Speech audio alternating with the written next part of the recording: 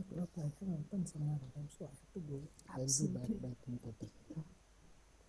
Yeah, Venkatesh, this will go until 10:30 anyway, right? Lecture is for 1 hour. इसके बाद break है, इसके बाद two lectures together. Yeah, then we'll have a small break and the next lecture. Yes. So 1 o'clock we will go for lunch. So that we will be back by 2 and 2 to 3 we can have one lecture. 2 to 3. Okay, that sounds very good. So the plan is 9:30 to 10:30. Then we'll have a break. Then 10:30, 10:45, all the way to 1 we'll have 2 lectures. Then we'll have lunch. Then another lecture until 3. Then tutorial. We'll start. Okay, good. Good morning all. So we welcome you on the 16th lecture of our GAN course. So now Professor Kavita Shah will deliver the lecture. We have the title in non-precision cancer therapeutic surgery, radiotherapy and chemotherapy. Thank you. Thank you, Leknath. So for the past few days, we have been discussing precision therapy, right? Now we actually go back to non-precision therapy, which is still used extensively throughout the world, okay? So the main 3 ways one can treat cancer without knowing exactly which targets are wrong in that particular cancer are surgical, radiotherapy and chemotherapy. So surgical is very good, especially for skin cancer, right? You can see it easily and then people remove it surgically. If people have prostate cancer, initially prostate cancer is very localized, okay? So surgery is the first option and it is a very effective option also. So something you can remove almost 100%, right? Surgically, you just get rid of it surgically. Okay, radiotherapy, I briefly told you about radiotherapy. So radiotherapy is very localized, right? But localized means it is facing the tumor, but still normal cells are going to get harmed. So we'll discuss that. And chemotherapy is a systemic therapy. All the cells in the body are exposed to chemotherapy. So that's pretty bad. But if the cancer has spread and it is metastatic, one has to give chemotherapy. Okay, so I wanted you guys to know these definitions. So those of you who have come a little bit later today, so we have an exam on Saturday, right? And where I will have questions for you and you have to answer them and then you will get your certificate. So I did not mention anything before because I did not remember about the exam part myself. But as I go along, I will tell you some hinters that remember this, remember that. So these are the, because I give you a lot more details than you are required to remember. So specific things I will tell you that you should remember. So this is one of those things, okay? So curative therapy explains that, it has to be cured. So if you can surgically remove the whole tumor or chemotherapically you remove the whole tumor, that is, if it is curative, then it is the best option. Adjuvant therapy is that chemotherapy destroys cancer cells after surgery or radiation therapy. So even if you remove something surgically, there is always a chance that 0.01% of cancer remains. Then you give chemotherapy, hopefully for a short period of time, so that everything dies. Okay. Neoadjuvant therapy is that chemotherapy shrinks a tumor before surgery or radiation therapy. Suppose it is very big tumor, right? So they give chemotherapy for some time, okay, to shrink the tumor, because smaller the tumor, easier it is to remove. So that is called neoadjuvant therapy. And palliative therapy is that, it has gone beyond a certain thing and it cannot be removed completely, but you still give the therapy to prolong the life of that person and to improve the quality of life. Okay, so that is palliative therapy. That is the last option. So just to give you some comparison, you guys know immunotherapy very well, okay, versus chemotherapy. So they are both systemic therapy. Immunotherapy and chemotherapy are both systemic, but immunotherapy is turning on the immune system, so the body is fighting in chemotherapy, we are giving chemicals, okay, to kill cancer cells. But the downside is that when you give these chemicals, it also kills the normal cells. That's why people lose hair and all the other side effects.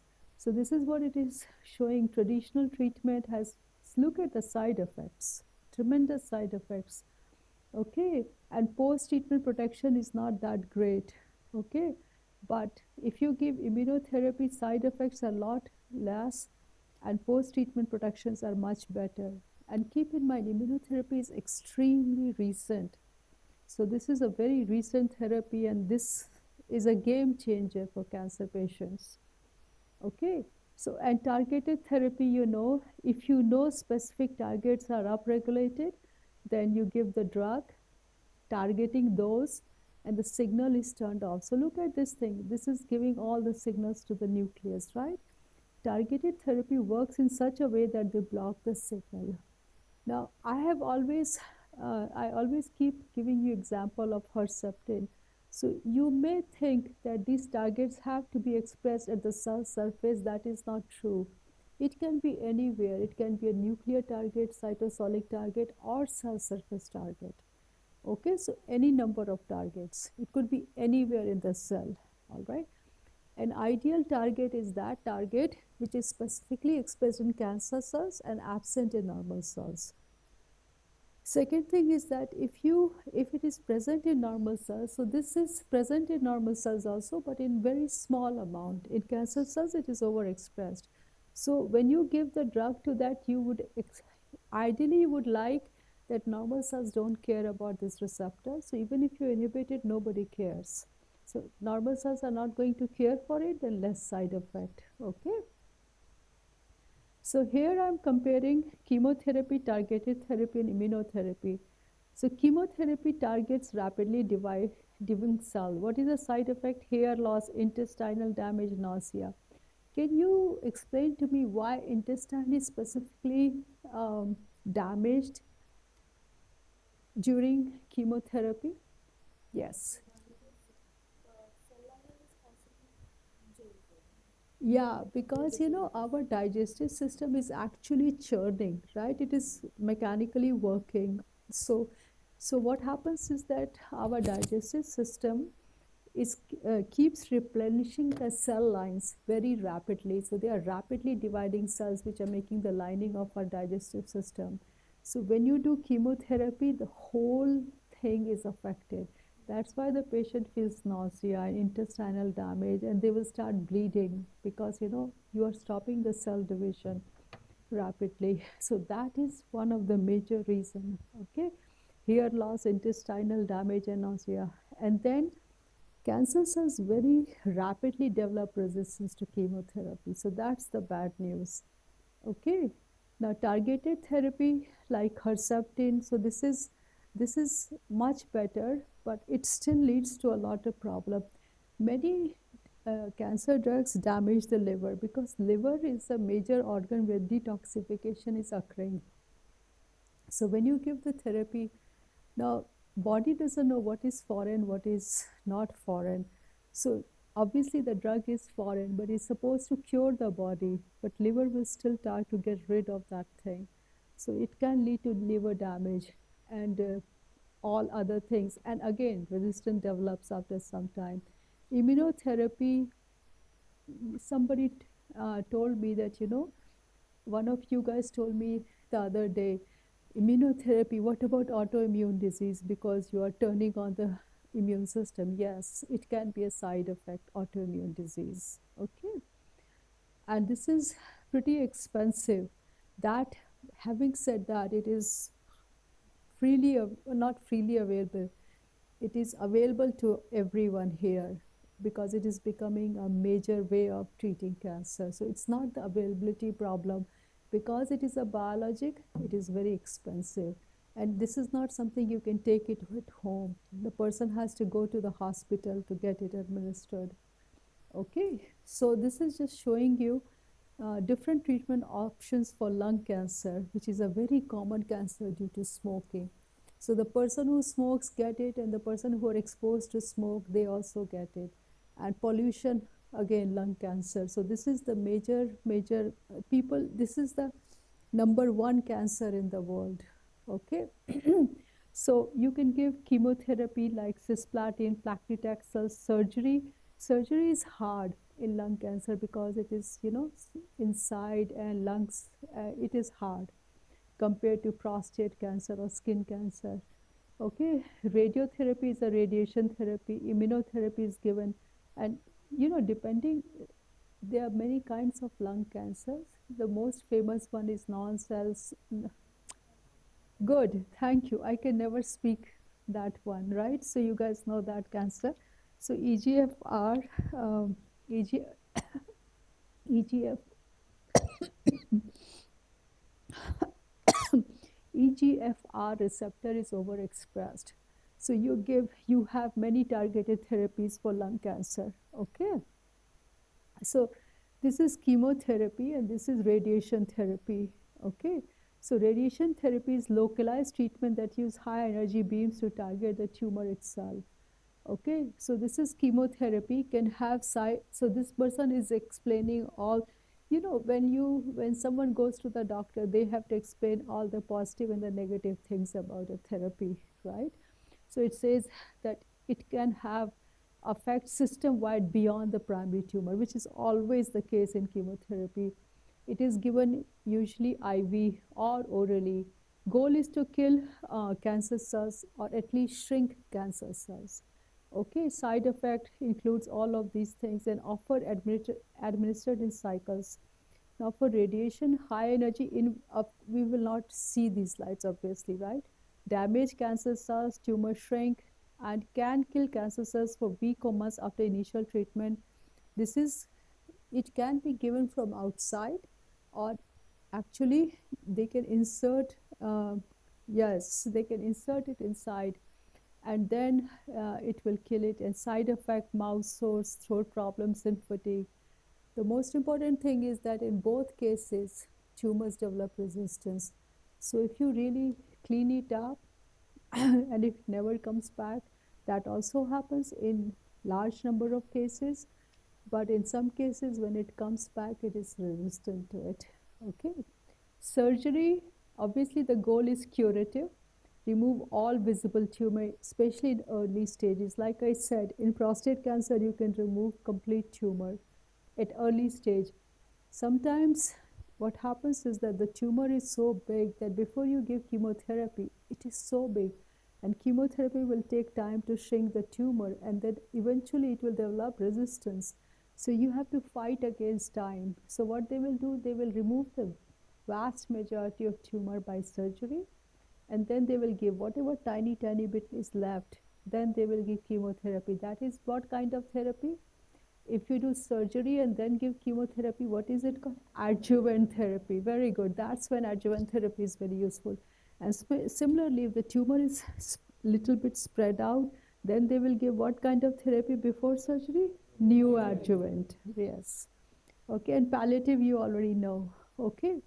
And you also do diagnostic. So for example, if somebody has breast cancer, they will take out a little bit of tissue and do the biopsy.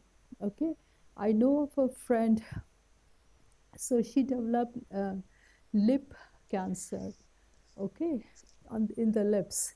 And so it's a skin cancer, right? It is on the lips, so it's skin cancer. And she has been going surgery after surgery after surgery after surgery, like for months. And every time she cannot eat things, so it's excruciatingly painful, but at least it can be removed by surgery. She's suffering, but it is removable because it is skin cancer. Okay. So limitation, advantages: removal of tumor mass immediately, curative, potentially localized disease. That's very good news, and useful for diagnosis and staging. So one time I had an infection, right? Some infection in my lip, and that would never heal. So they gave me this drug, several localized things, something, it didn't work. And then they finally did a biopsy, like cut it out, checked it. By the time they figured out what was on, it healed by itself. So I had to just undergo biopsy, but it healed. The body figured it out. Whatever it did, it just healed by itself. But what I'm saying is that even for tumors, they do biopsy. Otherwise, how would you know it is HER2 positive, right? They have to do biopsy there. So biopsy is very common. Okay. So surgery is only effective for localized tumor. If it is metastatic, you cannot do surgery, right? And may not eliminate microscopic metastasis. So this is the bad news. So somebody has a tumor in the liver. This is the primary tumor, and then it metastasizes in the lung and other parts of the body. So if you are doing surgery, obviously you cannot go all over the body and start removing it. Okay, and risk includes bleeding, infection. Okay, so surgery is highly effective for skin cancer. Obviously, makes sense. It is visible to us. So this is the visible lesion. So they cut it out this. This is step one. Then they will go and remove another layer, and then they will remove another layer. This is called Mohs surgery. Okay, so Mohs surgery is a stepwise layer by layer removal of skin cancer while examining each layer under a microscope in real time until all cancer cells are gone. Look at the success rate, 99% for basal cell carcinoma, 97% for squamous cell carcinoma. That's very good, right? That's really good. Okay, lung cancer surgery is not that easy. First of all, anatomical and technical limitations, because going to the lung is not that easy. And then if it is like this, spread out, you cannot do surgery everywhere. In Seattle, they have developed a new technique called histocrispy or something like that. So they are developing where they can go and clean up different things. But these are not very commonly used. Okay, these are not, but these techniques are coming up where they can come and clean up all of these things. Another problem is tumor biology and heterogeneity. Like there are many different kinds of, in one tumor, you have 100 different things which are going wrong.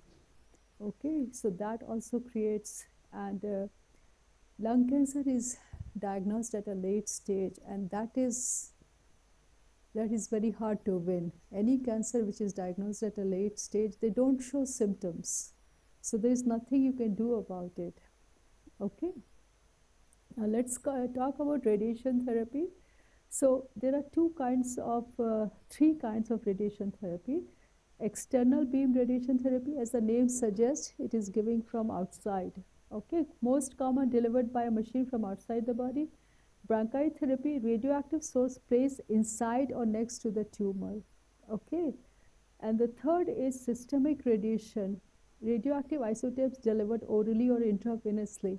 So you may have heard of this thing that many people who have thyroid problems, right? They have to image the thyroid. So they give radioactive material intravenously, or sometimes, yeah, intravenously, orally also. Okay, and then your thyroid lights up because radioactive, they will just go there. It is radioactive iodine, and thyroid tissues take up iodine. So thyroid lights up, and then they do the imaging. Okay, so that is systemic radiation. It's not good for you, but that's what they do. Okay, all right. So what is the mechanism of radiation? When you give radiation, DNA is damaged. Okay, so it leads to cancer cell death. Healthy cells have better repair capacity than cancer cells. So keep in mind, what is chemotherapy? Chemotherapy is given so that the DNA is damaged. So there are two principles at play here. First, cancer cells, they have defective DNA repair system. So normal cells, when they are exposed to chemotherapy or radiation therapy, although in radiation therapy we try to be as accurate as possible, just focusing on the tumor side, but still a lot of normal cells are also affected, right? Because it's microscopic kind of thing. So and you have to get rid of all the cancer cells. So you are using it in a larger area relatively, right? Because you just don't want to kill the inside of the cancer cells. You want to kill outside also. So the radiation is actually outside also, right? Outside of cancer. So that is why it is killing normal cells. But normal cells can repair their DNA much faster than. So chemotherapy does one thing. It damages the DNA, But the principle is that normal cells will repair faster, they will not be affected. Second, cancer cells are dividing faster. Normal cells are not dividing that faster. That is why cancer cells preferably die. Okay?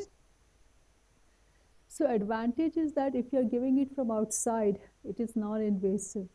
When a person, any patient, whether he or she is a cancer patient, any patient, people prefer non-invasive methods. Anything it is invasive, people don't want to do it, right? So it is non-invasive, especially the outside radiation therapy can be precisely targeted, used for local control and palliation. Okay, and limitation often affects surrounding tissues, long-term affects fibrosis, organ damage. And obviously, if it is metastatic, you cannot expose the whole body to radiation. That's pretty bad. Okay, so this is the external one. You can see it is localized at one place. And in this internal, they have put a catheter, and this is the radioactive source. And this is internally doing it. But if cancer has spread to different parts of the lung, you cannot just get it at all the parts. So it's very bad. If it is a primary tumor in one place, you can do it. Chemotherapy uses cytotoxic drugs to kill rapidly dividing cells, which includes both normal and cancer cells. It interferes with mitosis, DNA division, or metabolic process, administered orally, intravenously, or intrathetically. So chemotherapy is used both for primary cancer and metastatic cancer, certainly for metastatic cancer, because it has spread everywhere, so you have to give systemic therapy.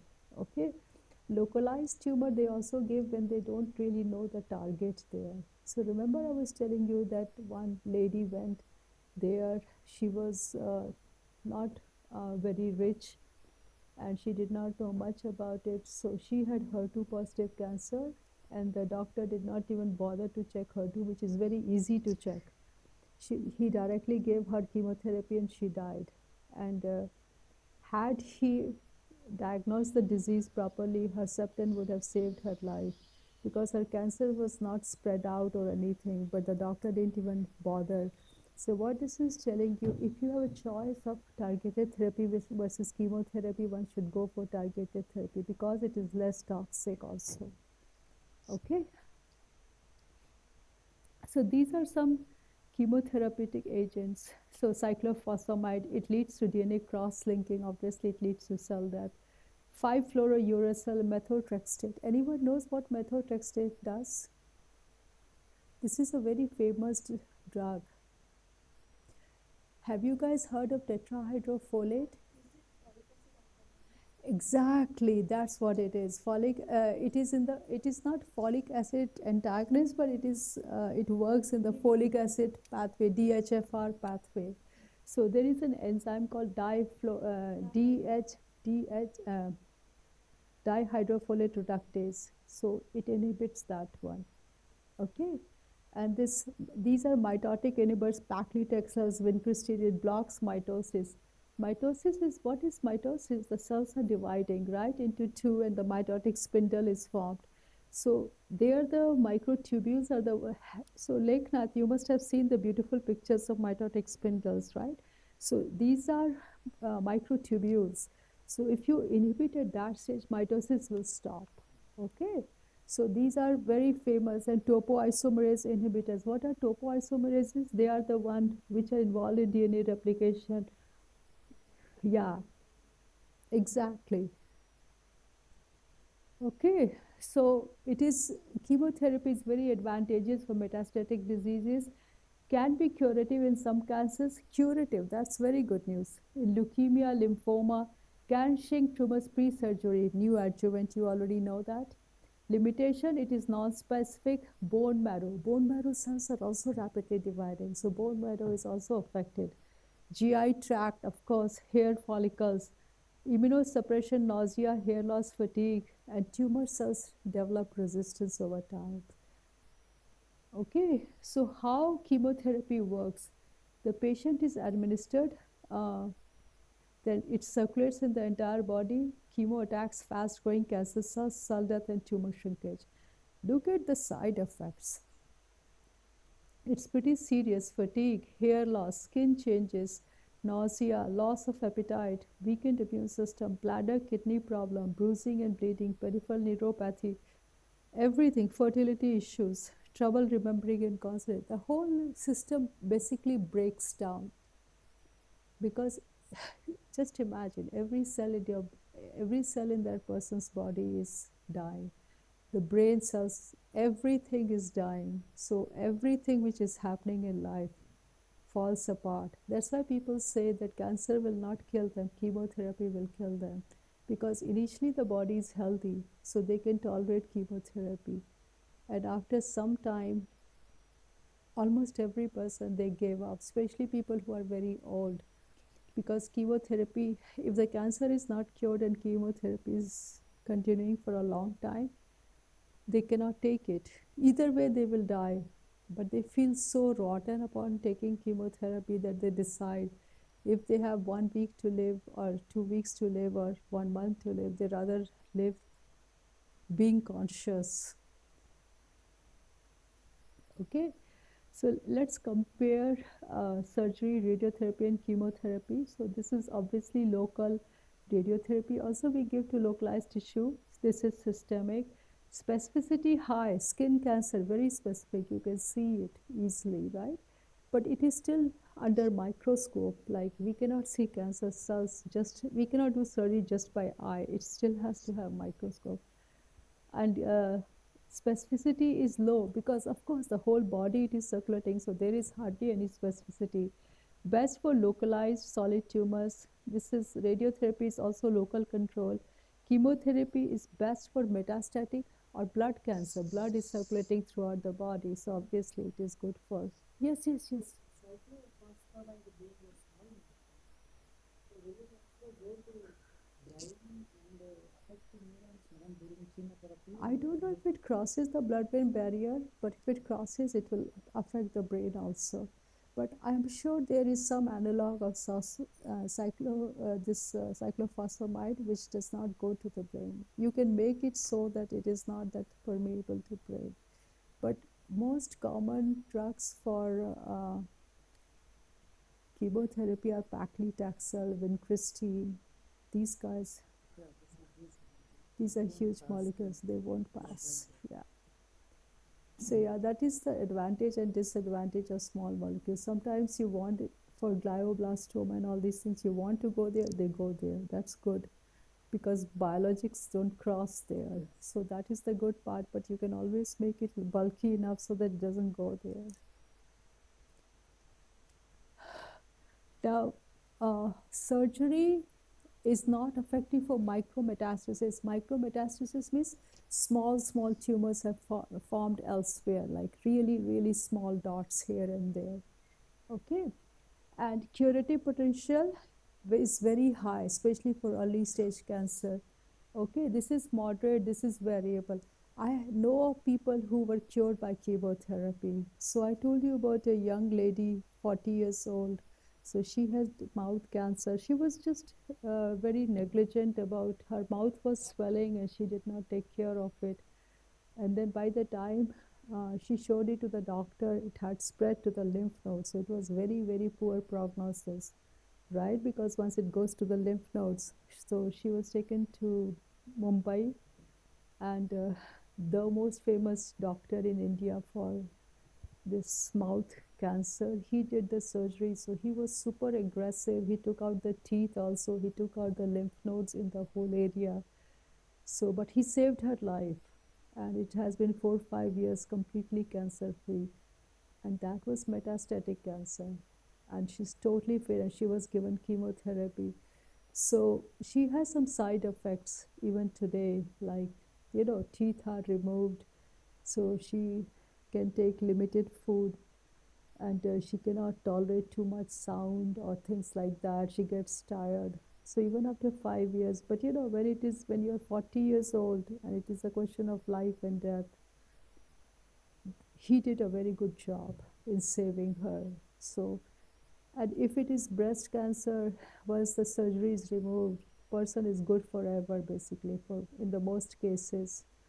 So there are so many We have a student in our department, he had testicular cancer when he was maybe 16, 17 years old. So he tells me if somebody has to have cancer, they have to choose for testicular cancer because it's totally 100% curable. He's very upbeat guy. He's such an upbeat guy that he was himself a kid, right? So when they used to give him chemotherapy, they used to give him chemotherapy with all the other kids who were getting chemotherapy at the same time. And he would keep them so entertained that all the kids were laughing while they were undergoing chemotherapy. So he's a very positive person. So this is, so what I'm trying to say that even chemotherapy has side effects. It really cures many cancer. You know, people lose hair, but once they're cancer free, they grow hair, right? So it's not the end of the world. Okay. So basically, you guys already know this thing. I have said it many times, right? Okay, so rolling. So what people usually do that even if they do surgery, they combine it with chemotherapy. If they are giving chemotherapy, they will combine it with targeted therapy, double attack, right? If they are giving hormonal therapy, they will combine it with chemotherapy. They will combine chemotherapy with immunotherapy. So usually we attack because the goal is this: we don't want to give cancer a chance to develop resistance. So we want to attack, we have to attack it in more than one way, but make sure that the patient does not suffer too much toxicity. Because in an ideal world, you can combine many drugs at once, but then they all have side effects, and the person may not be able to tolerate. Okay, so you have to be very judicious in combining the therapies. Okay, so that's what it is saying. Non-precision therapies can be often combined with targeted therapy, like anti-EGFR, like Herceptin with chemo with immune, and hormonal therapy with chemotherapy. So why combining chemotherapy with other precision therapy is good? Because it overcomes resistance. Before the guy develops resistance, right? You want to kill it completely. Synergistic. Most of the time when you combine them, it's not additive effect, it is synergistic effect. Okay. It reduces tumor burden and broader coverage. Broader coverage means if you give immunotherapy, basically it activates the whole immune system, right? So even if you are giving targeted therapy, you are giving immunotherapy at the same time. So it is taking care of the rest of the body. Okay, so it is broader thing. So this is chemotherapy, radiation therapy, targeted therapy. So depending on the kind of cancer, one has to decide what kind of therapy. So one very common therapy is given even if you don't know the targeted what is the actual thing is wrong. Suppose a patient comes and the disease has been diagnosed at a stage where it is already metastatic and it is rapidly going. Okay, so you don't really have time, especially in an organ like liver, you have to do surgery to do biopsy also. So it's very, and it is, surgery is very dangerous in cancer also, because you are taking out tissue just for biopsy, but the tumor, these cells, they spread around, you don't even know what they are going to do. So in that case, first priority is to stop cancer from growing. So what you do, you don't even have enough time to go for targeted in that case, right? In some cases, biopsy is easier. For liver cancer, it is not that easy, right? Because it is deep inside. So what you do, you give immunotherapy. Immunotherapy will wake up the, and by the way, we already have this data that immunotherapy will be very good in these kinds of cancer. In these, chemotherapy will be very good. In these, both will be good. So we have some guidelines there. But if you have to give immunotherapy with another systemic therapy, what would you give? Can you tell me when you don't know the target? So immunotherapy is good. It's very, very good with less side effects, right? So immunotherapy is a no-brainer, right? But what else would you give? Chemo is one option. What else? You don't know the target. So think about what is going wrong in cancer. Think about the physiology of cancer, tumor, hypoxia, then what happens? Anti-angiogenesis, that is extremely effective. Before giving chemo, usually most of the patients are given immunotherapy and anti-angiogenic, because if you stop the growth of blood vessels, tumor cells really cannot survive. So you are attacking right at the tumor site, anti-angiogenesis and waking up the immune system. So together they are extremely powerful. Okay. Okay, so this is just many different kinds of therapies here. So see, chemotherapy, radiotherapy, surgery, they are combined with many different ones. I'm going to tell you about ADC PROTAC today in details. Okay, so see, immunotherapy, which is immunotherapy itself is of many different kinds. PD-1, PD-L1, they are checkpoint inhibitors. They are cytokine therapies. This is very important. PROTAC. We'll spend quite a bit of time on PROTAC. ADC, antibody drug conjugate. We know antibodies are very good, right? Because they go to the site. So we attach the drug to it. So antibody is going there, killing it, activating the immune system, plus the drug is also delivered at the same time. Okay, this is antibody-directed enzyme product therapy. I have already told you about this. Can you give me any example of antibody-directed enzyme product therapy? So let me remind you, I give a prodrug. Why do I give a prodrug? Because prodrug is a drug which is hidden like this. So we can give it systemically, orally, or by injection. So our whole body has this thing, but this is not going to be effective because this is masked here. But only the tumor cells can remove the mask. By the time this drug is at the tumor site, so it will go in the tumor and kill the tumor. So do you remember anything we give it to the tumor cells simultaneously, that they express something so that they can remove that? Because human body doesn't have that gene which can remove that. So it is given in a foreign way. No, you can give it, you can target it using folate receptors, that's for sure. That is for sure. So that is one delivery mechanism, and that will specifically go there. But something will also go to the other parts of the body, right? Huh? Yeah, you can give it by antibody and it will go to the tumor site. You are right. But I'm talking of, that is a very good way of doing that, just like folate receptor. But if I have a product therapy, right, and we give this product by injection, so it's going through the entire body. But this mask will only be removed by tumor cells, because we have already given something to the tumor cells, so that the tumor cells can only remove the mask. Can you tell me how? Suicide gene therapy. Remember, we were giving the TSK gene only to the tumor cells. That's the name. And then they monophosphate this drug, remove the thing, and then it is only effective there. That is what is in this one here. That's what it is. Okay. So the point is there that we have so many tools in our arsenal. We can combine them. Okay. Usually doctors, when they see that the tumor is relatively localized, they are very motivated to attack it in many different ways. Especially it is very important for younger people. Not there is an age discrimination. Older people cannot really handle a lot of these kind of things. Okay. Okay, so this is just telling you there is a tumor, you can do immunotherapy, chemotherapy, combined therapy, okay? And together they are always more effective. So common combination theory, chemo plus targeted, chemo plus immunotherapy, chemo plus biologics, monoclonal.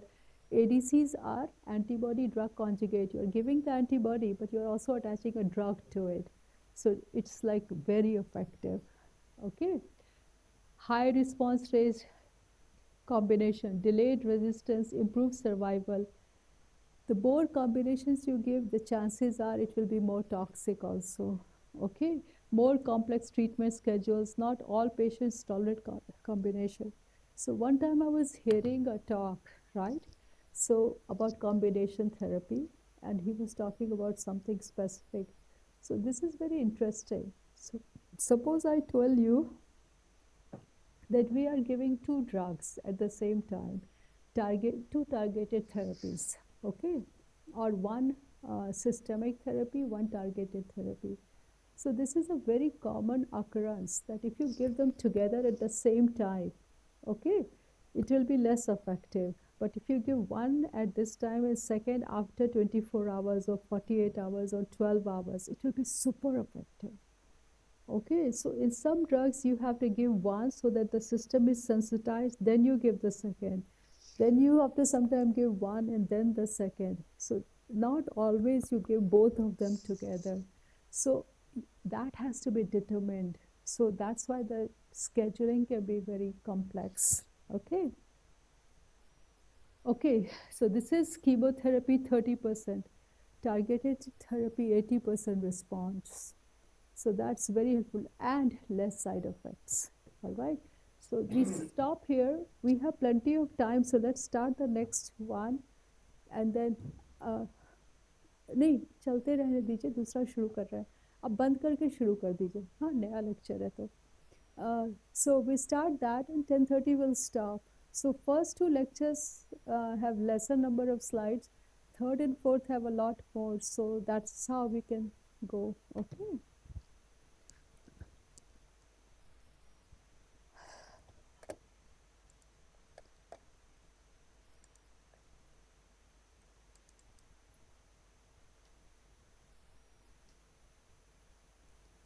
अभी शुरू नहीं किया ना अभी एक second रुक जाइए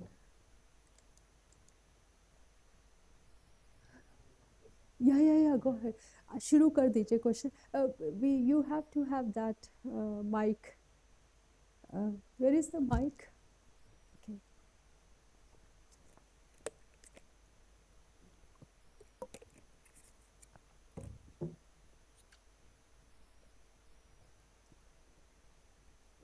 In case of prostate cancer, so surgery is the we can remove the prostate cancer completely using the surgery, or still we have to give some chemotherapy. So what happens in prostate cancer? Prostate cancer, thankfully, is caught at an early stage. And why? Because usually when people, some younger people also get it, but people are more prone to get it when they're older. So there are some guidelines in US that if the person is above certain age, I don't know what age, maybe 50 years, they do PSA testing in the annual physical thing. So usually what happens in US that everybody has insurance or everybody is supposed to have insurance, right? Because otherwise the healthcare is so expensive, nobody can afford it. If you go for blood, just simple blood test, it will be thousands of dollars. So it's just very expensive. So everyone has it. So insurance company realized that they are spending a lot of money on healthcare. So now the physical, annual physical thing, we had to pay some money for annual physical, just very little money. But now they pay you to get your annual. So you don't pay anything, but they pay you something. Because a lot of diseases are caught at that stage. And then the person lives and the insurance company pays a lot more money. So all the companies which are giving you health insurance, they pay you money to get your annual physical. So in annual physical for men, after a certain age, PSA testing is also part of the annual thing. So in prostate cancer, one of the earliest thing is that PSA levels increase. So, and sometimes it is benign. It has nothing to do with cancer. It just increased, right? So when that happens, immediately the person gets tested. And if that person has cancer by any chance, they can remove it surgically. So if it is caught at an early stage, it's 100% removal and the person can live for many years. In other cases, what happens, even if it is surgically removed and nothing is left, sometimes the cancer comes back and that is very bad. And that is called castration-resistant prostate cancer. That is pretty aggressive cancer. And then, we means scientists developed very good drugs for them, like excellent drugs for them because the signaling pathways are known. So there were only two kinds of cancer. before, like non-castration resistant, the hormone sensitive one, and the castration resistant. Only two kinds of cancer existed. There was no third kind for prostate. So very good drugs were developed for castration resistant prostate cancers, and it completely shrinks, just completely goes away. But then what happened? That those patients who were exposed to those drugs now developed a third kind of cancer, which is called NEPC, neuroendocrine prostate cancer. So this cancer is man-made cancer. These cancer cells, they develop a new kind of resistance where they change their phenotype. Now they don't even look like prostate cancer cells. They look like brain cells, neuroendocrine cells. Signaling pathways are completely changed. So now research is not being on hormone sensitive or CRPC. They are going on neuroendocrine prostate cancer. What is going wrong there? So we know a lot about that too. And now therapy is being developed for that. So the problem is this, that we treat cancer and the cancer becomes even more different cancer. So basically, initially we were getting our food from this place. Used to stop that supply. Now they are doing something else, you know? So that's what it is. So, but keep in mind, we have made huge progress in cancer field. Initially, somebody had cancer, that was a death sentence. Now, vast majority of people live. Vast majority of people live. So it's cancer is not winning the case. They are not winning. We are winning. They are changing, but we are getting more and more clever also to know, yeah, you are going to change, but we are ready for you. Okay, so humanity is still winning. They are changing, more variety, but we are still ahead of cancer. Okay, all right. Now I come to my favorite topic, protein kinases. Okay, so this is regulating the regulators. Why? Because one kinase regulates 100 different proteins, which can be kinases or which can be something else. So now we are, it's like controlling the kings who are running the show. These are the kinases. So I'll tell you what they are. Meet the proteins responsible for more than 100 billion in cancer drugs, just 100. So Gleevec targets a kinase, okay? So these are the biggest family of druggable targets, okay? And there's huge money in this thing. So what are kinases? Kinases are those proteins which use ATP. This is my personal figure that I use in my own talks. So in this one, I have used some pictures for my own presentation. So what are kinases? And some of these are made by my students. So kinases are a superfamily of proteins, okay? Superfamily means there are many proteins in one family, and in human there are 538. In yeast, for example, there are 200 or no 120 kinases, something like that. Okay, plants also have kinases. So these are a common family of proteins across the whole kingdom. And what they do, they use ATP and take the gamma phosphate of ATP and put it on substrates. So these are the substrates, okay? So what that means, substrates. So I'm talking about protein kinases. So it is estimated humans have 100,000 proteins in their cell, okay? And out of this, 80,000 proteins are phosphorylated. So let's say this is a protein, right? So what happens when kinases put the phosphate here, this protein will go and anchor itself to the cell membrane. Or it puts the phosphate, it becomes active. Or it puts the phosphate, it will become inactive. Or it puts the phosphate, and because the phosphate is, now it will bind to other proteins. So basically the whole signaling is changed. So kinases are the main orchestrators of cell signaling. Is it making sense? So I'm talking to you and you are following what I'm saying. Kinases are doing their job because they are involved in learning and memory formation. Kinases are everywhere. I am doing my hand like this. Kinases are doing digestion, seeing, cardiovascular diseases, everywhere. Every cell has numerous kinases. I corrected myself from saying 538 because some kinases are not expressed in every single cell. But there are a total of 538 kinases in humans. And anything you can think of, they are involved. They are shown in black. And any disease you can think of, they are involved. Any disease you can think of, right?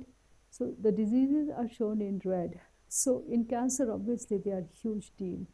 So look at this thing. These are on January 1st, 2022, more than 106 kinase targeting agents worldwide, including 72 US FDA approved small molecule kinase inhibitors and 3 mTOR inhibitors were approved for clinical stage. Okay, so huge number. So in 2001, Gleevec was approved. Imatinib, Imatinib is Gleevec. These are antibodies there, but this was the first small molecule inhibitor, Imatinib here. And after that, just see how fast the approval is going. Okay, and this is just January 22. Okay, now there are a lot more. I attended a meeting sometime, I think in 2019, right before COVID, and they said 50, somebody said 47 or 48 kinase inhibitors have been FDA approved. And then Tony Hunter, who is like the grandfather of kinase signaling, he said, no, 50. Now they are over 80 as of today. Okay, and here it was 72, so very, very rapidly. So it's really, look at that. In 24, it was 62.75 billion, and it's just going up and up. This is estimated. CAGR, I'm not a finance person, so I was thinking, what is CAGR? So I wrote it down, compound annual growth rate. I checked it once, and then I again forgot. Then I checked it again, then I again forgot. And I finally wrote it here. Okay, this is what it is. So basically, it is just very rapidly increasing. Okay, there are more than 600 active kinase targeting trials. Focuses on combination, biomarker-driven design. If this kinase is overexpressed, you give that drug to that patient. Okay, so this is kinase signaling. Substrate protein, 538 kinases in humans, I'm just talking about humans because we're talking about disease in human, but it is expressed everywhere. Fish, any organism you can think of, fly, mosquito, C. elegans, fish, amphibians, reptiles, birds, everywhere, plants, everyone has kinases. Okay, we estimate more than 80K proteins are phosphorylated by kinases. And also, one substrate, if this is a substrate, if this is a protein, kinases can phosphorylate here, it will have a different effect, here, different effect, here, different effect, combination, different effect. So it's very complex story here. Okay, so look at this thing, kinases. You see kinases everywhere. Without going into details, since we are focusing on cancer, kinases are also very important in neurodegenerative diseases. Every single thing, cardiovascular diseases. But coming back to cancer, kinases affect cell survival, cell motility. Motility means metastasis. More metastasis. Evading immunity, kinases are doing proliferation, kinases are doing DNA damage response, kinases are doing angiogenesis, kinases, metabolism, kinases. Okay, this is a picture from my own review article. I actually made all these pictures, and this is one of the figure from that review article. This is on prostate cancer. So I'm not going to tell you. These are all the. This is the pathway we discovered in our lab. This one. These are all our lab's work. But the point I'm trying to make here is that, see, this is aurora kinase. So we feel very close to kinases. So we make like more with eyes and everything. So you can see the eyes here. Okay. So this is just aurora review article. But the point I'm trying to make here is that don't go in the details. But they are master regulators. You see how many proteins are regulated by kinases just in one figure, just with one kinase. So that's what it is. If you control them, you are actually controlling numerous signaling pathways at once. That's the point of this particular slide. Okay, so that is what it is saying, regulating the regulators here. Okay, so why kinases are ideal precision drug targets? Keep in mind, we stop at 10:30. Whenever Leknath, keep an eye, 10:30, tell us, okay? So they are central regulators of growth, metabolism, differentiation, cell death, everything. And it is very common. So, kinases are very tightly regulated in the cell because they are so important. But kinases are often deregulated, and that is how they give rise to disease. The good guys become the bad guys, and that's what.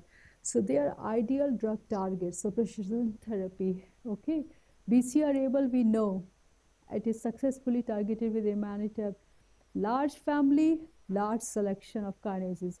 The ATP pocket is extremely druggable. You can make inhibitors. Leknath has worked on it, right, in our lab and found some really good inhibitors for kinases. Excellent druggability, proven access. Now see, more than 80 plus FDA approved drug. And there are hundreds of drugs in clinical trial. And there are multiple inhibition mode. So do you guys know what is an allosteric inhibitor? All of you? There is anyone who doesn't know? Leknath, do you know what is allosteric? You remember that, right? Okay, good. All of you know it. So now, you don't know that? Yeah, don't hesitate to ask. Okay. So, for example, kinases have this pocket. This is the enzyme site. So, whenever you are targeting the enzyme site, that is, catalytic site, that is competitive inhibitor because substrate binds here and your inhibitor has to compete for the substrate. So, those are called competitive inhibitors. But allosteric means it is binding to some other site, and today I'll show you some beautiful pictures of those. So it is binding here, but the pocket is closing here. That is allostery. So it's not binding here, it's not competing there, but it is closing the pocket. Sometimes what happened, it could be here, here, here. And very recently they have found that inside the pocket there is a small pocket. And if you target that small pocket, substrate is not going there, but the inhibitor can go there. That also can close it. So, but that is also allostery. Okay. So for the longest time, people were just doing the ATP active site. So the problem was that 538 kinases all bind ATP. So although they are slightly different, but not very different, right? So specificity was becoming a problem. Now we have seen, and that is also was first discovered by my postdoc advisor, that are these allosteric sites in the kinases. Okay, and if you target that, then you can make it even more specific for a given kinase. Okay. Today his name will come again in the next lecture because in G proteins 1. Okay. So that is why kinases are top precision drug targets. First of all, they are extremely important. Second thing, like BCR-ABL, imatinib, we have 80 plus FDA approved. This is very wrong spelling. You can say this is made by AI. Okay. And favorable druggability and versatility. So these are extremely, so cancer targeting has transformed cancer and immune disease therapy. Okay, so now why? One of the hallmarks of precision therapy is that you do the biomarker test. If a patient comes, you take a biopsy and you find out what's wrong with that patient. And based on that biomarker, you treat it, right? So if a patient comes and you see BCR-ABL is wrong, you give Gleevec. If a patient comes and Aurora A is, remember I told you about Oncotype DX testing in biomarker? That tests Aurora A kinase. And if Aurora is wrong, you give Aurora A drug. You do, so basically you are looking at CDK2 is one kinase, which is often, it's a cell cycle kinase, and it is a hyperactive in cancer cells. So if it is CDK2, you give CDK2 drug. So kinases are really biomarker driven because it's not a generic thing, it is specific thing, right? And if you know which kinase is wrong, you give the drug for that kinase. Makes sense? So that's what it is saying. It is the molecular biomarker thing. It is not, this is prostate cancer, give this thing. 100 different things can be wrong in prostate cancer, or 10 different kinases could be wrong in prostate cancer. So you don't give all the 10, you find out which one is the guy wrong. which guy is wrong, and then you give that drug. Okay, so you do genomic proteomic alteration. EGFR, you know, it is a kinase. EGFR is a kinase. BRAF is a kinase. ALK is a kinase. HER2 is a kinase. RAS is not a kinase. Tomorrow we'll start with KRAS. It's a very interesting story. Okay, so you use these things to guide therapy, enables targeted therapies that attack tumor-specific vulnerabilities. What happens is that, suppose there is a kinase which overexpresses Aurora A, right? So that kinase will be addicted to Aurora A.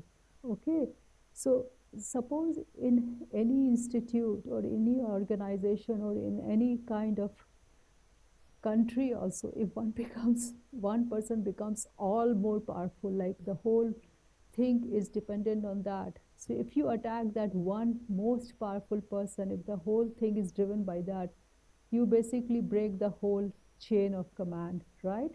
So it's the same thing. Kinases become too addicted to some oncogenes, and if you can figure that oncogene out, right, then you can basically disassemble the whole thing. Okay, before they figure out now this person is gone, now another person can take over. Before the other person can take over, you have to kill it. That is what is resistance. If you give them enough time, you will develop resistance. Okay, see why our body is like that. That's how we survive. If something goes wrong, the body will do something, right? Body, these are living cells, so they're engineered this way to live, right? But then cancer cells use it for their own good. So that enables targeted therapy that attack tumor-specific vulnerabilities, improves response rate, reduces toxicity, because you are not giving chemotherapy, you are giving one drug against one kinase. Okay, so it extends survival, real-time adaptation through molecular profiling. So suppose you're giving Gleevec, right? So what will you do for Gleevec? How will you know if Gleevec is working? Tell me. How will you know Gleevec is working? You will check the expression of BCR-ABL through real-time PCR, because you know when you take Gleevec, it goes down. So you know, and that would be pharmacodynamic biomarker. Very good, guys. Okay, so drives development of kinase inhibitors, antibody drug conjugate, and combination therapy. So they are the ones which are fulfilling this precision therapy thing. Right drug, right patient, right time. Okay. Oh, it's 10:30. Great. We'll stop here. Time for break. Then we continue from here. We'll just leave it here, okay?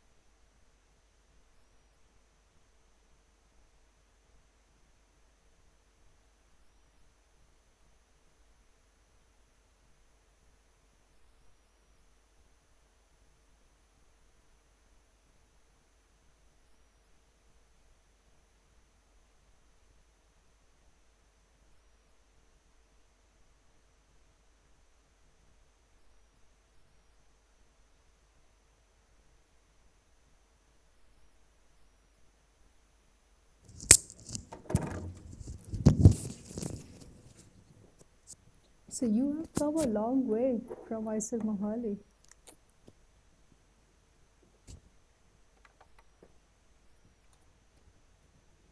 All right, so I told you in humans there are 538 kinases, and they are classified.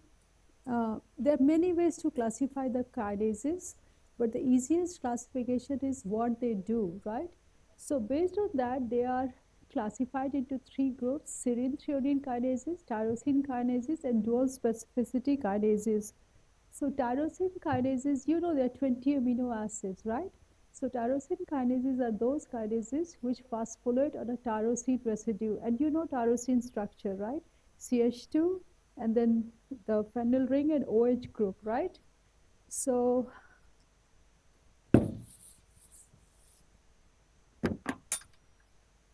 this is the tyrosine group, OH group at the para position. So the phosphate group is added here. This is the peptide chain. So these are tyrosine kinases which phosphorylate at tyrosine, and then there are kinases which phosphorylate at serine residue. This is a serine side chain, or threonine. Okay, so serine, threonine, and tyrosine. So those kinases which phosphorylate at serine can also phosphorylate at threonine because they are very similar in structure. So they are called serine threonine kinases. These are the biggest family of kinases. Then there are tyrosine kinases. Usually when they phosphorylate tyrosine, they don't phosphorylate serine threonine. However, there are dual specificity kinases which can phosphorylate serine threonine as well as tyrosine. Okay. So tyrosine kinases, they are further divided into receptor-associated tyrosine kinases and non-receptor. So receptor means something which is at the cell surface. So there are many different kinds of tyrosine kinase receptors which are cell surface receptors, and there are numerous receptors. Where is the cover? Yeah. So there are numerous kinases which are cytosolic or nuclear tyrosine kinases. So don't worry about the classification, but just to focus on this one, receptor tyrosine kinases. See, different kinds of receptor tyrosine kinases. So the important part is that this is the cell membrane, right? Look at that. They have different kinds of receptors, okay? Different kinds of receptors, but all of them, they have this membrane anchoring part here, this one here, and then this is called juxta membrane region. All of them have juxta membrane region, and this part which says TK, this is the tyrosine kinase domain. Okay, so see, all of them have tyrosine kinase domain. Some of them have two, okay, some have one, some have another structure after the tyrosine kinases. So oftentimes, not all the time, oftentimes what happens that these tyrosine kinase domains are inactive till the ligand binds on the top, and when the ligand binds on the top, these kinases, they become active. Okay, so see, these are TKs, are tyrosine kinases, and all different kinds of domains, and this is showing you all different kinds of domains here. Okay, here, so look at this one here. So why I am specifically focusing on receptor RTK means receptor tyrosine kinase. Why I'm focusing on receptor tyrosine kinases? Because many of these receptor tyrosine kinases are deregulated in cancer. EGFR, HER2, they are all those kinds of things. So usually what happens that these tyrosine kinase receptors, they exist as monomer, separate, not no activity, switched off. Okay, then the ligand comes and bind and they dimerize, and when they dimerize, these two domains, they come in close contact with each other. So one phosphorylates the other and the other phosphorylates the first one. So this one will phosphorylate this guy will phosphorylate this one. They usually cannot autophosphorylate themselves, so this will phosphorylate this will phosphorylate this, and then they will become active.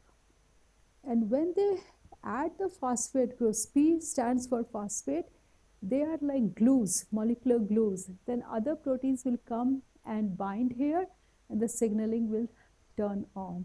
So let's say here in this room, right, you guys are all gathered. So because you are all gathered, we are all talking to each other, right, crosstalk. So in signaling, what happens, unless you get different kinds of proteins in one platform, they're not going to talk to each other.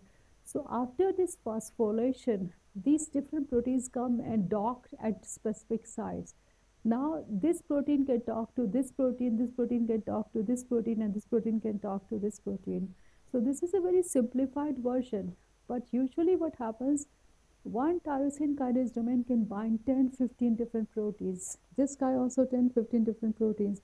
And these 10 to 15 proteins are all talking to each other, right? So it provides a platform for everyone to gather together. And that's how signal is turned on. So what goes wrong in cancer as far as these RTKs are concerned, receptor tyrosine kinases?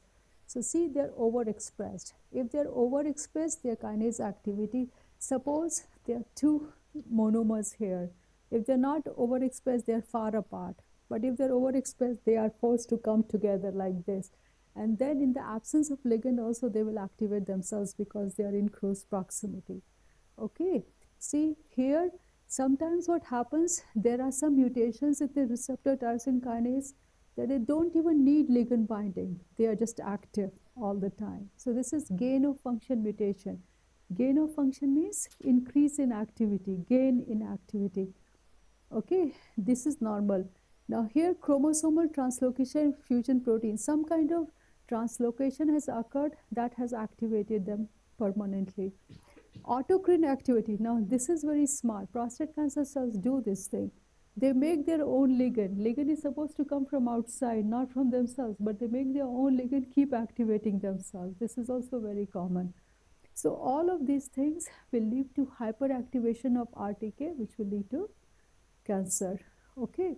So these are another mechanisms. So see, gain of function mutation. This guy is monomer, but it is still active. It doesn't even need the second partner. Here, amplification, they are just expressed in huge amount. Some kind of rearrangement, they are always active. Okay, so see this one here, initially they were standing like this, waiting for the growth factor to come and activate them. Now they don't even need the growth factor. They go inside, they're always active. See, this guy doesn't even need the growth factor. So they are down here, they are active. Okay, so see, blue one is the tyrosine kinase domain, and these are the phosphates which are added. So under normal circumstances, phosphate will only add when the ligand binds, but this monomer has the phosphate already. It's already active. These guys are over amplified, hugely expressed. Here, it doesn't even need this whole thing. This is active. This will go inside. Here, one domain became two domain. Duplication. See, this is a monomer, but it has two tyrosine kinase domain. All of these have one each, right? They are dimerized, but they have one each. This guy has two of them. Here, they are making their own ligand and activating themselves. Okay, so because of that, they are deregulated. Okay, so that was receptor tyrosine kinases. But other than that, there are cytosolic kinases also. They are also activated on their own. So this is BCR-ABL, which is a cytosolic kinase. You guys know chromosomal translocation in BCR-ABL, right? So they are like ABL, ALK, FGR, PDGFR. They have chromosomal translocation. They become hyperactive. ERB is HER2 receptor, overexpressed. KD stands for kinase domain. So all of them have kinase domain. We are talking about kinases here. Okay, not necessarily tyrosine kinases, all kinases. Overexpressed, so now they are activating. Point mutation, this one overexpression here, B. So look at this overexpression. Then there is some point mutation. Because of that, they are activating themselves or they are activating others. This is a very interesting part. So remember I said kinases are very important, so they have to be tightly regulated. So one of the way, this is a very famous kinase, SRC kinase. So this is the kinase domain. These are other protein-protein interaction domain. So SRC has a tail where there is a tyrosine residue, and this is tyrosine 527, which is phosphorylated. So once it is phosphorylated, it binds its own SH2 domain, and kinase domain switches off like this. Okay. So because of the tail thing. So if I have to draw this structure here,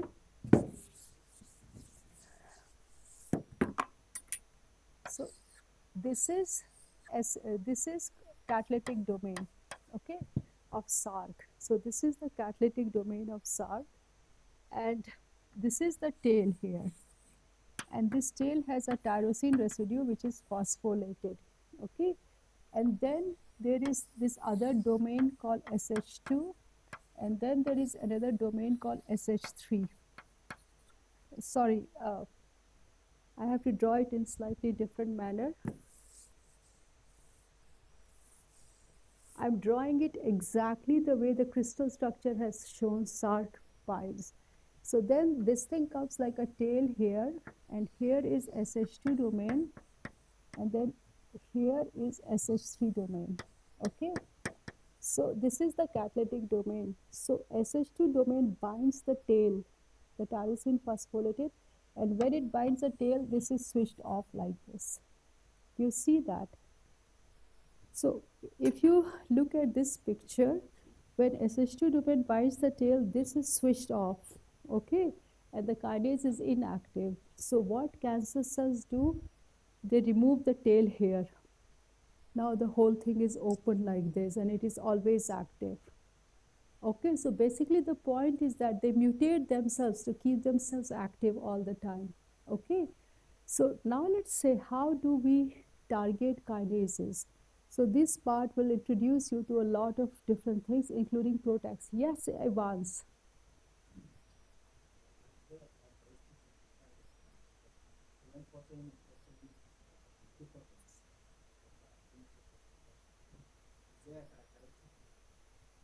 Good, good. Thank you. Yeah. Repeat your question again. When two proteins are interacting through phosphorylated protein, so that tyrosine that is phosphorylated, is there characteristics Very of the good sequence? Very, very good question. Yeah. This is very, very good question. So what happens is that, let me go back to the previous one here. So when I was a postdoc, I worked on this protein, Sark kinase. So I can even tell you the sequence which binds there. I remember the sequence because somebody in our lab made the peptide with that sequence.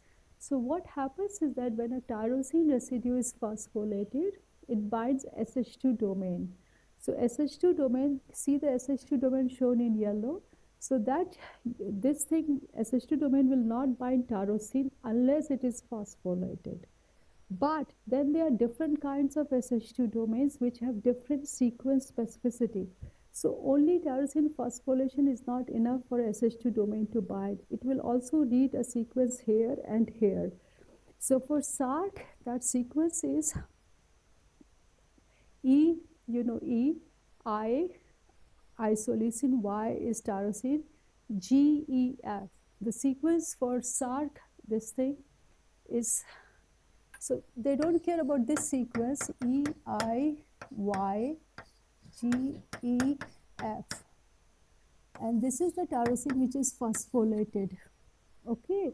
So Sark SH2 domain. So see, this protein is Sark here. Okay. So Sark SH2 domain will bind tyrosine here if it has this sequence here. Okay. And if you make small modification, it will still bind. So if you change isoleucine with some other hydrophobic amino acid, it will bind, but not as tightly. Okay, so different SH2 domain will bind phosphorylated tyrosine, but with different specificity around it. But they usually at, so if you have to read this sequence, this is the site which is it is binding. So this is +1 site, +2 site, +3 site. This is -1 site, -2 site, right? This is how we name it. So at -1 site, it has to have a large hydrophobic amino acid. If you make glycine, it will not bind. So although it loves tyrosine, phosphorylated tyrosine, but it has to have specific sequences to bind. So does that answer your question? So SH2 domains are involved in protein-protein interaction, and they will bind phosphotyrosine residues with specific sequences around them, just proximal to the site, not very far, just right then and there. Okay?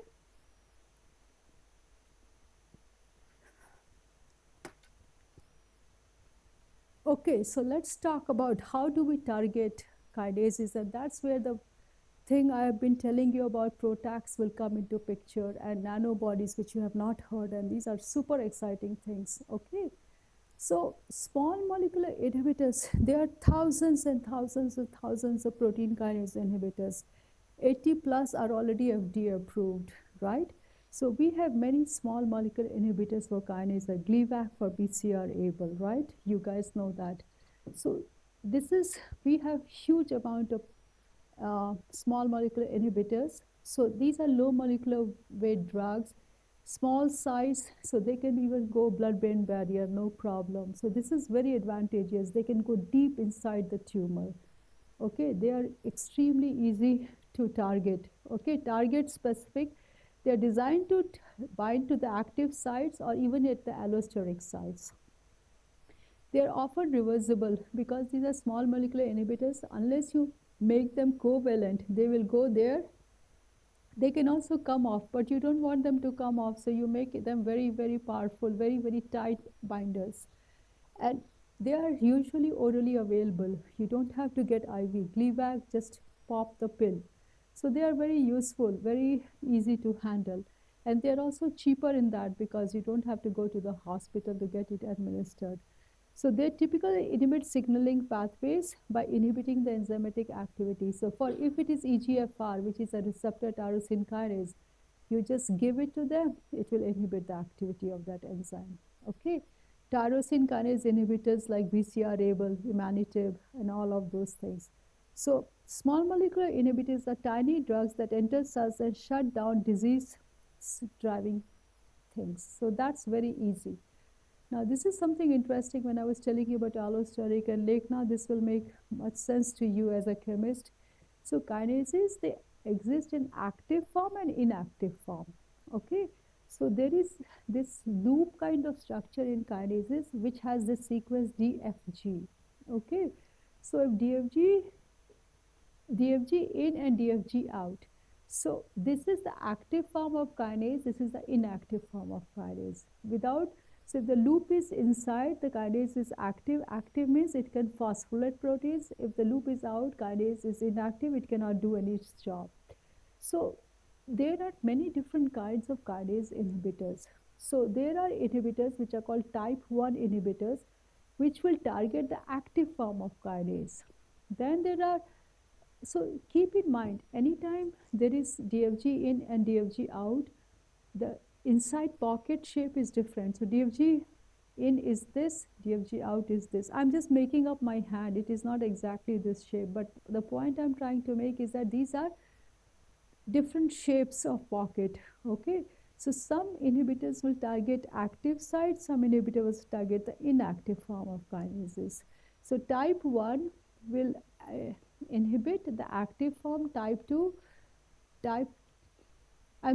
is type 1, this is type 2, so active, inactive form. Then see, there is an allosteric pocket within the ATP binding pocket, right? So as I was telling you, allosteric can be here, but can be also inside. So type 3 inhibitors will bind a deep pocket inside the active site. So ATP will bind here. It does not have access to that, but this is an allosteric. This is type 3. Now this is also an allosteric site, but far away from here. Okay, so it will bind here, but not at this pocket, but a pocket far away.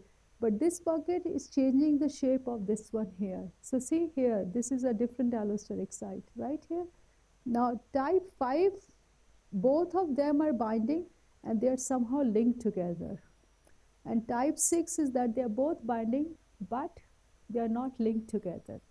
So you have 6 ways. I have seen this field evolve in the last 10 years. 10 years ago, nothing was known like this. Okay, so this is another picture. Type DFG in, active kinase, it is binding here.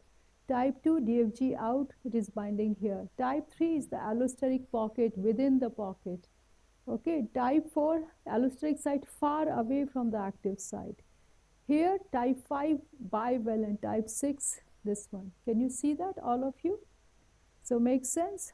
Okay, so this is just, so what do kinases bind? ATP. ATP is purine ring. So when people make inhibitors, they make purine-based compounds. You see, most of them are purine, at least, you know, they are bicyclic compounds. This is purine, but then they have made mimics of that. So these are different scaffolds which are extremely popular in kinase field.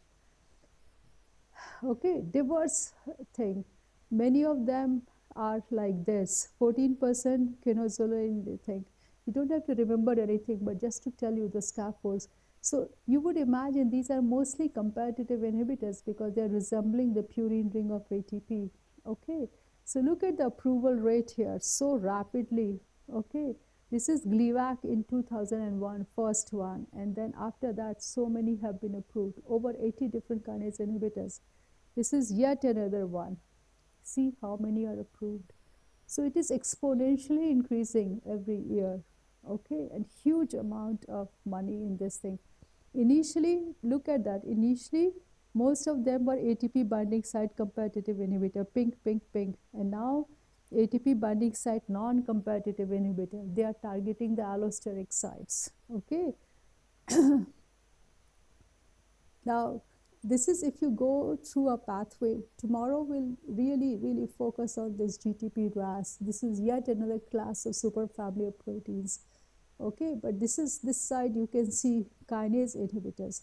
This is a kinase, this is a kinase, this is a kinase, this is a kinase. And look at that, how many inhibitors are there, okay, against kinases. So these are the famous inhibitors, these are the famous receptor tyrosine kinases which are highly deregulated in cancer. So usually what happens if you give a drug, the receptor mutates or the receptor is already mutated in cancer. So this is a famous mutation. Threonine 790 is converted to methionine, or this L848 is converted to arginine. So these are specific inhibitors. This is specific for this mutation. This is specific for this mutation. This is tucanative. These guys, look at this. These are all small molecule inhibitors. PI3K is also a kind of kinase, but different from protein kinase family because it's a lipid kinase. It has its own inhibitors. This is a kinase inhibitor. See how many kinase inhibitors are there. Okay, this is the famous kinome tree. So all the kinases are divided into different families, and this is the kinome tree. Can you see that here? Okay, so these are, you know, different phylogenetic trees. You know how the kinases are classified based on their sequences. So at all of these things, look at this, the number of drugs. It's this huge number of drugs against the kinomes. Okay, this is just different companies are developing, they have different drugs in different phases of clinical trial. Okay, now we come to PROTAC. I'm sure you guys are waiting anxiously for PROTAC. So before I tell you about PROTAC, tell me how many of you know about the ubiquitination machinery? Anyone knows about ubiquitination machinery? Raise your hand if anyone knows about ubiquitination machinery. Only you.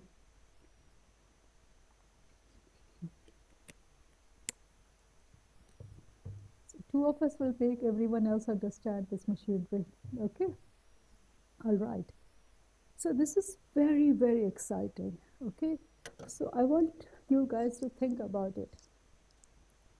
If protein A is bad, let's say one kinase is bad, okay? So what will you do to inhibit that kinase? What will you do to target that kinase? You will say that, don't worry about it. If one guy is bad, you inhibit that kinase, right? But let's say this guy is a kinase and this is bad, and this is the ATP binding site here. So you inhibit that, but this kinase is also bad because it is, remember, kinases can also act as platforms. So you have inhibited its activity, so it cannot phosphorylate, but this can still act as a platform to assemble all the bad guys together, right? So even if you inhibit it, it's not going to be very effective. Do you guys address? So what will you do in that case? Degrade it completely. And PROTACs are the outstanding way of degrading a protein completely. You make them disappear at the protein stage. See, guys, understand something. There is a DNA, then there is RNA, and then there is a protein. So if you don't want some protein to come, you can degrade the RNA, and that would come under RNAi or CRISPR or something there. CRISPR works at the DNA stage, RNAi works at the RNA stage. CRISPR is good for the DNA. You just delete the gene at the at the DNA stage. That is CRISPR. If the RNA is there, you can degrade it by siRNA. But if the protein is there, you can degrade it by PROTAC stage. So this PROTAC was developed by Craig Crews. He's at Yale University. And it was developed in the early 2000. And the moment it was developed, it just rose like extremely steep. And now there are so many PROTACs in clinical trial. I think the first PROTAC will be FDA approved in 2026, next year. But they are in late stage clinical trials, and next 2-3 years, many PROTACs will be FDA approved. Okay, so these are very powerful way. But to understand PROTACs, we have to first understand the cellular ubiquitination machinery. So what is that? So suppose you are looking at the protein levels of any protein in the cell, any protein, it has some certain level, right? Whatever level it is, high, low, whatever it is. So this level is maintained by two things, synthesis and degradation. So far you guys have understood everything which is, when things become defective, they have to die. You don't want to have defective things hanging around. Defective cell, they need to die. Defective protein, it needs to die. So all proteins have a half-life. Some proteins have a very short half-life, other proteins have a very long half-life. So the proteins need to degrade, and this degradation machinery is called ubiquitination machinery. Okay, so before I explain to you this slide, I will explain to you what exactly is ubiquitination there. So ubiquitination is a mechanism by which you degrade a protein, and it has three players which come into play: E1 enzyme, E2 enzyme, and E3 enzyme. Okay, so every protein has to be degraded eventually. So there are 2 E1 enzymes in humans, about 38 E2 enzymes, and then there are over 600 E3 enzymes.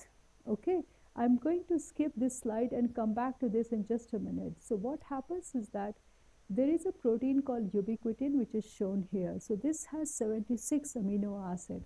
So what happens is that, remember, E1 enzyme will come and react with this ubiquitin protein using ATP. So this is the reaction. E1 has a SH group. I want you guys to understand this thing. So E1 has a SH group, thiol group. So this has a carboxylic group at the end. So carboxylic group, when carboxylic group reacts with alcohol, what is the bond which is formed? Ester bond. And if a thiol groups react with carboxylic group, what is the bond which is formed? Now the chemists have to step up. Thioester bond, right? Thioester bond is formed. So this is a thiol group, and thiol group is present in which amino acid? Cysteine. Very good, right? So obviously it's a cysteine residue, right? So cysteine residue reacts with carboxylic group of ubiquitin, just the last carboxylic group of ubiquitin.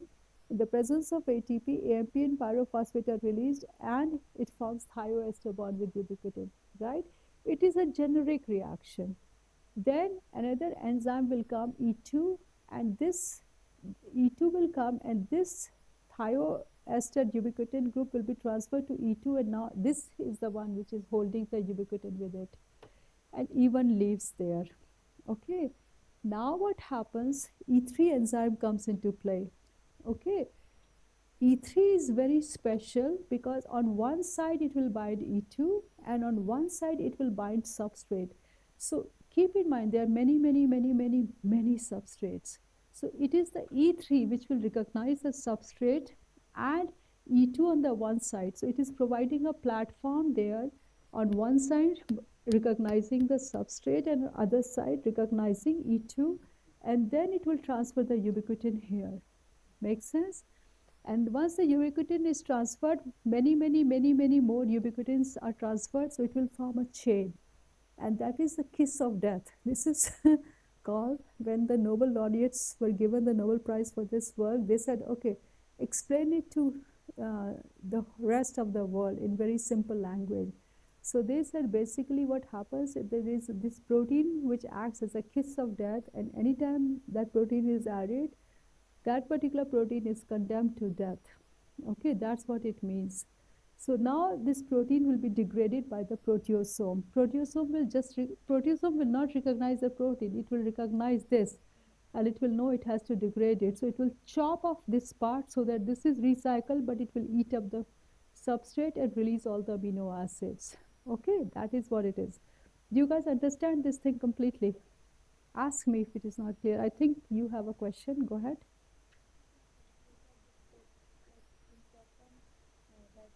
E1 is taking ubiquitin. Then why we need E2? So here is the thing.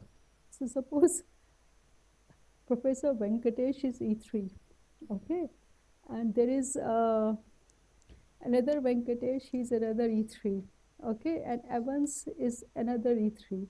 So there are 600 E3s, okay. So Professor Venkatesh has access, Professor Venkatesh will recognize 100 different students. Younger Venkatesh will recognize another 100 students. Evans will have his own 100 students, right? So I am E1 and you are E2. So my job is that I will just take ubiquitin and I will attach it to myself. I don't have access to these guys because these guys don't recognize me, but they recognize you. Okay, you are from IIT Indore. So I give my thioester ubiquitin to you, and it is there. I don't have access to these people, but you do. So you go to Professor Venkatesh, you also go to Venkatesh, and you also go to Evans. Okay, my job is just to give it to you. I am out of the picture. That's why there is only 2 of me. There are only two even. There are a lot more of you because you guys are talking. Now, actually, I cited 3 of them, but there are 600 of them. So what is the difference between these 600? They have different substrate specificity. The 100 here, the 100 here, the 100 here, and other 600, they all have their own hundreds there. I have nothing to do with those 100. Now, what you have to do, you cannot interact with those hundreds either. So Professor Venkatesh, on one hand, will recognize you and the other 100 proteins. Venkatesh will recognize you and the other hundreds. Evans will recognize you and the other hundreds. You see, so my job is most generic. I just have to take ubiquitin, just throw it to you. So I have nothing to else. So I don't have to have 10 different ways because I'm not interacting with anyone. But E3, these guys are interacting with 100 ones. So there are many E3s because they have to have their own group of people. What is common between you and them? Because they all recognize you. So they all have some place for you to bind. Do you see that? They don't have space for me to bind. So I cannot go and bind there, but they recognize you. All the 600 people, they recognize you. Okay, so now let's come to that. There is only 2 of me, and I'm just taking ubiquitin and transferring it to, there are 38 of E2, so there are 38 people there. So my job, there are only 2 of us, 2 of me. I'm transferring it to 38 of this thing. Okay, these 38 of these things now react with E3. There are over 600 of them. Okay, so my job is done as soon as I transfer it to you. I go and I keep on doing that. So my job is like I'm just transferring it to E2s. That E2 will go to E3, and E3 has, see, one place for E2 to bind, one place for the substrate to bind. And each E3 will have their own sets of substrates, maybe hundreds of them. So they are designed in such a way that they will recognize only their own 100 proteins. What they are doing? They are bringing these guys together. E3 does not have the capability to itself get ubiquitinated, But by binding E2, now this will be transferred. Do you see that point here? All of you? So this is how it works. So now if I go back to this slide, it makes sense. Less of E1 enzyme because they have a generic function. More of E2 and a lot more of E3 enzymes. Do you see? Because E3 are the one which will recognize every protein in the cell. And each E3 will have their own sets of proteins to be recognized. So that is why you have, so that is where the substrate specificity part comes in. And there are three major kinds of E3 proteins. Let's not worry about it. They are ring kind of, these are called ubiquitin ligase, ring, hect, and RBR set of proteins. And this is ubiquitin itself, which is shown as UB. Do you guys follow this so far? You have to understand this thing before you understand PROTAC. And then what happens, I don't have it here. I should have the proteasome picture also, but basically this will be picked up by the proteasome and degraded. And proteasome is like a barrel. So on one end, the protein will end, and from down, all the amino acids will come out, and they are recycled again. Okay, makes sense? So now let's go back to this slide here. So what this smart person did, so suppose you have BCR-ABL on one side. Which small molecule will bind BCR-ABL? Tell me. Gleevec, right? So you take Gleevec on one side. So what will happen? And then on Gleevec on one side, and it will bind BCR-ABL. Then you make a small linker just to give it some room. You don't want steric hindrance, right? So you give a linker. On other side, you directly bring a E3 ligase there, right? So E3 ligase is once again this guy here, this E3. So you bind the substrate on one side. No, you bring the E3 ligase here. So this is this one end will bind the protein of interest. So if it is BCR-ABL, this is the green part is Gleevec, and this part is a ligand for E3 ligase to bring E3 ligase here. Okay, so if you bring the E3 ligase, E2 is already attached to E3 ligase. So this protein is in close proximity. It will ubiquitinate it. The proteasome will degrade it. Is it making sense to all of you? Anyone who doesn't understand, I'm very happy to repeat it. Just raise your hand. Okay, please do it without my prompting. If you don't understand, ask me what is the thing you don't understand. I'll explain again. So suppose this is E3. I did understand that. Gleevec gets attached to it. And then on the other hand, there's like another ligand. Like, what is the second step there? Let me say that here. So this is E3 ligase here. You understand there. So you understand there. So what you think is that, now think about it. You are trying to say, where are you going to hook something for to bring E3 there? So imagine that E3 also has a pocket here. So what you are doing, you are making a bifunctional molecule. One is targeting E3 directly, not here, not here. Okay. The substrate, see, the problem is this: if you activate E3 randomly, it will degrade everything, right? So you don't want that. You want to degrade one protein of interest, any one protein of interest. So you have to trick that protein to come near E3. If it comes near E3, E3 will degrade. Okay. So what you do is that all E3s have their own pocket, which is not shown here. So suppose this pocket exists here, and that pocket also binds some ligand, or you can make a small molecule that binds the ligand, that binds that E3. Then what you do, you take that part and you take a linker and you attach Gleevec, for example. So Gleevec will bind BCR-ABL, and that ligand will bind here. So that BCR-ABL is in close proximity of it. It will switch it here. It will be ubiquitinated. It will be degraded. Is it making sense? All of you? All of you? So what I did not say, and that is why you got confused, all the E3 have their own pockets also, which is not shown in this slide. So you are using the ligand for that pocket to bring the two things together. It's like you take a person in front of the jallad, and the person will kill that person. Okay, that's the point here. If you take it to the place where death is occurring, the guy will get degraded. Okay, so so here, let's say here, so it has three things: protein of interest ligand, E3 ligase linkage, and you always make a linker. As an organic chemist, we know if you make a linker, there is a flexibility. If you make them next to each other, they may not come close to each other because of steric hindrance. So you have to have a linker in between. So this is protein of interest linker and E3 ligase. So now this complex forms, and now because E3 ligase is always attached to E2, remember? E3 ligase is always attached to E2 here. So because of that, now the ubiquitin will be transferred, and then this will be tagged to the protein, and then this is killed. Isn't that very simple? It's a very, very powerful way. Okay. So this is, so now there is, so go ahead, Evans.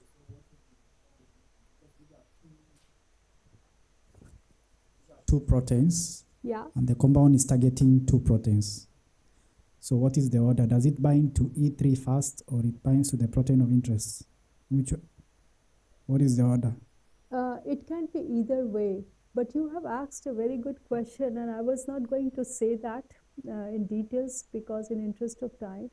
So whenever you have to do two proteins, if you bring two proteins together, right, and if you add too much of the compound, I want you all guys to think about it. So let's say you have 100 molecules of BCR-ABL there, okay, and you add 500 molecules of this bifunctional ligand, what will happen? That's a very important question. So you have a bifunctional compound. On one end, it will bind BCR-ABL, for example. Other, it will bind the E3 ligase. But if you add 500 molecules of the bifunctional ligand, when you have only 10 BCR-ABL and 10, let's say, you have only 100 BCR-ABL molecules and you have only 100 E3 ligase, and you have added 500 molecules of your bifunctional compound, then what will happen?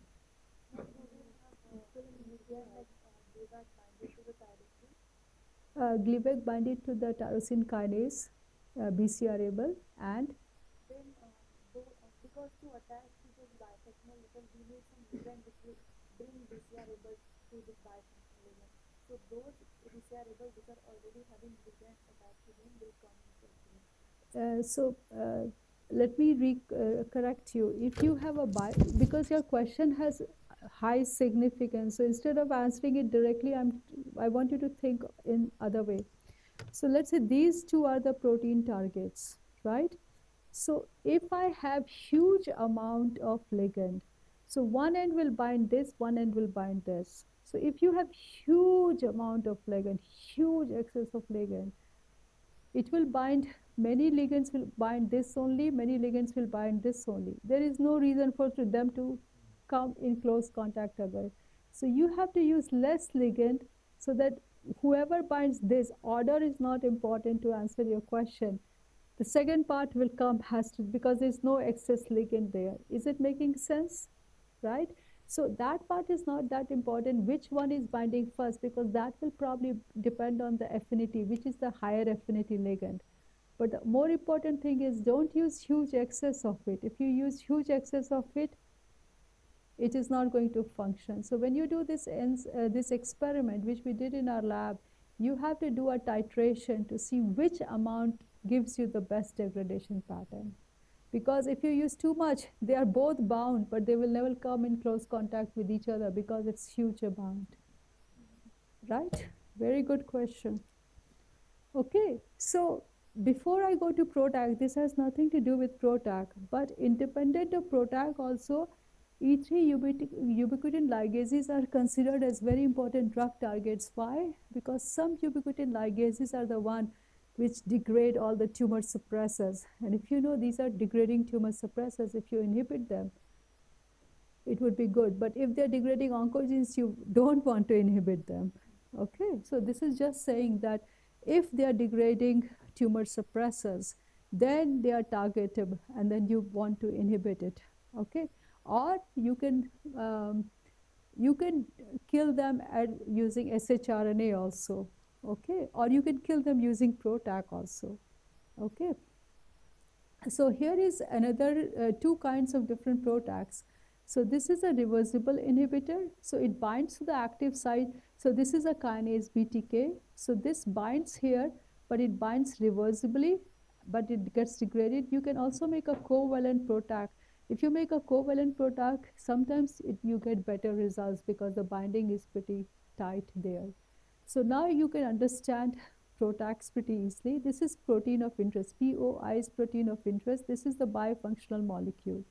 So on one end, it will bind the protein of interest. On the other hand, it will bind the E3 ligase.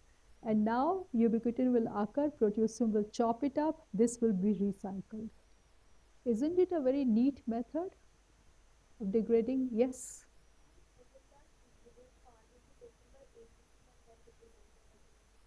No, this is not that part. These are amino acids. These are not even antigens. Antigens means some part of the protein or polypeptide which has a certain structure. Yeah, so this is internally. So ubiquitination is occurring in our body all the time, and if it doesn't occur, we will die because a lot of clogging. So proteins have a half-life. After that, they get degraded because they get damaged. If they are damaged, they need to be degraded. Okay, some proteins should be present there for a very short period of time. If they stick for a long time, it is very dangerous. So proteins have this encoded feature which determines their half-life. Okay, so and they need to be degraded at time. So for this is called homeostasis. Something is synthesized, something is degraded. The way human life, or at least life on this earth, is designed in such a way that there is always constant renewal all the time.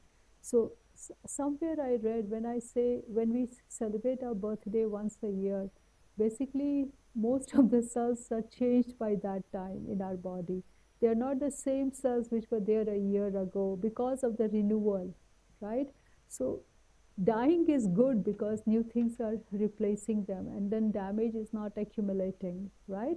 So these proteins, when they're chopped up, they're not chopped as antigen, they're chopped as amino acid. There is no recognition there. This happens inside the cell, every cell of our body. Okay, and then these amino acids are recycled to make new proteins. Okay, but that is a good question. This has nothing to do with antigen. Okay, those cells are different. These are not APC cells. Okay, these are every cell of our body. Okay, so this is, now look at this thing. So this is a very complicated slide, but if you look at this, see the red part here, okay, and the blue part here. So let me look at the red and the blue part here. Yeah, so the red part is the one which is recognizing. So look at the blue part here. These blue parts are similar, right? So they are binding the same E3 enzyme, CRBN kind of thing. This is a E3 ligase, CRBN. So blue part is identical because it is bringing CRBN here. This is the linker. This is the linker, long linker, and these ligands are specific. So this ligand red is specific for HDAC8. This ligand is for BCL2, targeting BCL2. This is MCL1. Can you see that? So on one side, it is targeting the protein of interest, which is the red part here. Then the linker part is there. Linker is usually linear because that will give you flexibility, right? It is not very complicated linear. Linear is very simple. They add some oxygens in between. They just don't make it CH2, CH2, CH2, CH2 because chemists have to say, why don't you make CH2, CH2, CH2, CH2, CH2 all the way? Because that will make it hydrophobic, and it is all water. If you make it all hydrophobic, everything will collapse on it like that. So that's why you put some oxygens in between. Okay, and then this is the ligand for CRBN, E3 ligase. In this thing, see, in this one, this is VHL ligand. So there is a E3 ligase which is called VHL. So this blue ligand binds VHL protein, and then you have unique ligands here. And then see the linkers everywhere. Can you see that? Makes sense to all of you? 100%? Raise your hand if you don't understand. Please raise your hands. Is it making sense? Please ask. I can see from your face. Yeah. Yeah.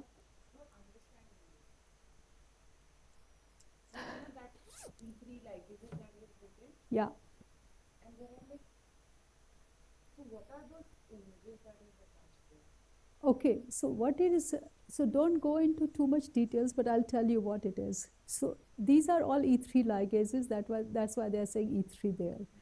But see, this has HECT domain, and when you have HECT domain, then you have to make the ligand for HECT. This is part of the E3. So when I say you have to make a ligand for E3, there are 600 different E3s there. So you have to make ligands for those kind of things, right?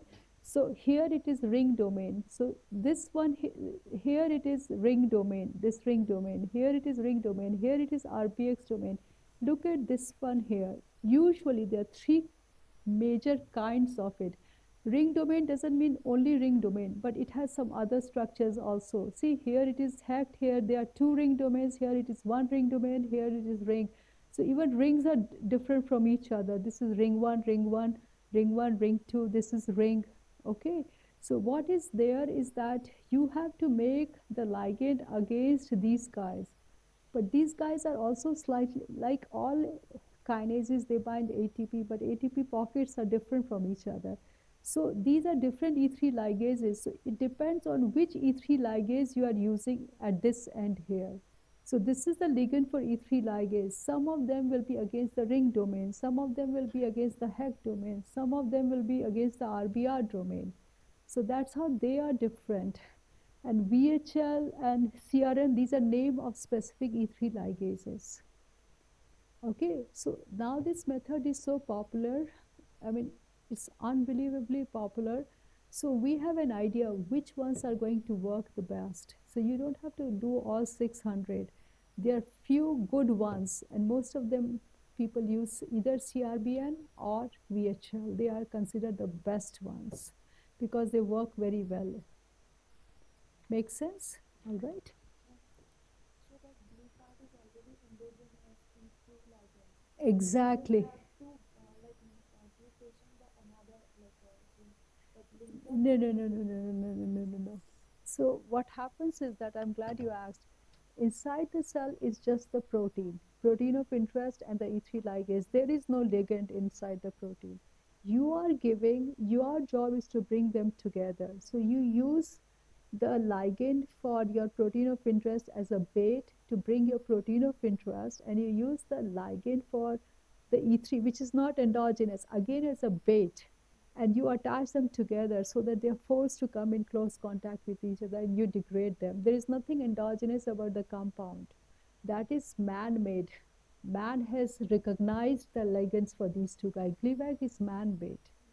So are these ligands for VHL and this thing. You are just making a bifunctional molecule to bring the two molecules thing. So suppose Professor Venkatesh has organized the Gyan course, and because of the Gyan course I am here, and because of the Gyan course you are there, right? So he has brought us together. So, but the thing is that if there is no Gyan course, we would have never met, right? So the same thing is there. This bifunctional molecule is not endogenous. Neither of both of its components are not endogenous. This is man-made, attached together, but you add it to the cell, the two proteins are forced to come together. You are forcing them to come together, but one just happens to be death. So if you bring death next to a protein of interest, that protein will die. It is as simple as that.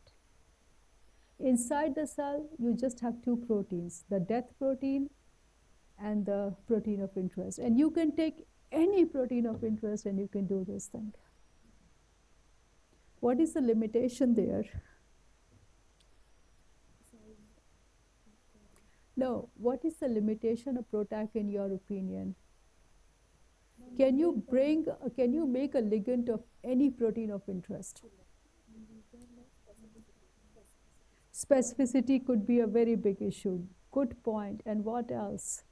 Because of huge size, the membrane permeability.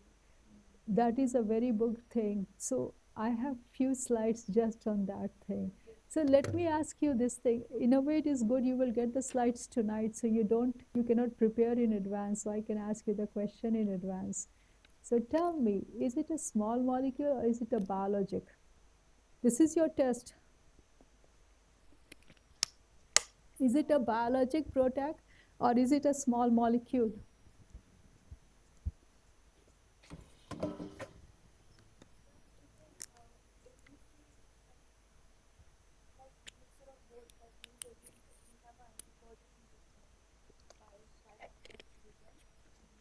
There is no antibody here.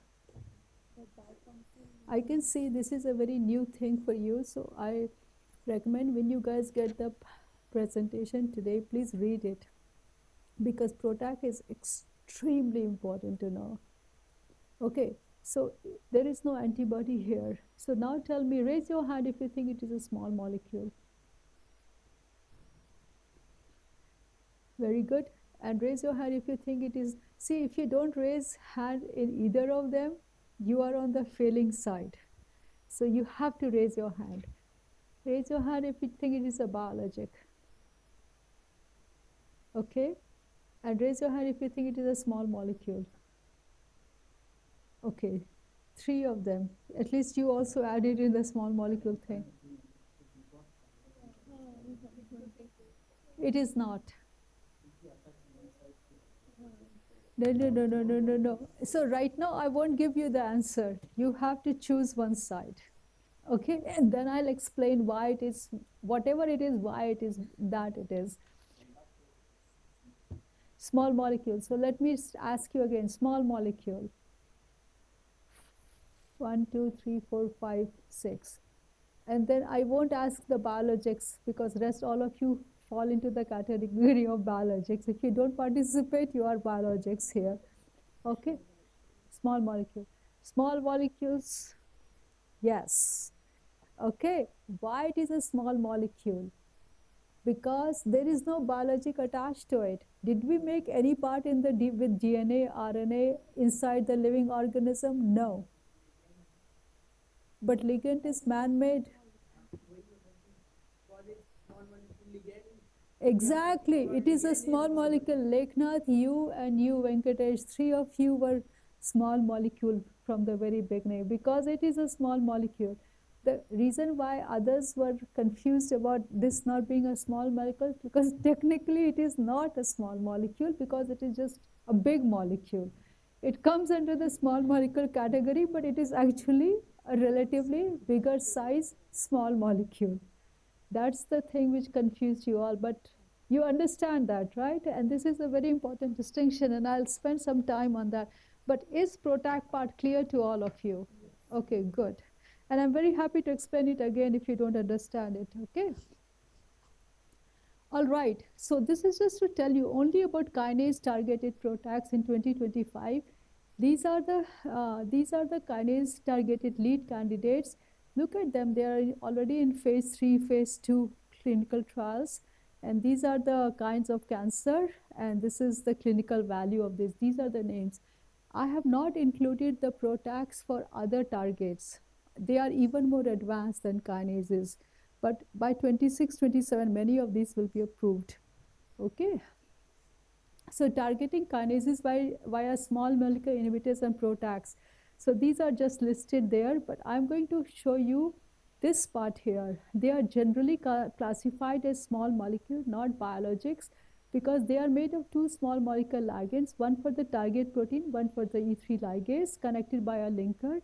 Their molecular weight is higher than typical drugs, but they are chemically synthesized, not produced by living systems, and that is why they are small molecules. Okay, these are organic small molecule scaffolds, not peptides or antibodies. Why they are not biologics? Because they are not proteins, peptides, antibodies, nucleic acids, or cell. They do not require biological production system. They function through small molecule mediated protein. degradation, not biologic mechanisms like antibody binding. Makes sense. In PROTACs, in short, PROTACs are large small molecules. They sit typically between small molecules and biologics in size, but by definition, they are small molecule therapeutics. So this is where I compare small molecule ATP competitive catalytic inhibitors with PROTACs. Okay, so please remember this for your exam. Okay, remember everything about PROTAC. So they are target activity dependent mechanism of tumorigenesis, target activity dependent and independent mechanisms of tumorigenesis for enzymatic sites. Okay, usually PROTACs are much more efficient than just the thing. What does this mean here? What is the meaning of target activity dependent and independent mechanism? Can you explain to me? So keep in mind, kinases have active site by which they do phosphorylation. So if you make a small molecule inhibitor, you basically shut down the mouth of the kinase. It cannot talk, but it can still do a lot of other things, protein-protein interaction, things like that. But if you degrade the protein, the whole protein is gone. The kinase activity is gone, plus all the interactions are gone also. So that is why it is more powerful. Occupancy-driven mechanism of action works as stoichiometric. So if there are 100 molecules of kinases, you have to have at least 100 molecules of the inhibitor. But see PROTAC, they were recycled. Did you see that? Because once the protein is degraded, protein is out. See here. See, it is recycled. It just brings two people together, then it goes and brings another two people together, another two people together, another two people together. Okay. So that's what it is telling you here. You don't have to work, it can work at substoichiometric concentration, requires continuous exposure for therapeutic efficacy. This does not require continuous exposure. Binding to protein active site required, this is very good. Binding to active site not required, can target undruggable proteome. I will also show you some very cool ways of PROTACs where you don't even have to use a small molecule. We'll come to that. That's when we will call it a biologic, because we will attach a nanobody to it. Okay, what is nanobody will come later, but that's very interesting. That's when all the biologic people say, yeah, it is a biologic. Okay. Okay, specificity depends on the binding of the, do you guys understand druggable and undruggable? Everyone? Do you understand undruggable? No. That's okay, don't worry about it. Because you guys are from different background, you know, in some cases these people are strong, in some cases you guys are strong. So what happens is druggable means sometimes, druggable means there is a pocket, there is a lot of things there so that you can make a molecule which binds there. Undruggable means that it's like flat surface like this. How do you make a small molecule which will bind the flat surface, right? So that's where antibodies can be very useful. They can come and bind here. So PROTACs can be designed which can inhibit protein-protein interaction or things like that. So it can, I will show you some example that it can also target those proteins which are hard to target using just small molecules. Okay, that's what it means. Specificity depends on binding to the target. There is just one small molecule and one target, so the whole thing depends on their specificity. But here, the E3 ligase is also part of the game. Drug resistance easily develops. Here it develops, but it is a lot slower because you are making the whole protein disappear. So what happens is that, suppose this is a protein that you are targeting, right? You use a kinase inhibitor and immediately it will, like Gleevec, it will develop mutation there. And then Gleevec will not work. Then you make second dasatinib, then it will develop another mutation, dasatinib will not work. Then you make third generation, it will develop another mutation, that drug will not work. But here you are making the protein disappear. So there is no mutation there, right? So eventually it will develop resistance by making some other protein instead of this protein which has disappeared. But it is relatively slower as compared to small molecule, okay? So delays, easily develops, here it is delayed. Okay, good pharmacological properties, pharmacological profiles can be poor because sometimes the size is too big. Okay, All right, now we come to monoclonal antibodies. You guys know about monoclonal antibodies. We'll finish it by 12 so that we can go to the next one. Okay, so antibodies are Y-shaped, produced by the immune system B cells. We have already discussed that. So usually you inject a mouse or a rabbit, you isolate the B cells, you make hybridoma, you isolate monoclonal antibodies. Don't worry about the protocol of making monoclonal antibodies. It's a very routine process for the last 50, 60, 70 years. Okay, you can directly make it in rabbit, or you go in mouse and you make a hybridoma and you isolate the antibodies. Antibodies are Y-shaped molecules which bind any protein of interest with 100% specificity. Okay, so EGFR. So see, this is EGFR is receptor tyrosine kinase. So this is the kinase domain. So if you have to use a small molecule inhibitor, you will inhibit the kinase domain here. But if you have to use antibody, how many of you have used antibody in the lab? Only you, only 2 people. So antibodies are huge molecules, like 250 kilodalton. So they will not cross the cell membrane. So antibodies are used for cell surface proteins. Okay. So if you have to inhibit EGFR receptor signaling, which is a receptor tyrosine kinase, or VEGFR is for angiogenesis, it binds the outside and turns off the signaling. Signaling will not go in. If you have to use small molecule inhibitors, so this is the actual ligand. So if the ligand binds, signaling goes on. If the antibody binds, signaling is switched off and no signaling. If you use a small molecule inhibitor, you are inhibiting using the tyrosine kinase domain. Do you see the difference? So monoclonal antibody binds up, this thing does.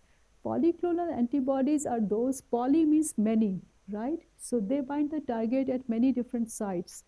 Like they will, so this is the target, they will recognize this part, this part. These are different antibodies. So different antibodies are binding different parts, right? Monoclonal will recognize only one part of it. So they will only bind that, but they are equally effective. Okay. So this is going to only recognize this part of the antigen. Yes, go ahead. So the ligands have atoms like oxygen, which has potential of forming hydrogen bonds. The ligands. Say that again. The linker The of linker, PROTACs, yeah. which have oxygen. They have the potential of forming, say, hydrogen bonds. So will they not interact with other proteins? So you know, when hydrogen bonds are formed, right? So what is the definition of hydrogen bonds? When hydrogen bonds form, the hydrogen which is attached to oxygen, right? So that is this hydrogen attached to more electronegative atom here, right? That's why it is partially positive charge. In this case, it is a ether linkage. So you are right, the hydrogen which is attached to a more electronegative atom can form there, but that is not very likely. But the hydrogen bond of water is forming, which is good because it is more soluble in the hydrophilic environment. So it's keeping it open. But if you replace oxygen there, so what I'm trying to say is that yes, hydrophilic water will form hydrogen bond, but not from other proteins or other things will come. So it is good if it is forming hydrogen bond with the water. So you are attaching oxygen for that purpose there. So that it is more water soluble and more exposed, like keeping the two things together. If you make just CH2, it will just fold on itself to avoid water. Okay. All right, so key advantages of monoclonal antibodies: extremely high specificity. It is as specific as it gets. Antibodies are just outstandingly specific.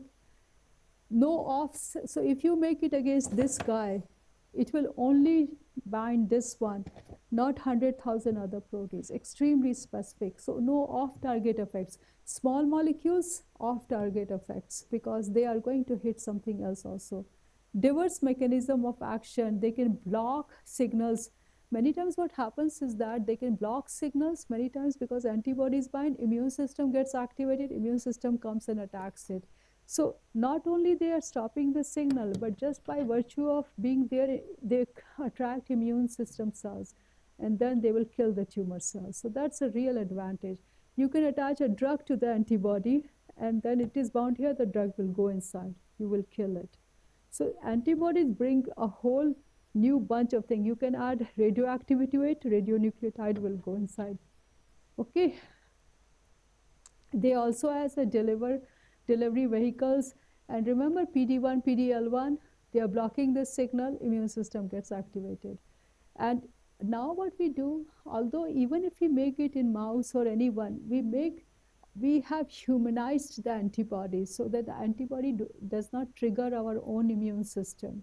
So it seems like human antibody when it goes inside.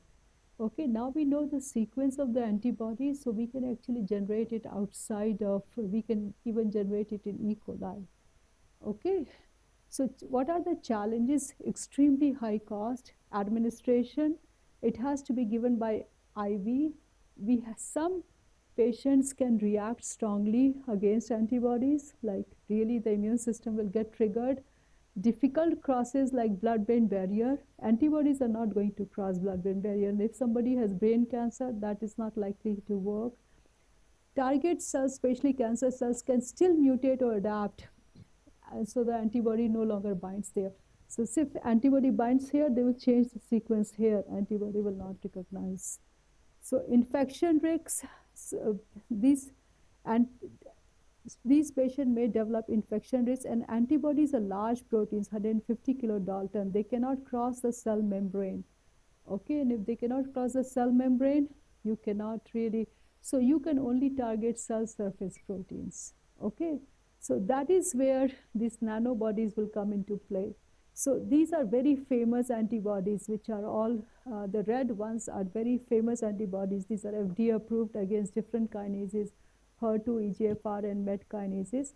And look at that, how many, from 53 to 2023, many antibodies have been approved. These are, look at that, different antibodies. Now, very rapidly, we are increasing it. Initially, there were few of them. Now, so many of them are approved. Okay, now we come to nanobodies. So what is the biggest problem of antibodies? They are huge. So there is this animal called camelid. Okay, it looks like camel, but it's slightly different. Okay, so this is our antibody, which has a heavy chain and light chain, but their antibody is like this, really tiny, 15 kilodalton antibody. So instead of making human antibodies, we make nanobodies, and you can even get them across the cell, and they are very powerful, very powerful. Okay, so let's look at these nanobodies. So nanobodies are very small antibody fragments, 12 to 15 kilodalton. Those are almost 150 to 200 kilodalton. They are derived from camelid heavy chain. So those of you who do not know about antibodies very much, this is the part here. This thing you see here, this design, this is the part which will recognize the antigen. So one antibody to the second antibody will differ in this thing. So in this case, this is the pocket which will recognize the antigen. Okay, so much smaller than monoclonal antibodies, and because of their size, nanobodies can be expressed inside cells as intrabodies. Okay, nanobodies can target intracellular kinase. Of course, you express them inside the cell, they will bind, the kinases are rendered ineffective. So you can add the DNA inside the cell, and then, or you can attach to cell penetrating peptides. Do you guys know what is cell penetrating peptide? Anyone knows what is cell penetrating peptide? No, cell penetrating peptides are sequences like 10-mer sequence, arginine rich. So they will bind and they can cross the cell membrane. So if you attach something to that thing, so suppose you attach the 10-mer to any protein, the whole thing will go inside, because this has the capability of crossing the cell membrane. So you can get nanobodies inside, or you can package them in nanoparticles or liposome, and you can get inside. And once they go inside, they can bind the kinase catalytic domain, regulatory domain, phosphorylated activation loops, and block kinase activity. Basically, they can work. See, nanobodies are not druggable. So even if the surface is very straight, nanobodies can recognize this part. And once they go there, they can block kinase substrate interaction. So suppose BCR-ABL does cancer by binding this protein, the nanobody can come in between. They will not bind. They can bind the active site. They can bind to any part of the kinase. They don't depend on the pocket because this is an antibody, right? So they can stabilize inactive conformation. So they are extremely powerful. So there are many antibodies against kinases you can see here. And then you can even attach. So now PROTAC can become a biologic. So remember, one part was the ligand which was bringing, instead of ligand, you add nanobody. So one side is binding the protein of interest, one side is bringing E3 ligase, it will get degraded, right? Now it becomes a biologic. Okay, so this is how they work. This is the camelid thing, okay? So this is conventional antibody, this is a nanobody. So camelid antibody are like this, and you can just cut out the pink part. This is the nanobody here. So this is camelid antibody which do not have light chain. See, this whole Y shape is heavy chain. This light blue is light chain. So you cut out this part and you make the nanobody. And you add the nanobody, it goes inside the cell. You can attach different kinds of nanobodies like this. And this one, you can attach a nanobody here, and this will bring the cancer cell together. Okay, and this is an immune cell, so they can bring two things together. So you give this nanobody, two different nanobodies attached together. One will bind the cancer cell, one will bind the immune cell. It brings together, it will kill, the immune cells will kill the cancer cells. Okay, this can use as a diagnostic thing. So advantage of nanobodies, they can access intracellular kinases. Monoclonal antibodies cannot. Small molecules obviously can. Specificity is very high, unlike small molecules. Anytime you hear antibodies or nanobody, 100% specific towards the target. Small molecules are usually not. They can bind cryptic pockets. Cryptic pockets are those pockets which appear when the kinase goes active, inactive. So it's not always there. When it is changing conformation, these pockets appear, disappear. Nanobodies can just hold on to whenever they appear and bind. Okay, small molecules usually can't. Stability is very high. Monoclonal antibodies not that much. Nanobodies are very high, and so are small molecules. So small size, they can go deep inside, penetrate, high affinity, very stable at extreme pH and temperature. You can express it in E. coli, ideal for intracellular. The only thing is that nanobodies will degrade, so you have to hide it in such a way so that they don't degrade. So if you attach it to something, it can have high serum life. Okay. So nanobodies are extremely versatile. I already told you about that. So this is comparing nanobodies and small molecular inhibitors. Nanobodies are much small. This is obviously a biologic. You already know everything about organic molecules. They are very effective for extracellular. They are also effective for intracellular, provided you get them inside the cell, which is easy. Okay, and I already told you about they can target active and inactive conformation. They can also access cryptic pockets which appear, disappear. Nanobodies, okay, excellent in blocking protein-protein interactions. Small molecular inhibitors are not. So you guys have not seen these fields developing. I have seen these fields developing as I was starting my own career. That time the biggest challenge was how do you interrupt protein-protein interaction. Nanobodies can break the interaction. Small molecules are very hard to do that. Go ahead.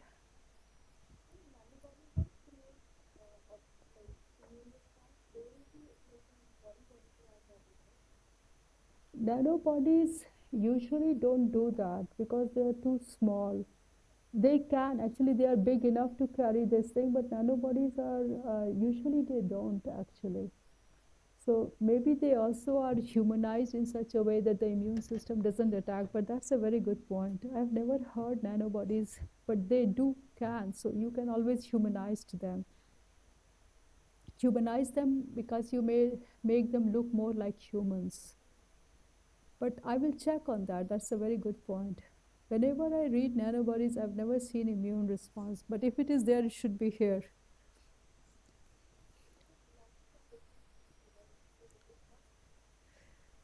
But we have also cut it down from the camelid part also. We have just taken the variable part which binds.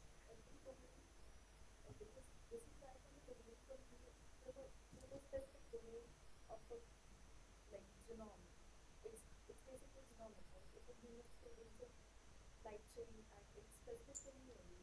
But this is from different species. See, so your point is very good. So this is our antibody, right? But our means ours and mouse and rabbits. So humans have something special about this thing. The dark blue part is the only part which is recognizing the uh, antigen. Now here only the dark pink part is the one which is recognizing. So we are cutting out all the part of camelid here. We are just left with this pink part here.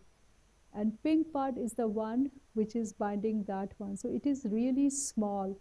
And if we know what are the things which can trigger it, we can change that. We can make it more human-like. Like there is nothing human-like in this because we don't even have this thing. But once you sequence enough nanobodies, and if you see any immune response, you can figure out which part is doing it, and you can make it more human-like. Like you can do mutations to see that it doesn't trigger immune response. When we can be so smart in coupling two antibodies together to bring immune cells and those things together, we can be very smart in making it humanizing, right? That's what humans are very smart in, right? Okay. So nanobodies are in early clinical development for cancer, approved for other diseases, okay? For small molecules, of course, we have many FDA things. Small molecules can be given orally or IV, readily enter cells, simple pharmacokinetics. These are injected proteins. They are not going to cross cell membrane by themselves. So either you have to get them through nanoparticles or something. You still have to do more work to get them inside. But once you get them inside, they work. So this already we have discussed. Okay, now see, nanobodies can be attached to radionucleotide, to toxin, to fusion proteins, they can be packed in liposome. So you can attach a lot of things to nanobodies. And look at that, you can attach PROTAC to nanobody. See? And now nanobody is the one which is recognizing, so no ligand part. It is binding the protein of interest. Now this is a biologic because it has a nanobody attached to it. And once it binds there, it will degrade the protein. We are going to talk about CAR T therapy, right? So what CAR T therapy does, it recognizes it is expressed in immune cells, T cells, that's what the CAR T comes from. And it has a chimeric receptor which will bind to the tumor cells, right? So tumor part, this thing, the top part which recognizes the tumor, you can replace it with nanobody. And now it will bind the tumor cells and T cells will attack it and kill it. So this is CAR T normal cells. So normal cells, they will have, this is the nanobody one. So nanobody is the one which will recognize tumor cells and kill it. Here, this is the receptor which will recognize the tumor cells and kill it. So you can even attach nanobody to a CAR T cells. Okay. So let's stop here now because it's been 12:09. We can have a 5-minute break and then we'll continue with the next lecture. Which lecture number? This is second or third? Okay. Yeah, it is third.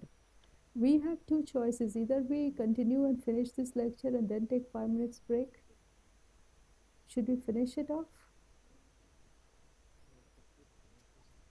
We'll finish it and then whatever we can finish in the third lecture. No, we'll take 5 minutes break before we start the third lecture for sure. Okay, so let's finish it up. Let's go on, kar dijiye. Okay, so let's quickly look at protein kinase interaction inhibitor. So this is just to show you protein kinase. This is the PROTAC part which I already told you. I told you about monoclonal antibody. So if there are some small molecules or peptides which can break the interaction between kinase and substrate, these are protein-protein interaction inhibitors. So see, this is a kinase called pKa. So pKa, when cyclic AMP binds, this is the regulatory domain, blue part leaves and this kinase becomes active. So this is the kinase domain, and when it is bound like this, it is inactive. So when it leaves, this guy becomes active. So if you add a peptide to bind this one, so even it has left, but a peptide is bound there, it is no longer active. So that is a protein-protein interaction inhibitor. So you can use some inhibitor which will disrupt kinase binding to substrate. So this is a kinase and this is a protein substrate. So if you do not let them bind, there is no way it will phosphorylate it. So if you use a small molecule so that this can never come close to this thing, the small molecule is in between, it is not going to work. So that's what is a protein-protein interaction inhibitor. So it blocks kinase scaffold protein, prevent kinase dimerization. So some kinases, they have to come together to dimerize before they become active. If you add an inhibitor, they will not dimerize, it will remain inactive. So that's what is the meaning. So these are some of the drugs, okay, which are FDA approved, and they do not go in the ATP binding site. They break the interaction between the kinases. So for example, this is a drug, this tramitinib. So this binds to MEK kinase, and when it binds to MEK kinase, it inhibits its interaction with RAF and also inhibits its interaction with ERK1, ERK2. So if the top guy is not able to transmit the signal, it is not going to activate it. Similarly, it cannot transmit the signal bottom also. So basically, it's a protein-protein interaction inhibitor. That's what it is. This is BCR-ABL, the famous BCR-ABL. So look at BCR-ABL. This is the BCR part. Look at my structure here. So this is the kinase domain. This is the SH2. This is the SH3 domain. Kinase, SH2, SH3. I had drawn for SARC, but this is another tyrosine kinase. So this kinase, this is the kinase ATP binding site. This is where ATP is bound and substrate is phosphorylated. But it also has, this is unique to BCR-ABL, it has a myristylation site. Myristylation site is a hydrophobic site which binds a very hydrophobic tail. Okay. So what happens is that in the active state of ABL, myristoyl pocket is open, and this is ABL without the BCR part. So see, this is the tail which is binding the SH2 domain here. Here the tail has a myristyl group which binds its own pocket here. So the kinase is inactive. Can you see that? I can see you guys are very tired, but just stay with me for 5 minutes. Okay, this will be done in less than 5 minutes. So it shuts it off. See, the whole thing is collapsed on top of each other.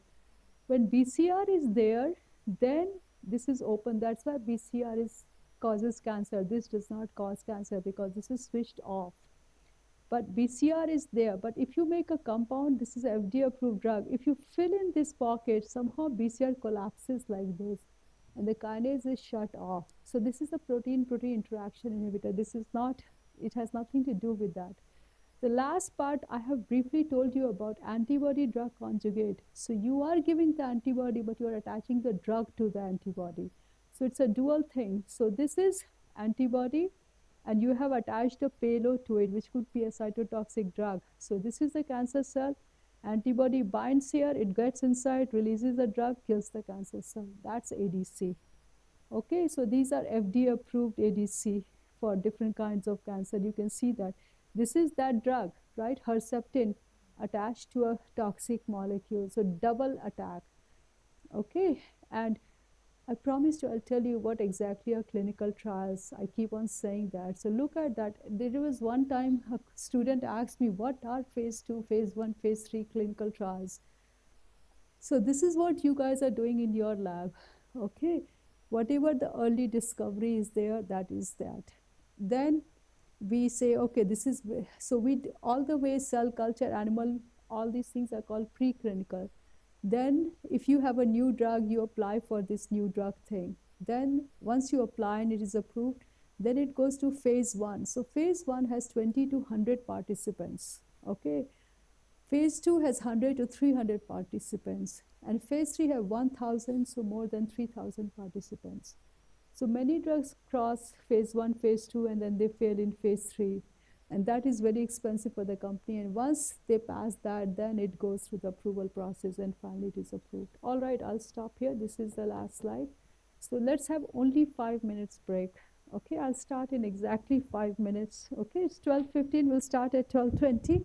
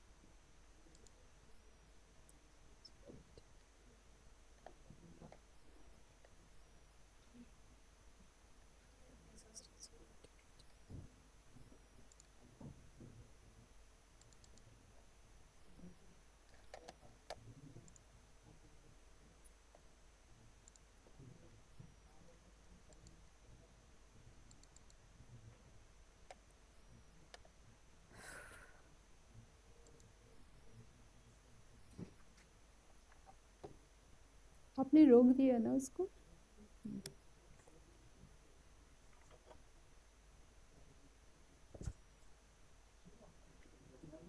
Yeah, go ahead.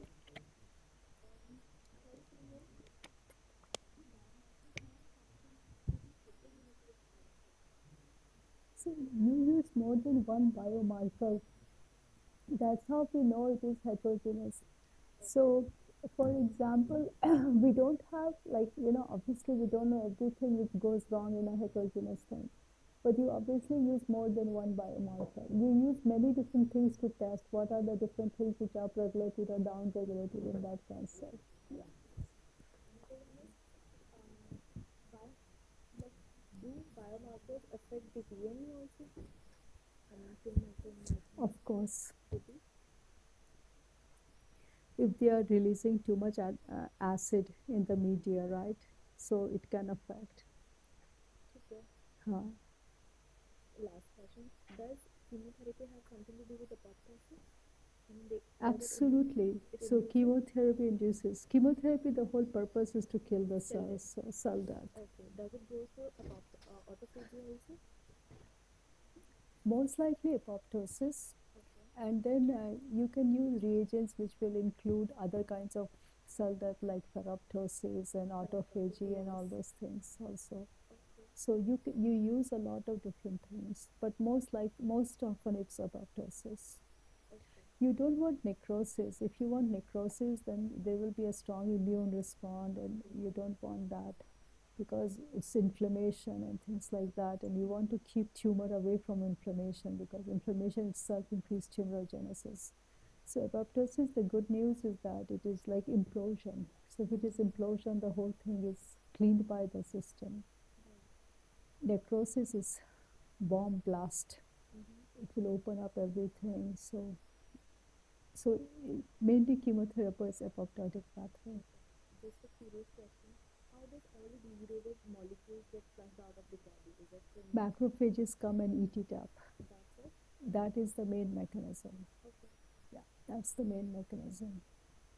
You're working overtime. Go ahead. I didn't get the example of antibody-directed enzyme pro-drug therapy. जिसमें pro-drug जो होता है जो नीचे वाला part है cancer cells उसको recognise करते हैं. There was a mention of suicide gene therapy. I didn't get it. Were you there yesterday by any chance or day before yesterday? Yes. You were there. So one of these days I told that there is a protein called HSV-TSK something. So that is called a suicide gene. So what you do, you get that gene across in tumor cells, and then you give a drug which is a prodrug. So what happens is that when the product is circulating in the blood, nothing happens because no cell can unmask the prodrug, right, to make it a drug. No drug can cleave the pro part to make the drug.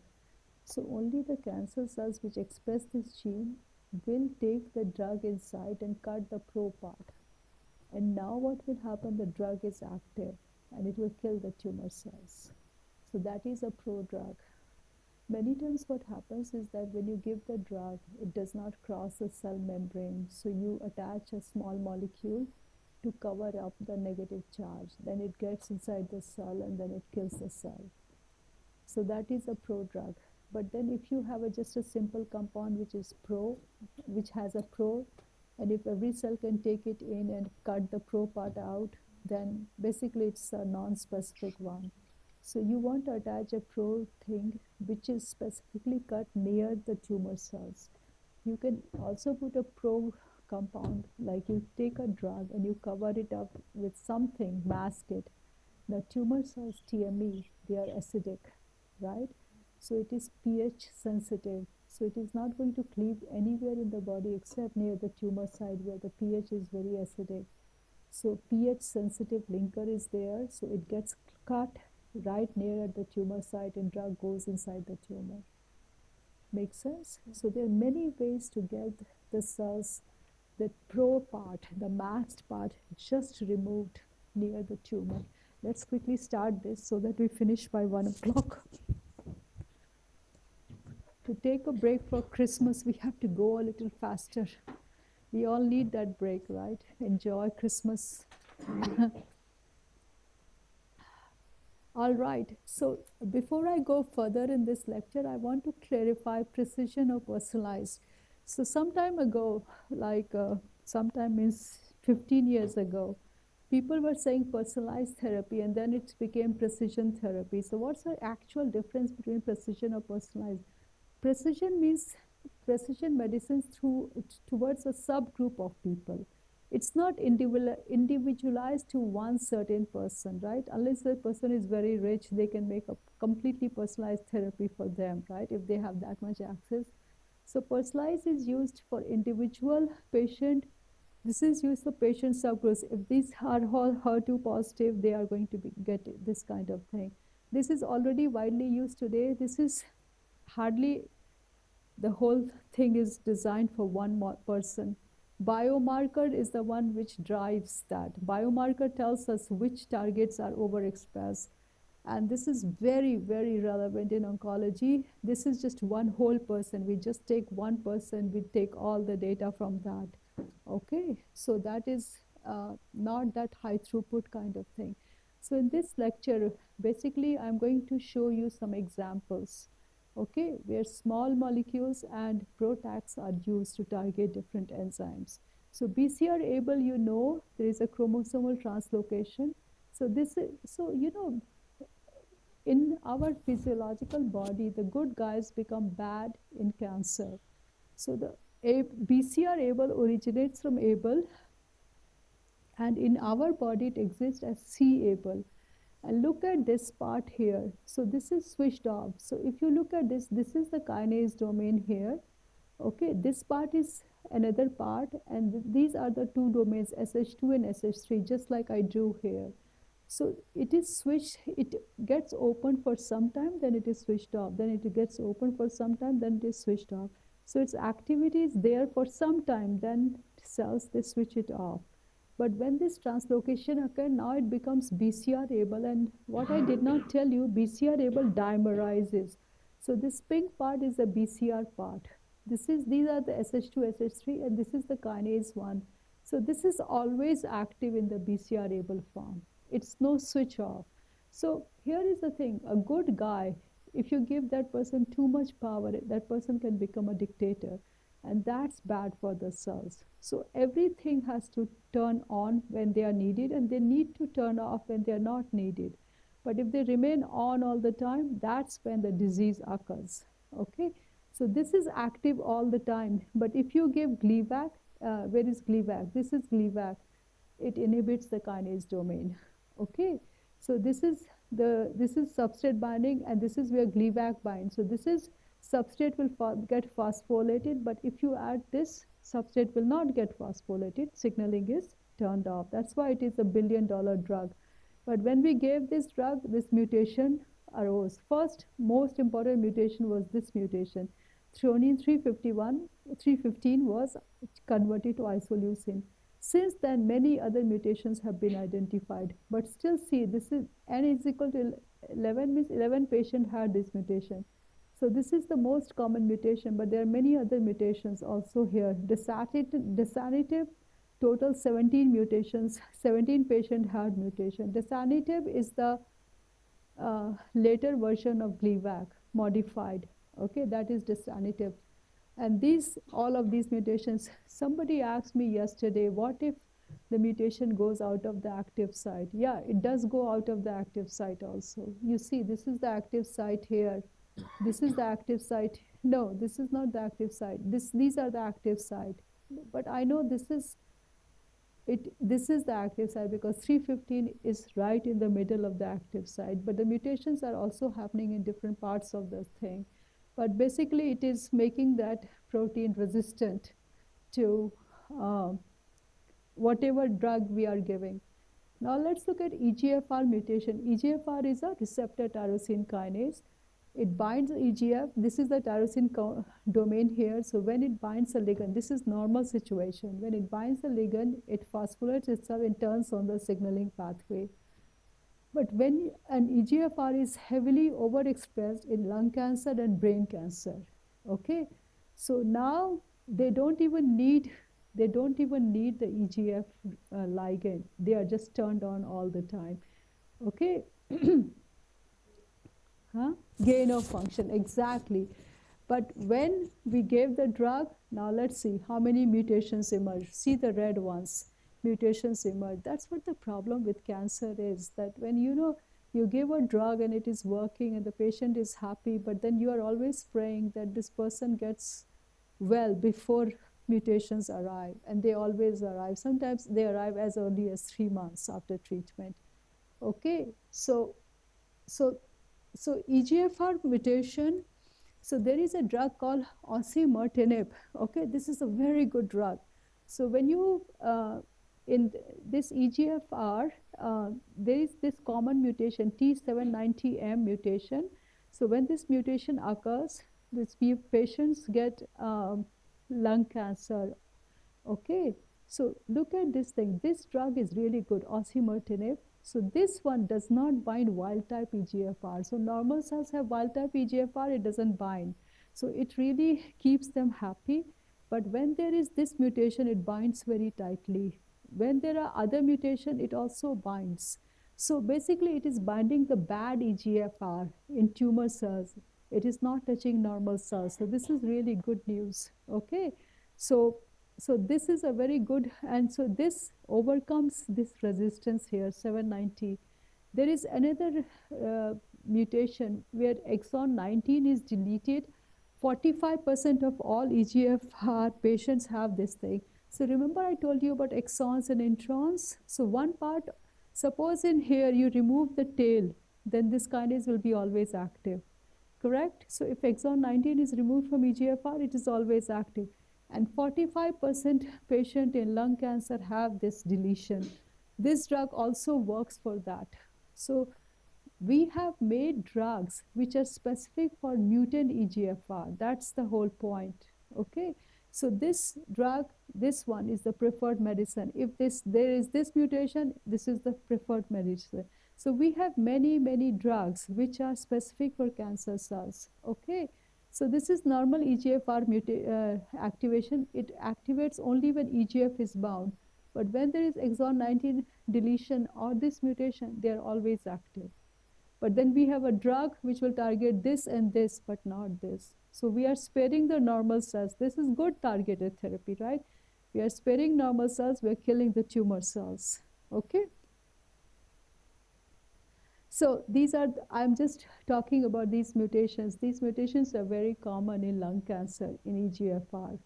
Okay, why mutations predict response? Because by knowing, so now if the patient comes in, you actually do a biopsy, you do a DNA sequencing, you see exactly what's wrong with that EGFR, and then accordingly you give exactly the correct drug. So this is precision medicine because a large percentage of people have these mutations. So you have to predict, you have to actually check the mutation and then prescribe the drug, not give chemotherapy, not give chemotherapy.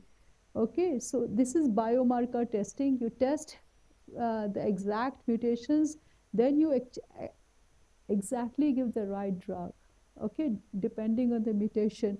And then that will also tell you what will be the prognosis for that person. Because if you have a very good drug, it's going to work very well for these patients. So this is the third generation EGF TKI. So what happens is that now cancer cells are very smart, right? So you have made drugs which can target different mutations of EGFR. So now what they will do, you're keeping EGFR shut. So now they say, okay, I don't even care about EGF. I'm going to express something else. Like you keep someone under control. So now the cells will make some other person in charge of the whole thing. So now you can keep it shut. It doesn't depend on it. This other person takes charge and this other person is driving cancer. So when you shut down EGFR, other proteins come into play. Now they take over. So now you have to do combination therapy. You have to keep EGFR down, but you have to also kill those guys. Okay, so what happens is that now this MET kinase comes into picture. So they can be independent of EGFR, but usually when you inhibit EGFR, MET kinases also come into picture. So what happens with MET kinase alone? MET kinases, they bind this ligand called HGF, and then they get activated here. Okay, don't worry about too much details here, but in cancer these are also activated through different kind of overexpression, fusion, and things like that. And MET kinase signaling is turned on. Overexpression, or if there is any something which is keeping them in check, they delete that, so they are super active all the time. In this case, it has removed this outside thing, so it doesn't even depend on the ligand. It's always active. Dimer, always active. So many different ways of keeping it active. So if you inhibit EGFR, MET is upregulated. See, you have really made good drug for EGF receptor. So you keep it off, MET will take over. Okay, and MET is taking over, cells are going to combine. So what do you need to do it? Now you have to give a combination therapy, EGFR and MET inhibitors together, and then the tumor will regress. Okay, so this is what it's saying. You inhibit EGFR, and see, MET is also upregulated. Now you inhibit both of them together, and you can regress the tumor. All right. Another one, ALK. ALK1 is either kinase. This will be done pretty quickly. Okay. So ALK kinase is another guy. So this is like BCR-ABL. This is also fused with some other part with other chromosome. This is super active, activates many pathways which promote cancer. All right. Feeling tired? Drink water. Just keep yourself awake. Okay, so when this is activated all the time, see here it is activated by ligand. They try to become independent of ligand so that they are always active. So this is active. Now you have to use ALK inhibitors. Okay, so you use, these are the approved inhibitors for ALK. Don't use cell phone if you are using cell phone. Okay, and then just this is inhibited. Okay. So ALK is a very important in lung cancer. So we have made several inhibitors of ALK, and then they develop resistance, and then we make inhibitors for the resistant mutants of ALK also. Okay. Last one is HER2. So you know Herceptin, which is an antibody, right? And it binds to the extracellular domain. But then this is lapatinib, it binds to the ATP binding site here and inhibits it. ATP binding site, kinase domain. So that one binds here, Herceptin, but here it is binding the active site, inhibiting it. So see, lapatinib binds here, inhibits it. Antibody binds at the outer part of the body, but lapatinib binds the kinase domain, inhibits it. Okay, so we are using many different ways to target kinases. This is BRAF mutant. BRAF is a very important protein which, yeah, go ahead.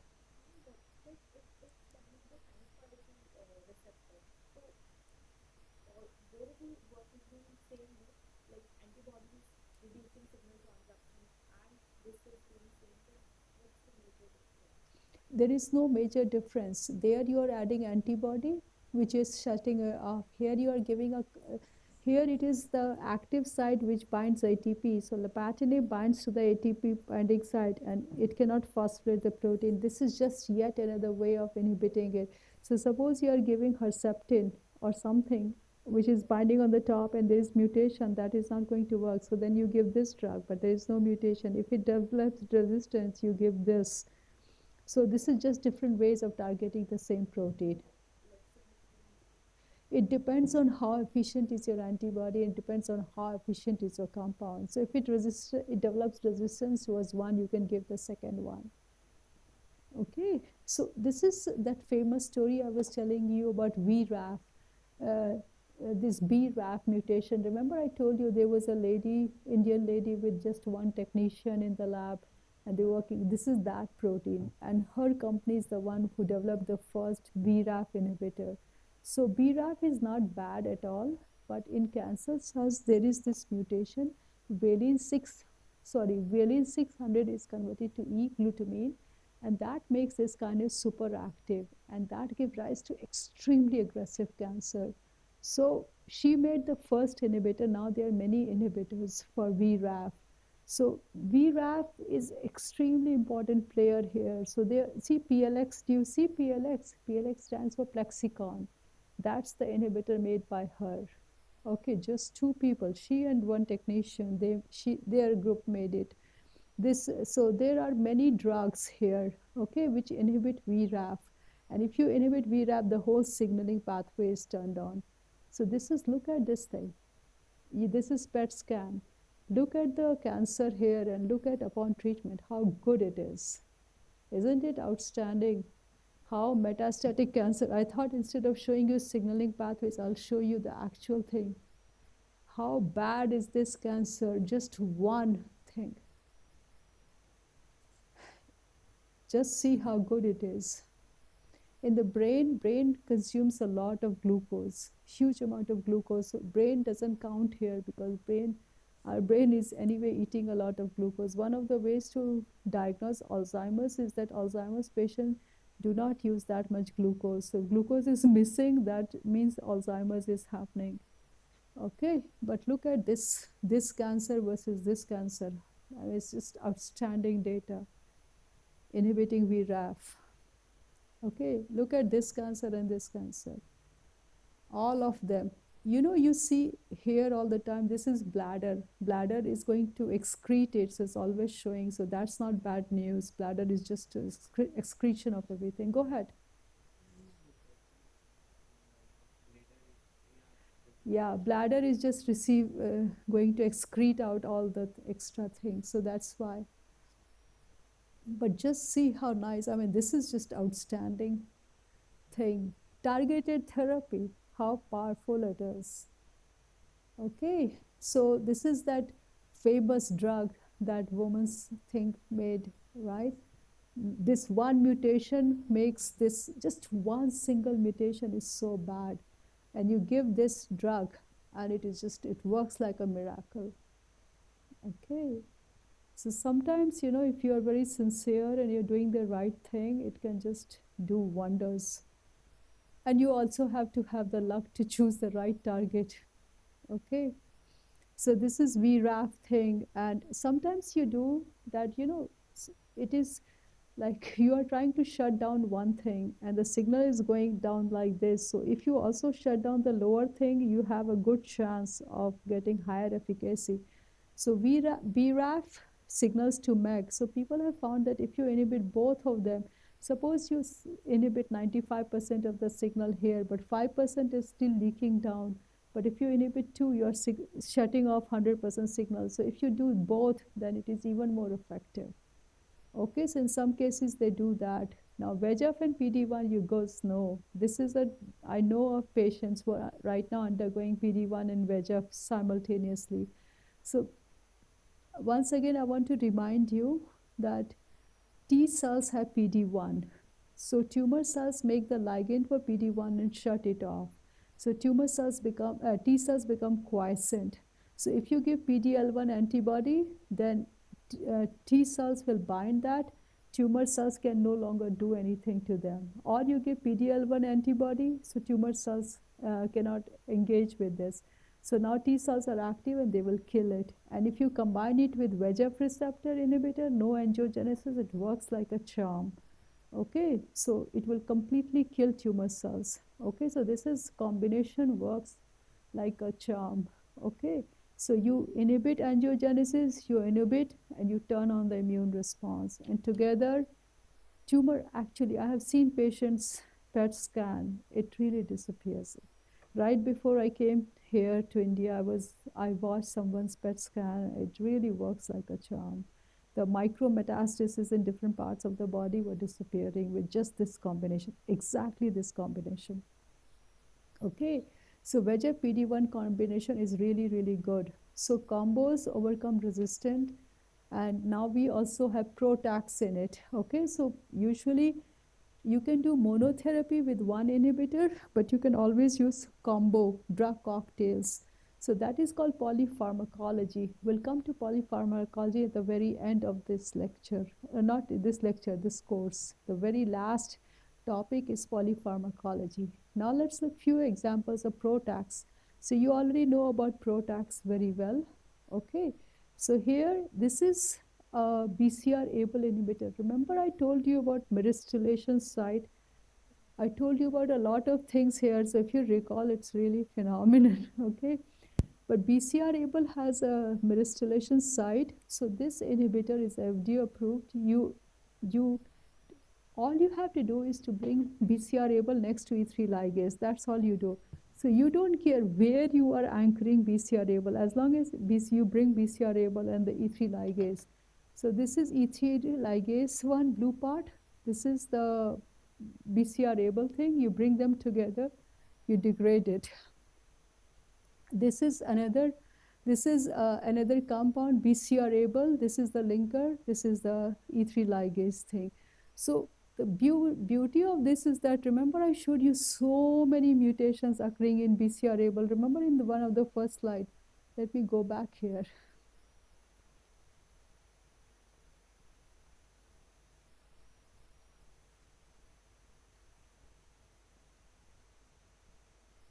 Look at these many mutations occurring, right? So if you give a drug, this mutation come, give this drug, this mutation come, give this drug, give this mutation come. But if you make the whole protein disappear, it doesn't matter how many mutations it has. The PROTAC will take care of all the mutations at once, okay? Because you're just degrading the whole protein.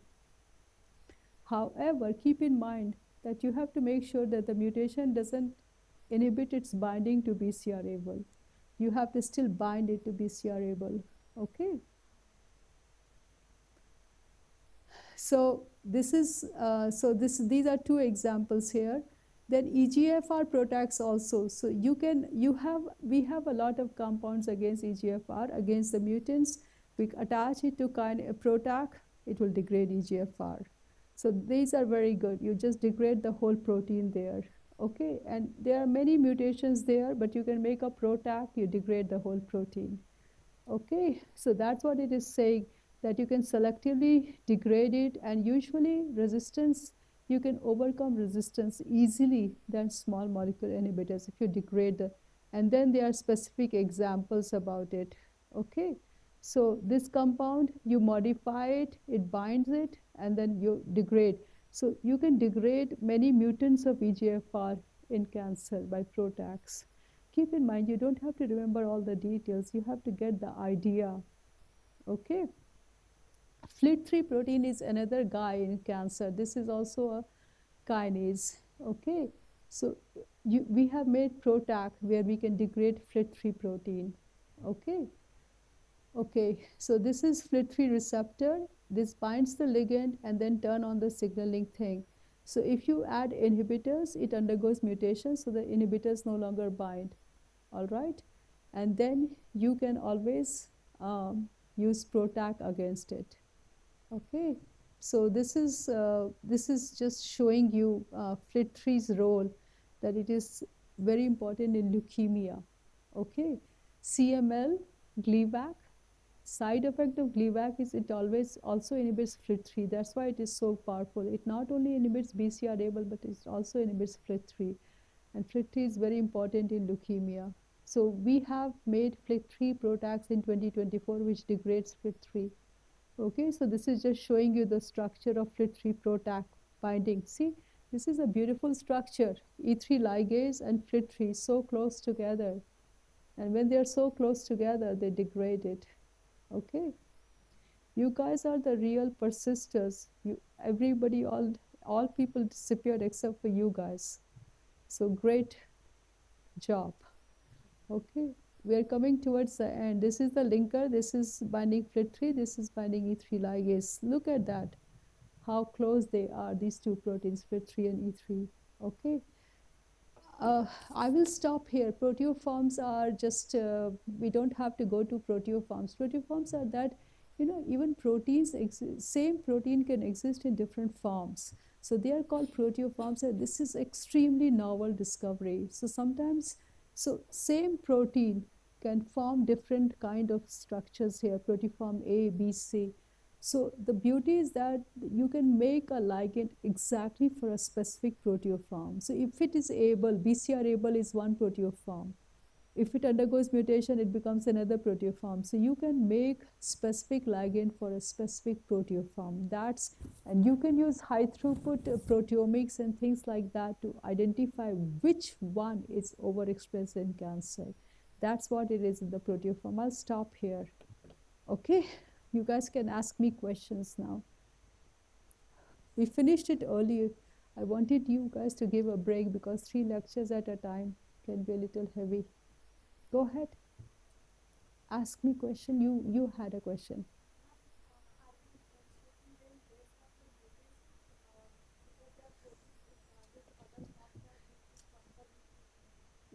Because the mutations, the first thing they do that they change the conformation. Okay, so for example, you have the same DNA and the same DNA can make different RNA because of splicing, that we know. So because of the splicing, we get protein 1, protein 2, protein 3, right? They are not proteoforms, they are different proteins because of splicing. But because of PTM is post-translational modifications, they can form different proteoforms here.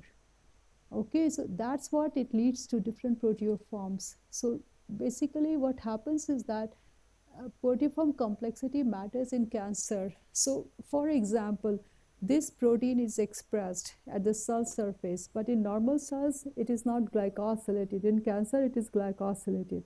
So now this will bind the ligand much more tightly than this one because this has glycosylation on top of it. So imagine that this is the receptor and glycosylation is sugar attached to it. So this will change the pocket. So this will bind the ligand differently than this guy, which is not glycosylated. So that is a proteoform. Okay, if some mutation occurs, that is also a proteoform because the protein is the same, but because of the mutation, the conformation has changed. When something gets deleted, that is a proteoform because now the conformation of this protein is always active. So the point here is that we have to make a drug against a specific proteoform.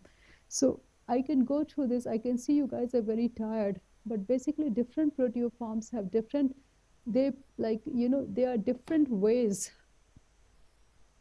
For example, some proteoform will enhance proliferation, metastasis, all of those things.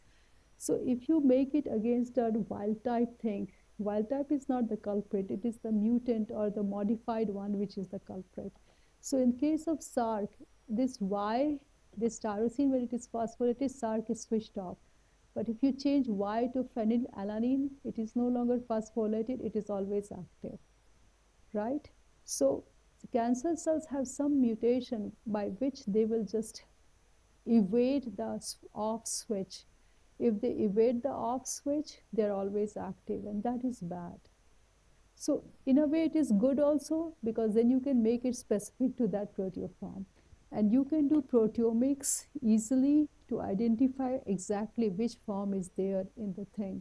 So that is what it is telling you. The proteoformics is just an emerging field which will tell you exactly which players are involved. Okay, this is, I think, actually the last slide of this one. I was going back and forth. Should I do proteoforms? I thought I'll see at the very end. So the whole purpose of this lecture was that we have a lot of kinase inhibitors, right? By which we can inhibit the kinases. And we have used those kinase inhibitors to make the corresponding PROTACs by which we can degrade the whole protein. And both of, there are over 80 kinase inhibitors which are FDA approved. But if you compare these kinase inhibitors to which are approved in China and other countries, it's over 100 because there are many kinase inhibitors which are approved in China. Okay, I had a slide which I have not included, which included everywhere worldwide kinase inhibitors which are approved. PROTACs, they are not yet approved for kinases, but the first PROTAC is supposed to be approved in 2026 for kinase. But they are eventually going to be approved because they are already in phase 3 clinical trials, so they are working very well. And now I just showed you one way. There are many ways to make these kinase degraders. So in many cases, just inhibiting the kinase is not enough. You want to make the whole protein disappear.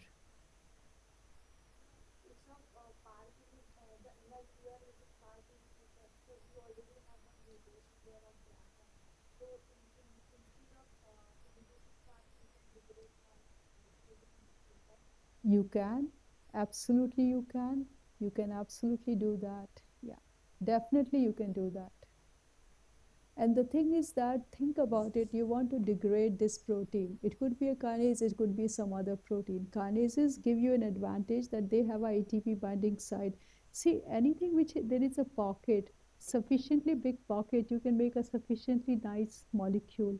If the pocket is not there, then how will you make a small molecule? How will you, because flat things will not give you. There you can use nanobody, because antibodies will recognize different things here, right? So you make a nanobody, and when you make a nanobody, it is a recombinant process. Nature makes nanobody. You are not making nanobody, right? You let camelid make it. So there will be trillions of molecules which are going to be formed, and then the nature will choose the best binder. So imagine making trillions of molecules. We can't do that, right? So nobody will do PhD then, right? So nature will make the nanobody, and then you attach the nanobody to a E3 ligase. Works beautifully. So so just think, enormous progress has been made. Antibodies were a problem. Now we don't even make antibodies. We make nanobodies. I love nanobodies. I really do love nanobodies, because you can, once you have the sequence for a nanobody, you don't have to go to the camelid. You can just make it in your lab using E. coli. So initially, for first time, you have to go to camelid. But once you get the nanobody, you isolate the DNA, and then you sequence it, and then you can produce in your lab. But if you're going for a new target, you of course have to go to camelid, because then there will be recombination, trillions of nanobodies will be formed, and then you will make it, right? And then just imagine how beautiful it is that you can attach two different nanobodies in one linker.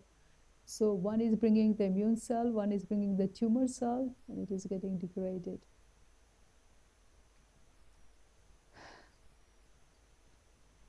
Next question.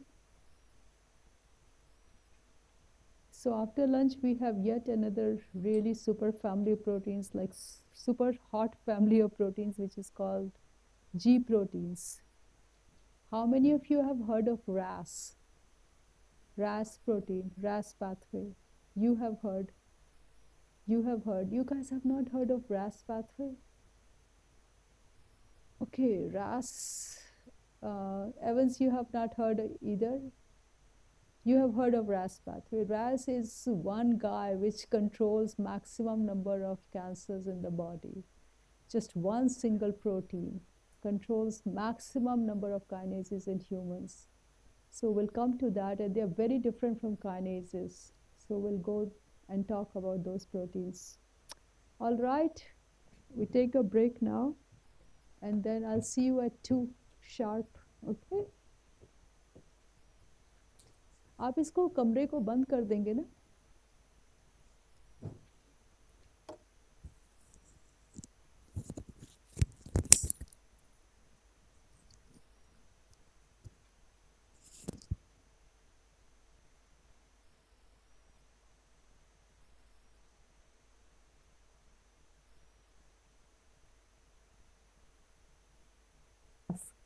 G protein exchange factors.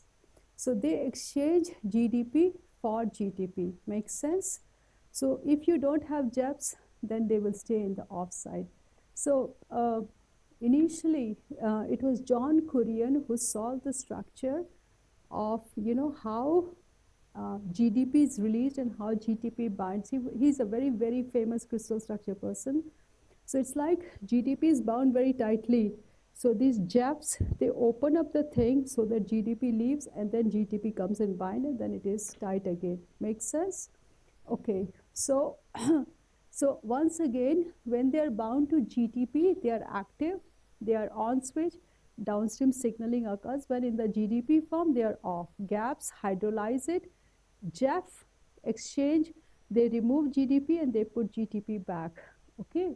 So why I call G proteins as master regulators? Because G proteins, a single activated G protein can activate hundreds of other G proteins. So they are master regulator. And now we have to regulate the master regulator, because G proteins play a very important role in cancer. Okay, so there are two. So G proteins can be classified into two categories: heterotrimeric G proteins and small G proteins. Okay, so heterotrimeric G proteins, so this is a receptor, this is heterotrimeric. Okay, spelling is wrong here. Heterotrimeric, so there are 7 receptors. Receptor is not a G protein, this is just a receptor. And see, this is an extracellular domain, then this is the domain which is embedded in the membrane. And below, can you see this thing here? This is the lower, this is in the intracellular part. G proteins are attached there. Okay, so these are called heterotrimeric because there are 3 of them: G alpha, G beta, gamma. Beta, gamma are joined together, G alpha is separate. So GDP or GTP binds to G alpha. If it is in G bound state, it is active. GTP bound state, in GDP bound state, it is inactive. So what happens when a ligand comes and binds here? GDP is exchanged for GTP.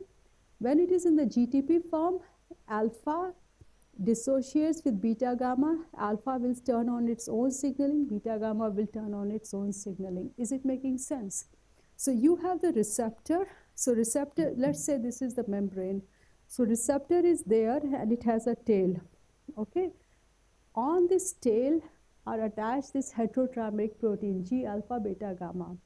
Beta gamma together, alpha is separate, but they are all together. Okay, they are all together. In the inactive form, GDP is bound. At any given state, it will be not without GTP or GTP. Something has to be bound. They are never without that, okay, because their binding is very tight. So it is at the GDP bound stage. Now a ligand comes from outside, binds here.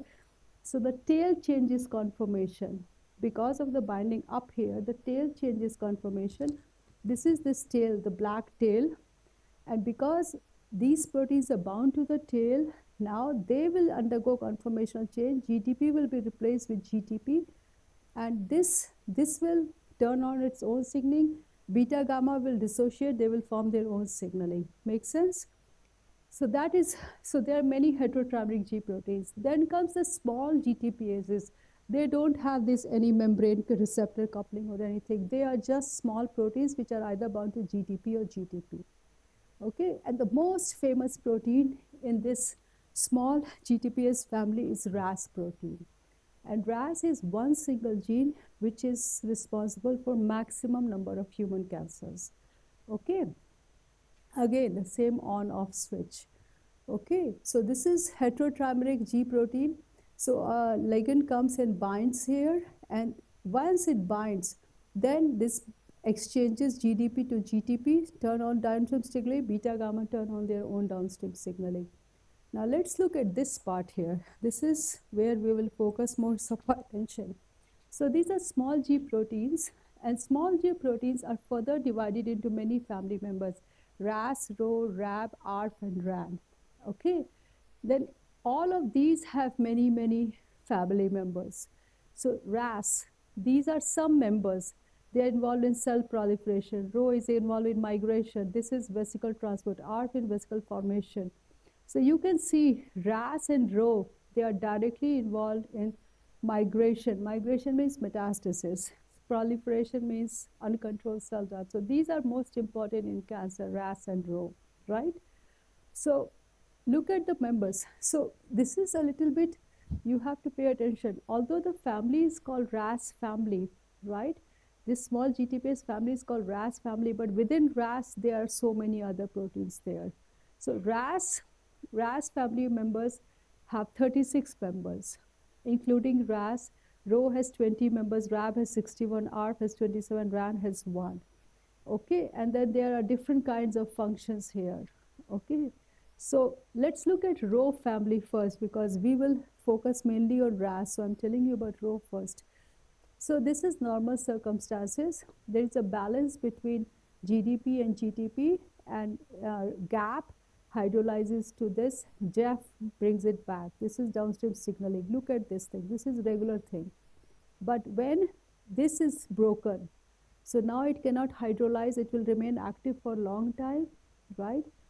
Look at the amount of signaling increased tremendously, right?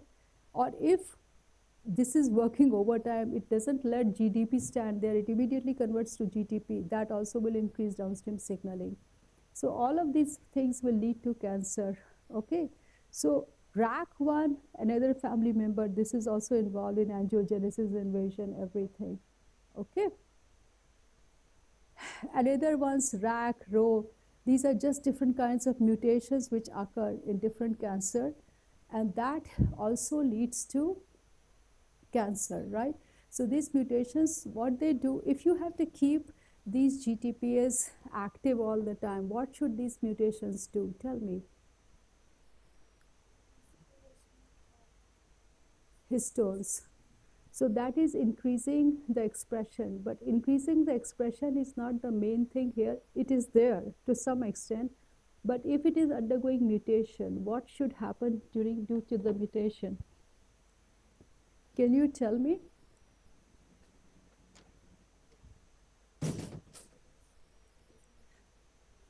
Yes, so it will keep it bound to the GTP bound state. All these mutations have one purpose: keep it in the on state, keep it in the GTP bound state. Okay, so now we'll come to the biggest culprit of the G protein family, which is RAS. So look at this single RAS activating so many pathways. Remember, earlier today I showed you VRAF and how good it was, Plexicon compound. RAF is just one of the guys here, turning on only this signaling pathway. But if you inhibit RAS, you turn on everything at once. It's a master regulator, right? On top of the things. All the growth factor signaling comes to RAS. RAS is the one decides it can go down or it cannot go down. So you can see how important it is. Yes. Oh, absolutely. No, so good question. So what happens is that RAS is supposed to be activated only when growth factor signaling is occurring, right? And then when the growth factor signaling is not come, this is turned off. But if there is a mutation which makes it independent of the growth factor signaling, it's on all the time. We saw such, remember I showed you the PET scan when you inhibited RAF. So you have inhibited one guy and that cleaned up the signal so much. So just imagine if you inhibit RAS. If RAS is the culprit, you can only inhibit it if it is the culprit. But you can imagine how bad it is if it is the culprit, right?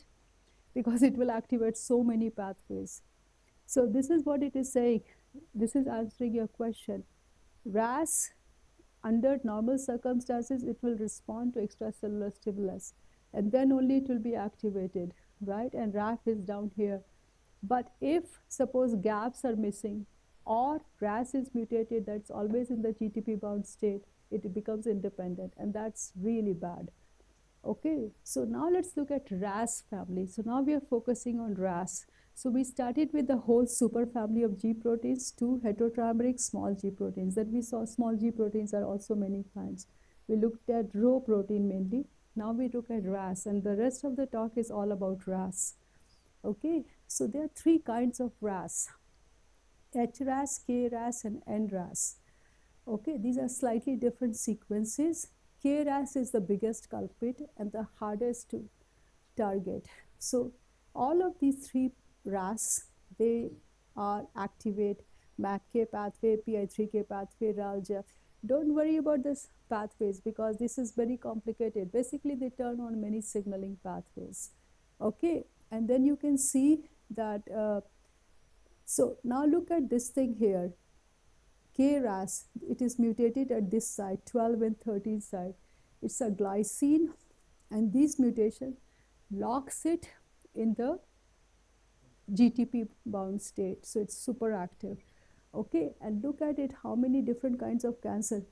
Remember I told you pancreatic cancer is the worst cancer because it's diagnosed at stage 4. There is no drug for it. RAS is the main problem in pancreatic cancer. Okay, so, you know, 12 years ago, it was up until 12 years ago, it was 100% known that nobody can target G proteins because their binding to GTP is extremely tight. Okay, so nobody could ever inhibit any G protein, RAS or anything else, despite it was such an important target. So people used to inhibit the receptor signaling, or they would inhibit RAF, all the downstream guys or all the upstream guys, but they could never target G protein, including RAS. So 2013, everything changed completely, and I'll tell you about that, what changed. Now we have direct RAS inhibitors, and we can inhibit the RAS signaling, and you can imagine how big of a finding it is. Okay, so this is just to show you. Somebody was asking me yesterday, what is a proto-oncogene and an oncogene? Proto-oncogene is like RAS. Under normal circumstances, it gets a signal from upstream and it works. But RAS, if deregulated, can become an oncogene. It has that potential. So proto-oncogene is not bad, but not all protein, if you make it deregulated, will cause cancer. So they are not proto-oncogenes, but RAS is one of them. Okay, so it becomes a proto-oncogene. So like you guys were saying, there are many ways G proteins get deregulated. Most common is direct mutation for RAS, for G proteins. Okay, overexpression of JEF. JEFs are those which, what do the JEFs do? Yes, so if they are overexpressed, they will always keep it in the active form. Loss of negative regulators, GAP hydrolyze it. If GAP is gone, they will never hydrolyze to GDP. You remember GAP is the one which converts GTP to GDP. So if they are gone, see, GAP is the one which is converting to GDP. If that is gone, there will be no switch off mechanism. Overexpression always leads to problem. Now, if you keep it active by different kinds of mutation, different kinds of post-translational modification, that also would give rise to disease. Sometimes you have a spliced form which is always active. That is also cancer. Okay, so this is just to remind you that under normal circumstances, receptor tyrosine signaling gives signal to RAS, which is inactive, but only once the signal comes, it becomes active. This is normal circumstances. So wild type, there is a balance between exchange of GDP to GTP and hydrolysis of GTP to GDP. But when this mutation occurs, hydrolysis is impaired. It's only exchange, so it's always keep it active in this form. So if you can inhibit it here, it will completely switch off that. Make sense? You guys are with me? Okay, now see, RAS alone. Remember the three kinds of RAS. So among the three kinds of RAS, if you combine all the mutations, most of it belongs to KRAS. KRAS has 86% mutation in cancer, HRAS 12%, NRAS 3%. And look at the mutation. Most of the time it is the G12. G12, one site is mutated and it locks it in the GTP form.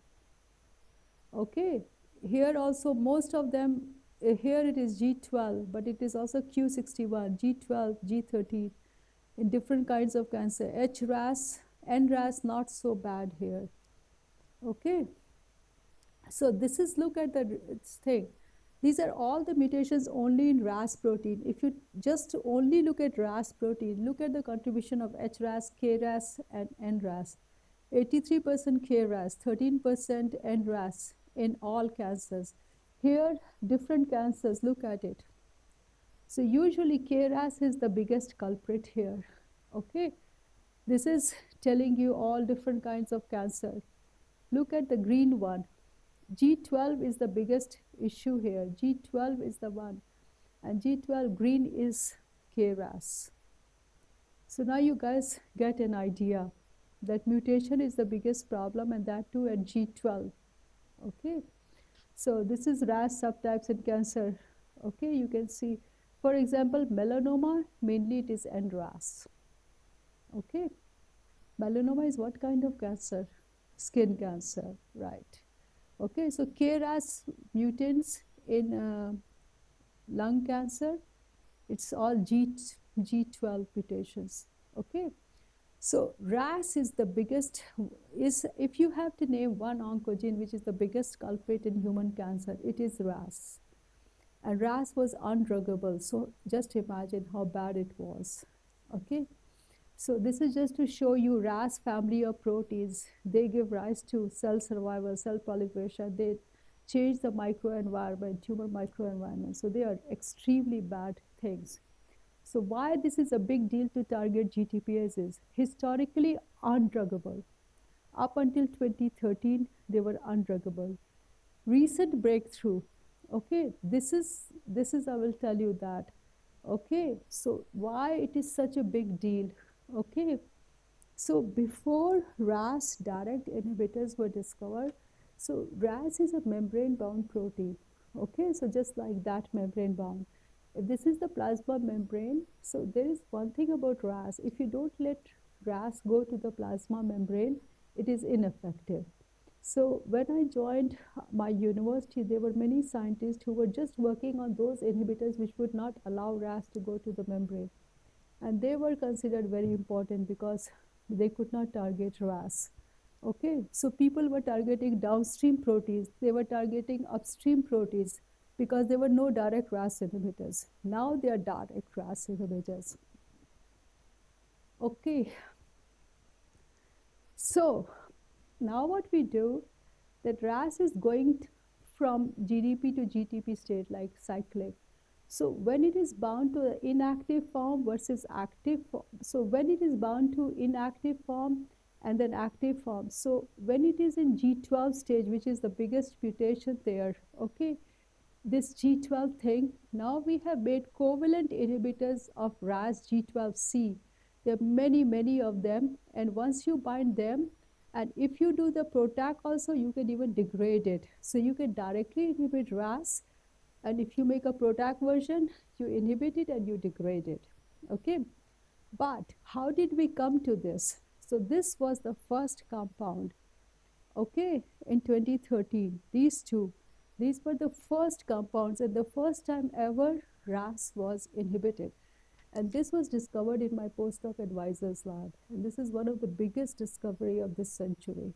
Okay, one of the biggest discovery of this century. I mean, the field is really indebted to him for this discovery. So what he found is that this is GTP binding site, right? So he found that there is an allosteric site within that. And his students discovered that pocket, and he's a chemical biologist. So he made the compound which targets that allosteric bind. And that is what is compound 6 here. And once his lab, he opened up a company and everything, and once his lab discovered, the whole world started making it. So all of these compounds, they are in clinical trial. They were all after him. Okay, so that was so what he found is that, so this is switch 1 and switch 2. Don't worry about what are switch 1, switch 2. So I did not tell you about in details here. See, this is switch 1, switch 2. So what happens is that when it goes from GDP to GTP side, this switch 1, switch 2 is the one which are moving. Okay, so these are the ones which are binding GTP. Okay, so he found that when it switches from one to the other state, a new pocket is formed. It's not there all the time. When it is switching, that's when it is formed. And he targeted that pocket. Okay, so that's what it is shown here. That look at switch 1, switch 2 here. So see, look at this yellow part here. So this is on stage, this is off stage. Can you see they are different? Can you see that they are different? Right? Switch 1, switch 2. So when it is in this off form, a new pocket is formed which is absent here. So he made a compound which can target RAS in the off stage. This pocket is only created when it is in the off state. This is what kind of pocket? Can you tell me? It is allosteric, but a pocket which appears only. What is that word? Shivani? No, meristolic site is a special site in BCR-ABL, but what is the other thing? Cryptic pocket in one site only, right? It is obviously an allosteric site. See, this is the lipophilic pocket which appears there. Okay, so that is what was, so now there are many compounds, and this is a covalent inhibitor. This is a this is a acryl group. So as such attacks here, it becomes a covalent thing. Okay, so this is where the compound is bound here. Now you can see. Now there are so many compounds people have found. Look at this. This is allosteric site. This is GDP site. Not this is competitive site. This is binding to the allosteric site. You can see that, right? So this is between the switch 1, switch 2. Okay, and this is the switch 2 pocket which creates, and that's where the compound binds. So once that pocket was found, now there worldwide people are making many compounds, targeting them, and they are all in this thing. So before, like, see, so many inhibitors are there. Okay, for RAS now, these are direct. Before this, people were going upstream and downstream to inhibit RAS signaling because nobody could directly inhibit RAS. So this is my advisor's name, Shokat. So Shokat lab identified the first KRAS inhibitor, okay, in 2013. No other has PI's name here because these are companies, but his lab was the one which identified that. And that's when he identified, and now see how many compounds are there. People have also made protease degrader. Now they have also made the RAS in the on form inhibitor. Once you know, then you can target it. Okay, so look at this, how many compounds are there? Again, so many mutants there. Amgen, Merck, all the big companies are there. This is a huge deal, huge deal. Okay, look at that. Can you believe that? Such a recent discovery. Preclinical, these many. Phase 1, phase 2, phase 3, these are approved for RAS. Right? So now let's look at some case studies here. So this is, do you know what is pan-RAS? What is the meaning of pan-RAS? Pan-RAS means it inhibits all the 3 isoforms of that. Pan means all of them. So pan-RAS means HRAS, NRAS, and KRAS. So look at these things. So many drugs against KRAS. They target the inactive form. These compounds target the active form of RAS. Okay, and this is KRAS, this is HRAS, this mutation. Okay, so look at all the secondary mutations which have arrived, and all the inhibitors are there. Okay, so this is just to telling you all these different mutations and their relative percentage in different kinds of cancer. Okay, all right, again, this is an easy lecture to follow because it just tells you all different mutations and all the compounds which are out there. Okay, so 2013 was when he started. Before that, it was just, you know, no compound. And let's look at it, how many compounds are made there now. Okay, so 2013 is when discovery of the switch to binding pocket. This is the one, his discovery here. And then it is just so many compounds are there. These are target by KRAS inhibitors and their stage of development right now. Okay, timeline of case 5 against various this thing. Okay, more compounds. Once you make the breakthrough discovery, then the world takes over. Okay, which is very good because we need all the things we can. Okay, so this is for KRAS, this mutation, G212 mutation. This compound is an orally active covalent inhibitor of KRAS for KRAS mutants. Okay, that's it. Not bad. 4 lectures finished. So why don't we start tutorial now? Okay, because then we can finish early. Venkatesh has a seminar going on until 3 p.m. So that's fine.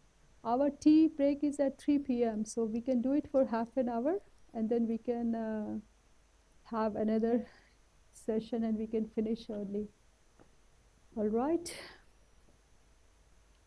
Okay, so let's start with you guys asking me questions, and then I'll ask you questions. In the morning, people have energy, more people are here, but you are the actual guys who go through the whole day. Vanshika, you want to ask me questions? Go ahead.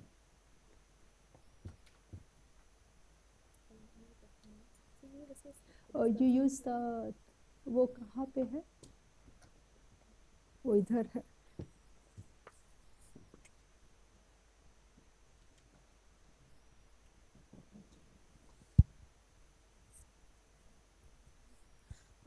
ma'am, you taught us about two switches, like switch 1 and switch 2. So it's about the pockets which are formed later. So the drug which is being discovered, they are targeting that pocket only afterwards. Yeah, so what happens is that I did not tell you much about switch 1, switch 2, but so when the GDP and GTP forms exchange, it is the switch 1, switch 2 which are moving. Okay, so switch 1, switch 2 are nothing but a range of amino acids. Sorry, not a range of amino acids, a sequence of amino acids, part of G proteins. So the whole, so suppose I have to do something, I'm just moving my hands, my legs are not moving. So when GDP, GTP is doing, it is only the switch 1, switch 2 are working. So when GDP is thrown away and GTP binds and vice versa, new pockets are formed. So what the 2013 discovery showed that it is, so you guys should know this, kinases bind ATP with about 10 micromolar affinity, okay, 10 micromolar. But G proteins bind GTP and GDP with 10 picomolar affinity. Imagine 10 micromolar to 10 picomolar. You know picomolar, right? So it is such tight binding that everybody thought nobody in the world could beat, no compound can beat that tight binding. That is why it was such a historical discovery. So what they found is that when it is going to the GDP form, there is a small pocket which is created. And they made a compound targeting that pocket. So if you inhibit that pocket, it is locked in that conformation, inactive conformation. It cannot go to the GTP bound state. And that is how the discovery was made. So initially what happened, that all the compounds which were made were targeting that pocket. But then as people gained more and more knowledge with crystal structure, then they could also make compounds to lock it in the active site. But then GTP is no longer bound, the compound, it is locked in the active site, but it is non-functional. It cannot bind its downstream targets. Is it making sense? So just going from GTP makes no difference. It can keep on doing GTP, but the thing is that when it is bound in the GTP site, GTP form, then it can bind other proteins. That's how the signal is transmitted. If some guy is just doing GTP, not binding anything, nothing happens. It is in the GTP form, it is binding downstream proteins. That's how the signal is transmitted. Okay, so switch 1, switch 2 play a very important role. Switch 1, switch 2 are nothing but a stretch of amino acids in the sequence which are maximally changing conformation during GTP binding. Okay, and the pockets which are formed are temporary, just for a short duration. Yeah, but the compound just goes and fits in there, and it is blocked. No questions? Yes. Ma'am, my question was regarding, we had learned about the hypoxic conditions in cancer cells in the first day. I had asked you about angiogenesis. So you said today that normal cells repair DNA faster than cancer cells. But when I looked it up, it says that I think it's about the proper, like the accurate method of repair, which is homologous end joining. When hypoxic conditions are induced, they start doing non-homologous end joining, and that is actually faster than the homologous end joining process. So is the statement completely correct? This is correct. So cancer cells, what happens is that they are under so much pressure to divide. Even when they undergo angiogenesis, they don't make the blood vessels very correctly. So they make the blood vessels, but they are defective, they are leaky, right? And now we use those leaky vessels to get the drugs in the tumor cells specifically. Same thing about DNA repair. They are always in a hurry to do that. And on top of that, DNA repair enzymes are also deleted in cancer. So they are, on a general, they are less effective in repairing DNA. Normal cells do everything properly by the book kind of thing. So that is one thing. But even if DNA repair is going on, because cancer cells really rely on cell division, so they are more impacted by chemotherapeutic drugs. But normal cells are also affected. I had another doubt, that what could be the possible reasons for the death of a cancer cell, because it's programmed pretty much to not stop growing and proliferating. So what Is it just because of the lack of nutrients, or it could also be possibly like they accumulate so many errors over the time, over each division, that they just become defunct because everything is wrong with their DNA? No, no, no. So that is true. That is true. So here is the thing. When you keep on mutating, right? So vast majority will die, but whichever one will survive will become very strong survivor. So they don't care about the wrong defunct cells. They want wrong defunct cells to disappear, because under that selective process, keep in mind, one stem cell can give rise to the whole tumor. So whichever one are super survivors, they will take over. That's why the cancer keep on becoming more and more resistant. So mutation, death, okay, antibodies when they are formed in our body. So what happens? The foreign thing goes in, right?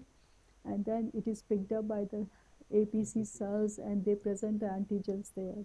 Then the antibodies are made. So the trillions of antibodies are made to bind them. Most of them die, like 99% die, or maybe 99.99% die. The survivors are the one which bind it very tightly, and then they don't want to keep all the non-functional ones that are dead immediately. Only the best ones survive, and then they make the whole thing, and the whole immune system kicks in, and then once the infection is gone, they also save it for future. That's why once we are exposed to something, we don't get it again, right? And that's the whole principle of vaccine also. So even if cancer cells are dying, that's fine. I had another doubt regarding oncolytic viruses. So the virus will latch to a tumor cell, then divide, and then ultimately lyse the cell and make many more copies. So if this cycle persists, won't there be a high viral load in the body? Won't the body's immune system respond abnormally to such a presence, or would they not detect it at all? No, they are eventually detected, and immune system will kill off, but your immune system is pretty much dead. I mean, in cancer patient, immune system is not working. So if immune system wakes up, it will clean up eventually, which is good news. And also immune system is supposed to work when the tumor cells lyse and all these antigens are presented. So then tumor cells are affected.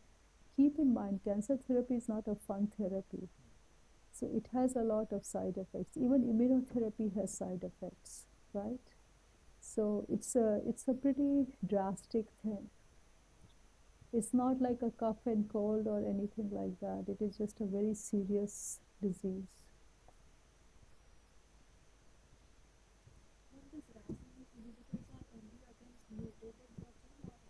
Mutated versions are the worst one. The wild type are not culprits, right? Wild type are simple guys which wait for the signal to come. The mutant ones are the one which are just completely locked in the active state. However, if gap is gone, then the wild type can become. So then I think you have inhibitors against wild type also. But wild type would be more toxic, right? Because it will inhibit all wild types. It will interfere with normal cells. But the good news is that most of them are mutated, like you saw, so many mutations. So they are going to go after cancer cells because these inhibitors are meant for those. Yeah, yeah. Yeah, exactly. Good.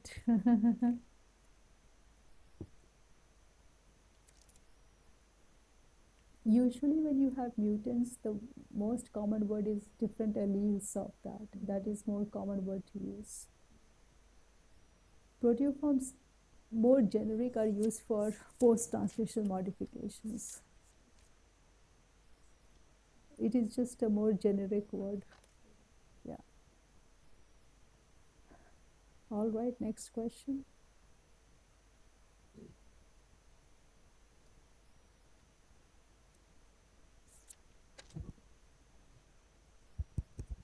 What did you guys studied about G protein signaling?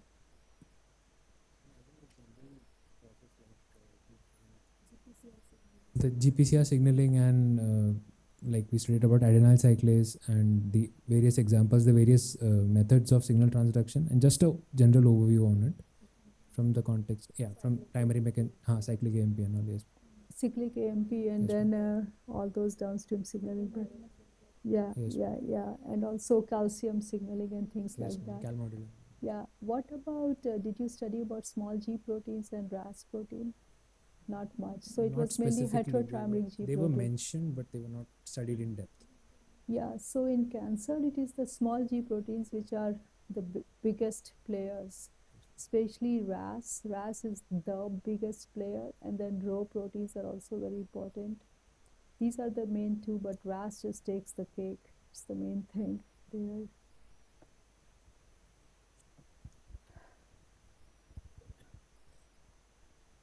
Ma'am, my question was, can competition be introduced for the proteins that are overexpressing in the cancer's tumor uh, Like, to bind their like whatever function they are doing, the overexpressed proteins, a competitor, a protein or something with similar structure, which can bind to their substrate but not perform the exact thing like.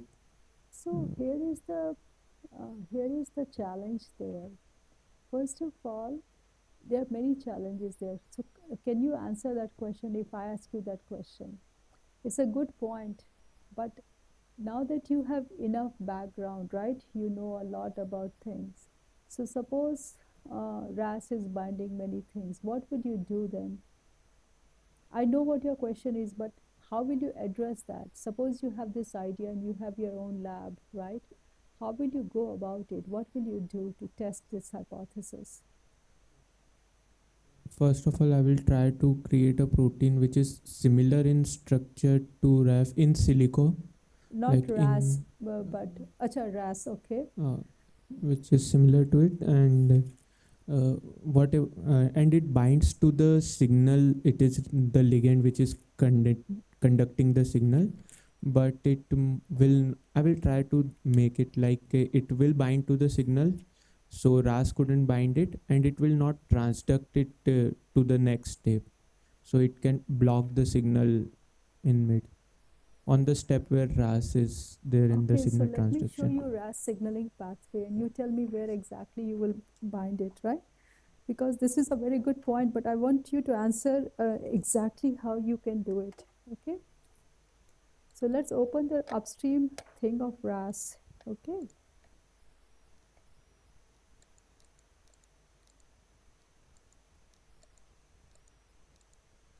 So this is, look at this figure here, okay?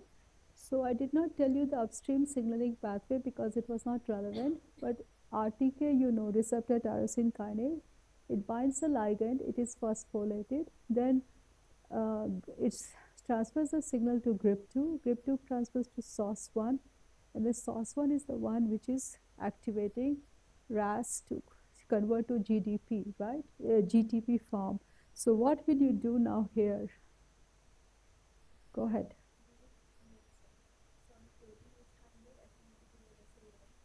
Sauce, yeah, yeah.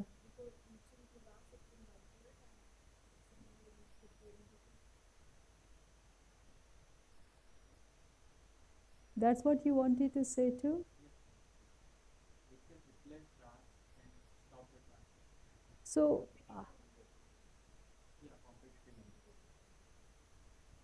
uh, inhibitor small molecule or protein?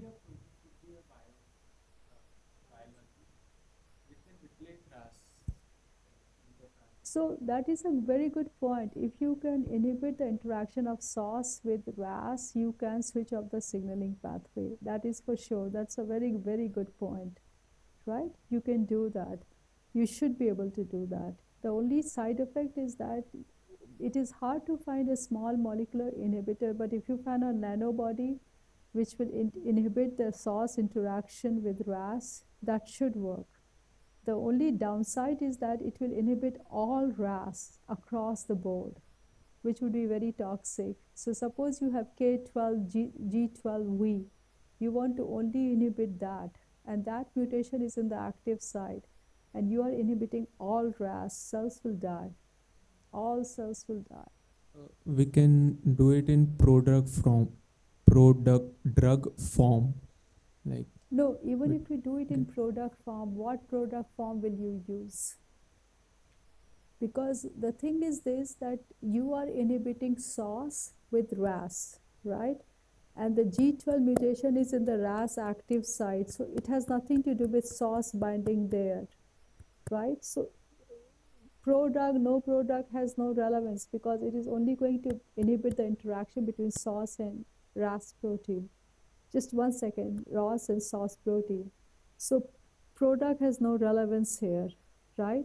So it will inhibit all RAS protein, and then you have to make it specific so that it doesn't interact with Rho proteins also. You see that?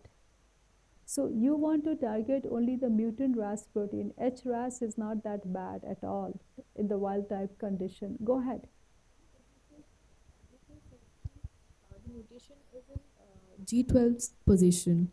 So we could make some protein or something which could mask that portion so that SOS SOS1 cannot bind to the RAS mutated site. No. So G12 is not present in the SOS RAS interaction site. It is not present there. It is in the active site, which is keeping RAS logged in the GTP found form. So it is not the G12 thing. But if you say you make something which will match G12, that's exactly the compound is, right? That's the compound is, that it is going for the G12 one. That's exactly what it is. So here is the thing, let me say more, Venkatesh. When you're putting a protein there, right, to inhibit the interaction, right, if it is a protein, some kind of protein, so that will be hard to get in because it's a protein, because it has to have three-dimensional structure. But we can always say nanobody there, right? Now you have nanobody in your tool. Everything you learn is already in your arsenal and you can use it, right? So nanobody will of course do, but where is the specificity there, right? I am sure that if we had not developed this 2013 compound, if this was not discovered, people would be using nanobody now, right now, to inhibit RAS-SOS interaction. You are absolutely correct about it. But when you first time said that, as you were speaking up, the way I was interpreting it, that you are thinking of inhibiting RAS interaction with its substrates. And then I was going to tell you, no, that is not possible because there are hundreds of substrates. But you were smart enough not to say that. You said, I'm going to use the upstream one, which is a very doable thing. So it is still doable if you can specifically target the culprit form of RAS. So that's a very doable thing. So that is a very good thinking. Next question. You guys are tired, I'm also tired. The fourth class becomes too much for us. But at the cost of Christmas holiday, it's okay. And it is also showing the real people who are interested in the course. Evans told me that he's presenting and he was really, his lab meeting, he's a presenter, so he has to be there because he hasn't missed a single class. Okay, next question, please, guys. Yes, please. The two-parter question. If we look at the level of organization in various organisms, is it correct to say that cancer is more prevalent in the more organized life forms? Higher organization, like more complicated organization life forms, would Like that be humans? correct? Yes, ma'am. Comparing it to a lower level of or a less sophisticated organism, would it be correct to say that the rates are different? The thing is this, that we have a longer life, right? But dogs develop cancer all the time. And they have a very short life than us, right? 10 to 20 years. And dogs are very, very, very, very prone to cancer. Okay, I don't know what is the lifetime of mouse. I don't know. But if you delete the genes like tumor suppressor in mice, they spontaneously develop. One thing I know, mouse, they don't develop Alzheimer's disease. You have to force and put human genes there to develop Alzheimer's. So mouse don't develop Alzheimer's, humans develop Alzheimer's. I don't know about dogs and cats, whether they spontaneous, but cancer definitely comes spontaneously in those animals. The reason I ask this is because in higher organisms we often see pleiotropy, which is a singular gene controlling multiple traits and multiple expressions. So as we see that there are things like RAS, which can obviously be causing oncogenic addiction, like the cancer cells would prefer to be mutating something that is affecting so many functions. So the reason I was asking was that if we go into higher organisms, we see more instances of RAS-like things which are controlling many other factors despite being a singular thing itself.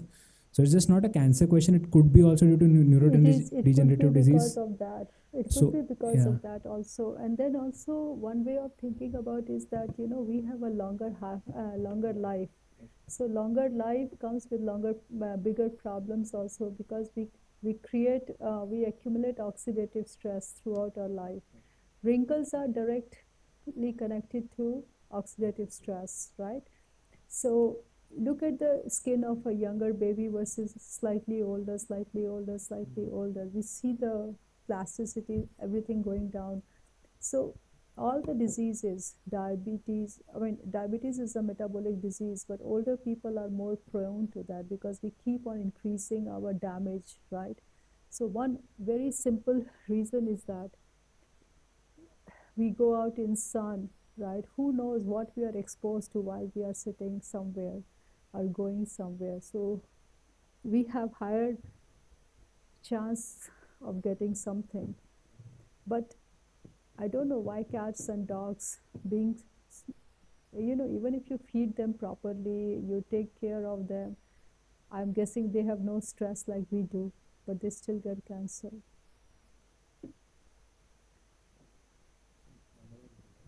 Wouldn't the stress depend on oxidative stress is obviously due to metabolism, and wouldn't if an organism has a higher rate of proliferation in general as compared to humans, the basal metabolic rate is different. So wouldn't they be more prone to getting more oxidative stress despite of the lifespan that we're talking about? Couldn't the oxidative stress play a more dominant role if the proliferation is that different compared to humans? So suppose we go to E. coli, right?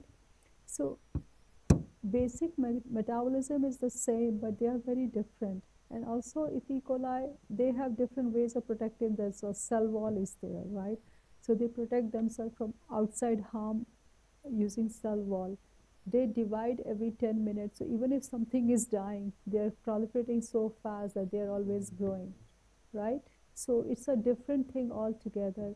If we compare humans with other animals, right, the lifespan becomes an important factor there, because imagine 3 months lifetime versus 100 years of 80 years of lifetime. And then stress is actually a very important factor. We cannot disregard stress.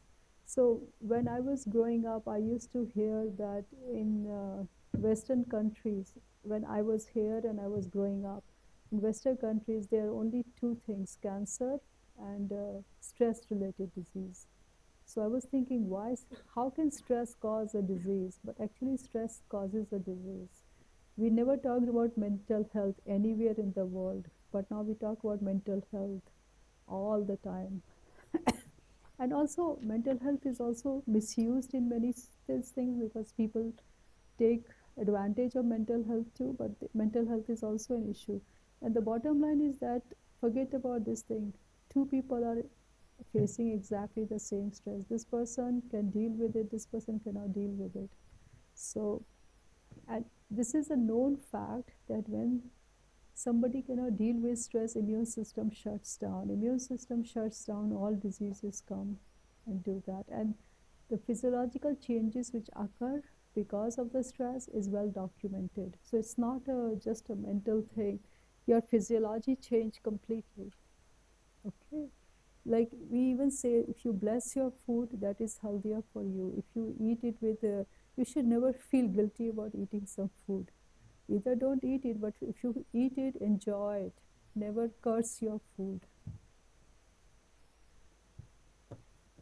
Yeah, go ahead. Please give that to him. Abhig's question reminded me of something I read recently, that elephant, although they have a lifespan similar to us, almost 70 years, they have more cancer repressors tumor repressors like P53. 53. So that's why they are less prone to less See, exposed that to is good. tumors. Nature made it like So that. could Yeah. could there be a time when we naturally evolve to being cancer free, like It is naturally? possible. It is possible. It is definitely possible. You know, I don't know how diet, right now, I am not aware of how diet is directly related to upregulation of tumor suppressors. I know antioxidants, we all do, right? So, and a lot of things in our diet can prevent cancer, like turmeric, right? That is a very well known fact. Okay, but how you can upregulate? So, I have published on a protein called GSTP1, and GSTP1 is downregulated in Alzheimer's disease, upregulated in cancer. No, it is downregulated in Alzheimer's disease, and it is an antioxidant protein. So it's downregulated. Sorry, what am I saying? Yeah, it is downregulated in Alzheimer's, but it is reverse in cancer. So I read somewhere that if you eat something, you can change the expression. So the bottom line is this, that it is possible that with our diet, but keep in mind, in elephants, it is possible that that gene is amplified. So it is always expressed in higher thing. It's always, trade-off. Nature chose it to live longer lives, so that is why they are living longer life, because they have more tumor suppressors there. So there is one thing that during embryogenesis, right? During embryogenesis, a zygote is there, and in 9 months it forms a whole baby with all the differentiation there. So how rapidly the cells are dividing, but there is no cancer. You have never heard an embryo having cancer because such rapid proliferation and no cancer, because the pathways are very tightly controlled. And if you turn on those pathways in an adult body means after birth. After birth is adult, right? Postnatal, once the baby is born, then the same pathways will kill the child. Okay, so one day if we evolve in such a way that we know which signaling to turn off, which to do that, with CRISPR-Cas9, you can actually tamper with the embryo to make a superhuman kind of person.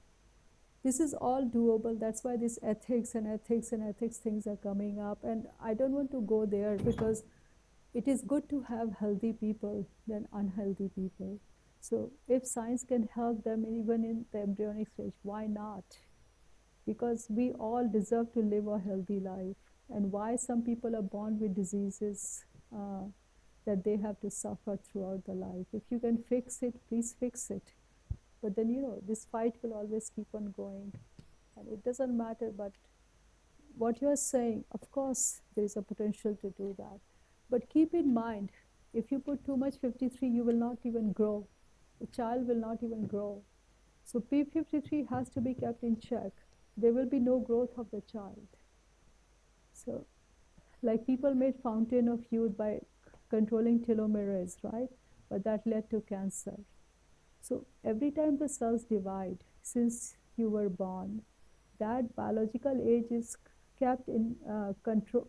The body keeps track of the biological age by measuring the telomere length, because every time the telomere is getting shorter, and that is what is aging, right?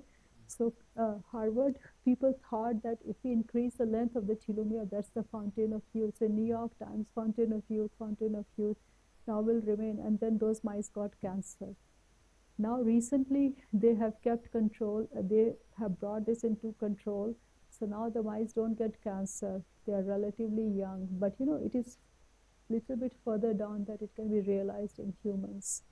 And the thing is that what we discovered today, even if it is FDA approved, it will take another 10 years, 20 years to see the side effect of that, right? We start taking medicine of this and that, and then 20 years later you realize how many people died because of that medicine.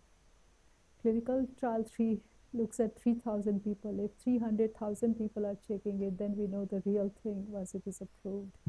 We look at cell phones all the time. Next generation will know the side effects of that thing, or if there are side effects. So The thing is that you have to think beyond outside the box. You really have to think outside of the box. That's how the nanobodies and all these things were discovered. All right, guys.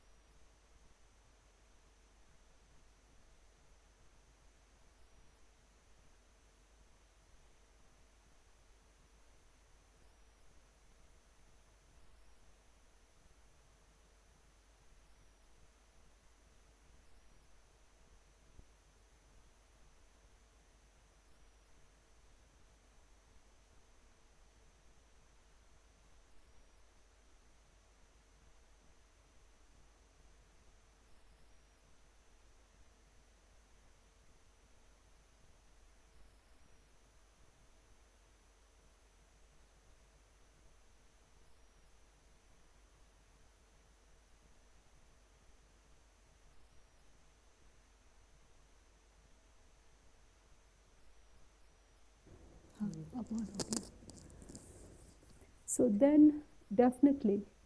So same thing with lung cancer, same thing with many other cancer. So it's all about damage that we inflict on ourselves and the body's response to that damage. I was asking about in a historical, when the first cancer then arise, was it just to just to keep the DNA damage in the check? Was that, I mean, it accelerated to an extent where our body couldn't compensate the damage, and it's been manifesting in different forms now. We have cancer in different. No. So here is the thing. The main news is that 95% or 90% are sporadic. So we are not getting it from the first cancer which ever occurred because we have nothing to do with that. So it is our own exposure to whatever we are exposed to that is creating cancer. So it's our lifetime cancer. We are not getting it from genetics. We are not. The first person who ever got exposed to something, or there was some genetic mutation in the body. You all use HeLa cells, right? HeLa cells, you have heard. HeLa is Henrietta, what is the last name? Lacks, Henrietta Lacks. So she got, I think, uterine cancer, right? So she got it, and the person isolated the tumor, and then HeLa cells were made, right? But how she got it, I mean, this is the first documentation where we had actual proof that she got cancer. That was in the last century, right? So she got it for something, but we have nothing to do with that. Even if it was the first cancer, she has not given it to us. Even today in the world, 90% cancers are the cancers which are developed in our lifetime. Now you can say it in a other way around, right? Earlier times there were not so many automobiles, so the environment was very clean. Ozone layer protected us, right? Now the ozone layer is pretty bad at places, especially like in Los Angeles area in California. So there you can actually feel the sun. You actually see the difference in the sunlight. If you go out, it will be just totally, it will damage your skin. There is a difference in sunlight in that part of the country versus other part of the country. Okay, so ozone layers are damaged, so we are more exposed. We have created so many pollutants everywhere in the world. So we are exposed to those kind of things. So they are causing cancer, but we are not inheriting it from our parents. So the first person who did it, she had a different cause for cancer because there were no pollution, I'm assuming, but maybe she was living in an industrial area. If you are living in an industrial area, you are more prone to cancer. Maybe she was living in a place where water was contaminated. That has happened for the longest period of time, right? Maybe so there could be 100 different things which could have led to that cancer. But if someone gets the same cancer today, they are exposed to different kinds of toxins. So my point is that it is not inherited from them. We are learning, okay, stay away from asbestos. Before we didn't know that, right? So as we are learning, we are eliminating those things from our life, but then we are creating new things in our life which can lead to cancer. Processed food is becoming so good, right? We go to the supermarket, we eat processed food. Earlier we were using more raw food. So that too is leading to cancer. We buy things which are pre-made. So there are 100 different ways we have introduced. We are changing lifestyle, and that could be. Then also, our lifestyle is more sedentary now. Most of us work in front of the computer all day long. That is very bad for us too. So it's a mixture of things. It's not just one thing. And then very few people are more prone to cancer, because those are the unfortunate people who have got it through genetics. Yeah, go ahead.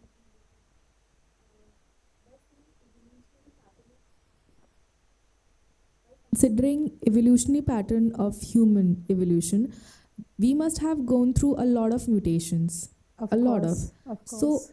it should count as one of them, right? Why can't we overcome it? It should be in our machinery to overcome the cancer, right? But this is a relatively recent disease, at least at the diagnosis level, right?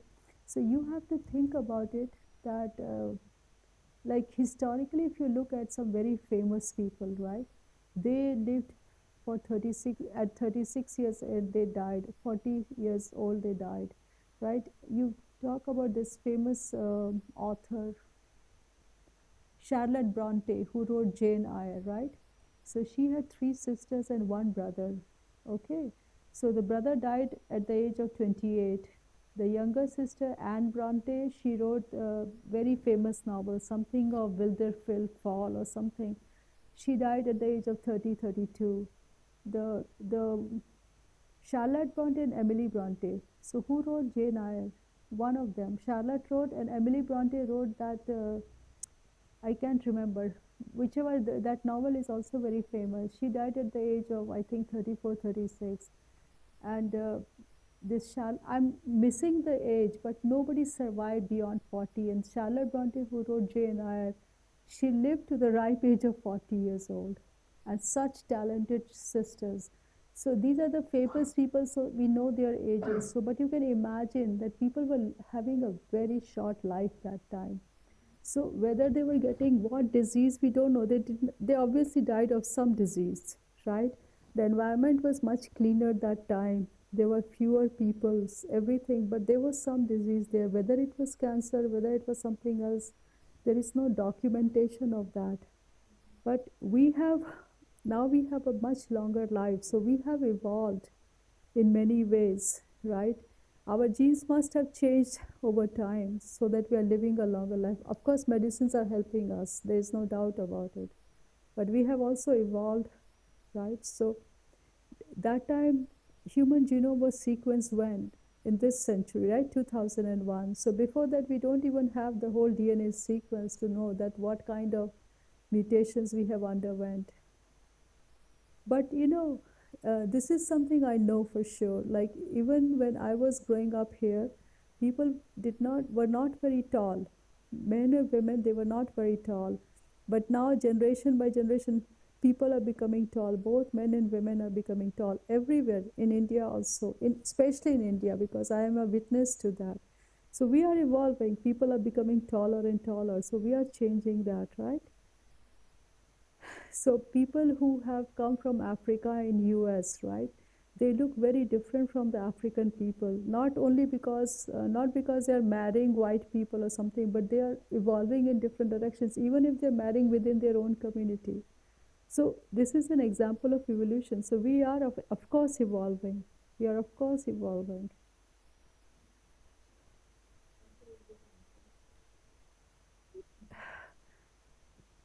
Yeah, but I'm hopeful that we will get rid of this disease. I'm really hopeful. And at least we will know what are the ways to avoid it, right? So if we use those things, we will avoid cancer, or will prevent it to a large extent. And the thing is that this good and bad fight goes on. Something else will come up, and that's okay. It's just what it is. I don't worry too much about it, So you guys will have fun when you guys are independent researchers. You will have something more exciting to worry about than cancer. Because cancer will be an old thing. If you work on cancer, it's such an old thing, right? Not much funding there because we have almost conquered it, right? So you will find something else. In India, dengue fever is very big thing too, right? I have a student who is a faculty member, and he said when he applies for cancer funding, he doesn't get a dengue fever, he gets it, because that is a bigger problem here. So here the thing he was saying that, so many people are working on cancer, why waste money? They will figure it out. Let's work on our immediate problem, which no one else is working on, which makes complete sense. You have to address the things which no one else will address.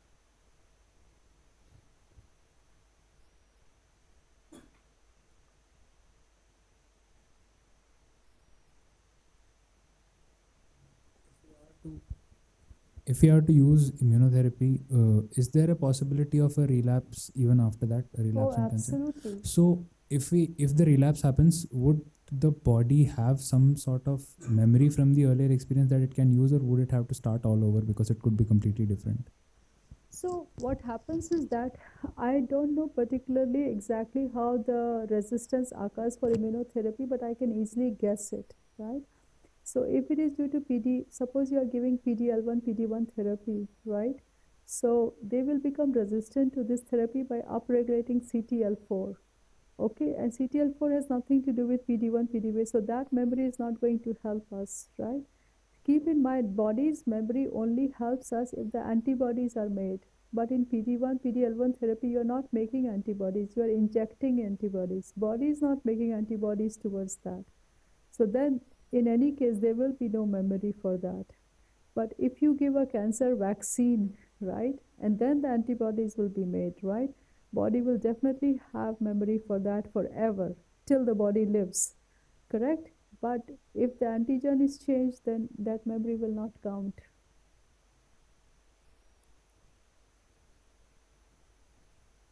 You guys are taking a lot in, actually. That's very good. You can see the difference between different things. It's just a lot of stuff that we have covered in the 19 lectures so far. This is actually a one semester course with 3 lectures a week, with plenty of time to think about it. And here in one day we have 4 lectures. So it's pretty intense, but you guys are understanding everything. That's really awesome.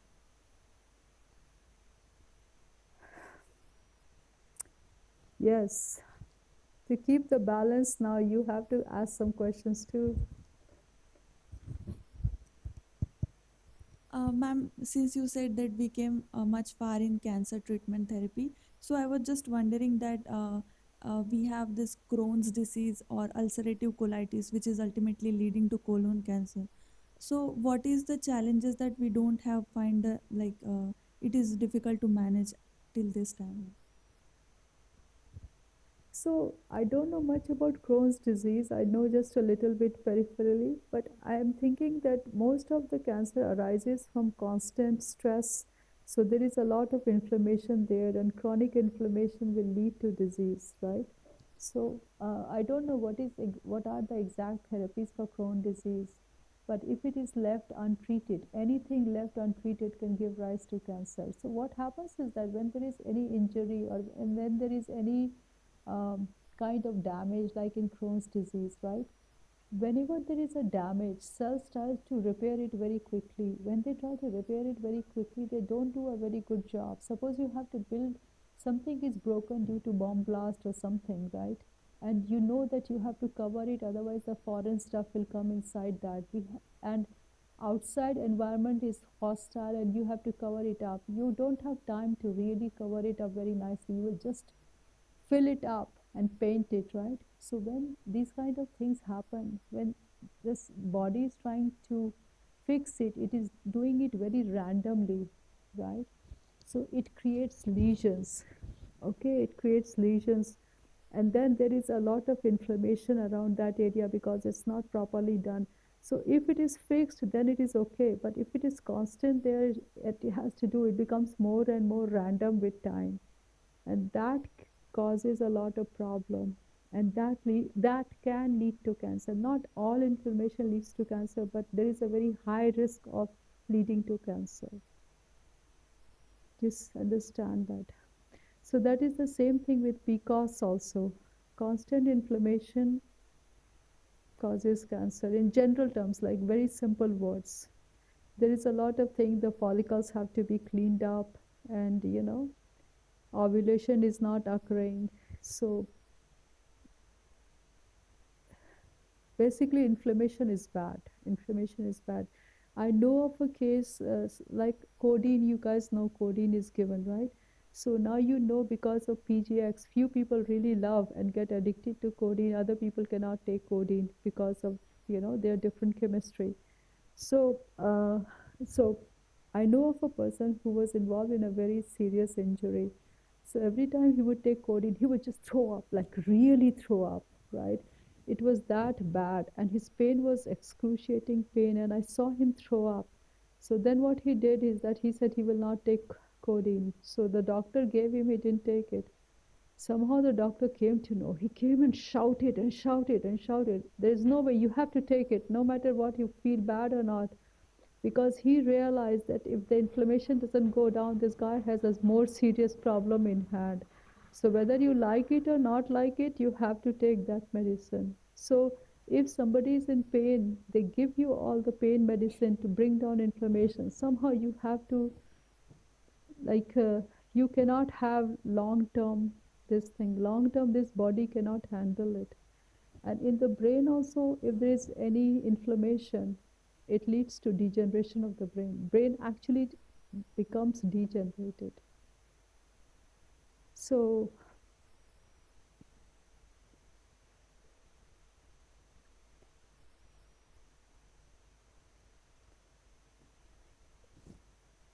like even in the brain, CDK5 kinase is very important, right? So CDK5 activity goes on transiently. You have very short memory. But if you keep it active for a long time, that's when the brain will degenerate, actually die, and cleaned up. And in Alzheimer's, like, this big human brain becomes small, small, small. Actual this big, like this is the brain size of Alzheimer's patient who is in advanced state. The brain actually shrinks and shrinks and shrinks. It's dead. It's not dead brain. Whatever is there is alive, but most of the brain is gone. All the neurons are gone. So because they cannot deal with different kind of things. But Warren Buffett, that, one of the richest man, he's 94 years old. He's as sharp as the sharpest person here. So age doesn't affect everyone.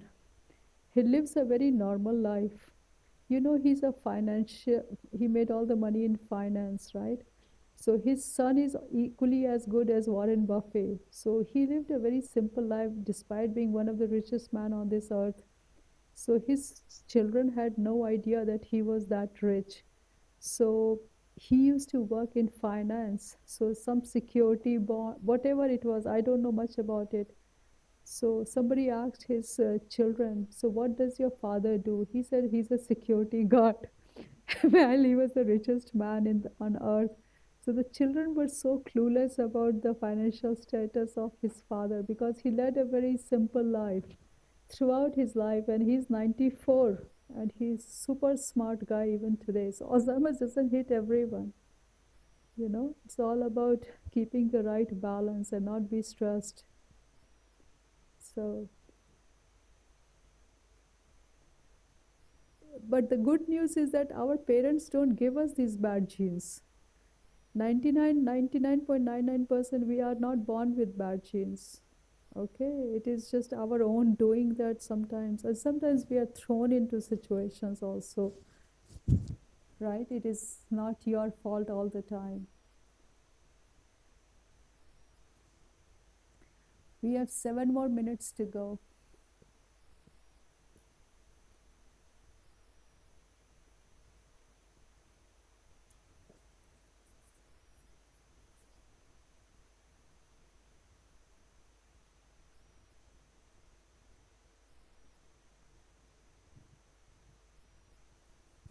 So now that you have learned so much, if a cancer patient comes with cancer in lungs, what will you do first? You are oncologist. What are the different steps you are going to do? Start from the scratch.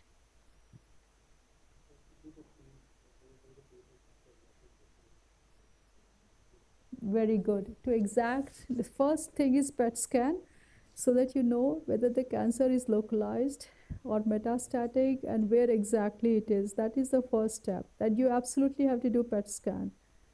The person is saying, I have pain here, and you do the PET scan. Then what is the next step? Biopsy.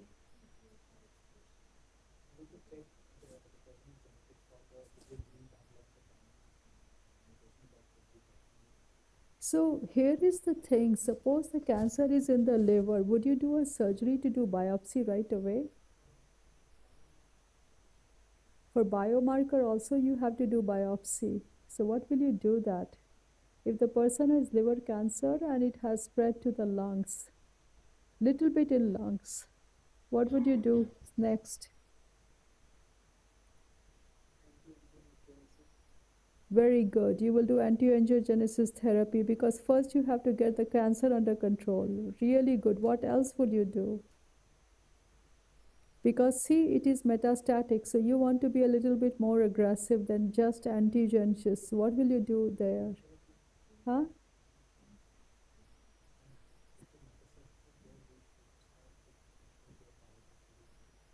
For targeted, you have to do biopsy, and biopsy will take some time.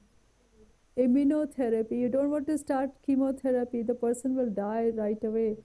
So you start with anti-angiogenesis therapy and immunotherapy, and once the disease stabilizes, what do you do next? If it is working, then you don't do anything, and you let's hope that the whole thing goes away. But then you can do the biopsy if required.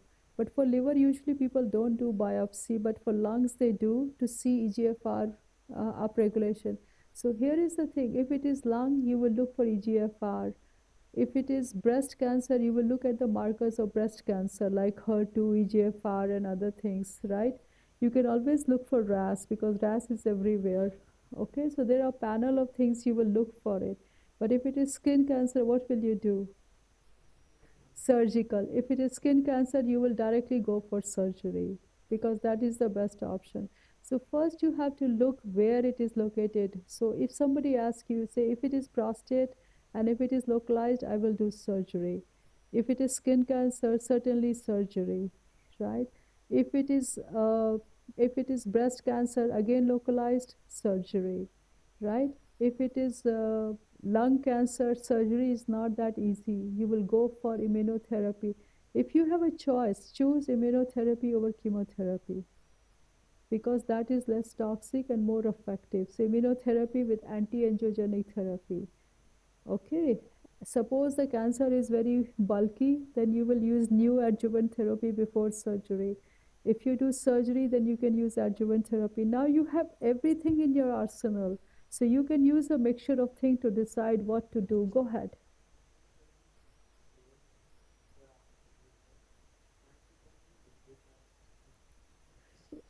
It depends. Liquid biopsy. Um, no, so I honestly don't know much. No, I know what is liquid biopsy, but I don't know which cancer sheds enough DNA that you can identify by that. So it varies by cancer to cancer. If it is prostate cancer, you measure PSA. Okay, so every cancer has its own thing. Okay, if it is blood cancer, you absolutely have to give the systemic therapy because it is blood. There is no surgery there, right? So you have to do immunotherapy and maybe chemotherapy. Okay, so it depends on the kind of cancer. But again, if you have a choice between chemotherapy and immunotherapy, you give immunotherapy. But you know, we are talking about general cancer, but every cancer has its own recommendation that, oh, this is this cancer, give chemotherapy, not immunotherapy. So you have to have those guidelines there. But in general term, immunotherapy is better than chemotherapy. But for HER2 okay, if it is really expanding for time being, you can give immunotherapy to keep in check, but you will immediately do for lung and for breast, you will immediately figure out if you can give targeted therapy because they are such outstanding targeted therapy. If it is RAS is such a huge number of cancers. You absolutely have to give targeted therapy there. You don't want to use chemotherapy there. Right? All right, guys, see you tomorrow. We'll have tea and see you tomorrow.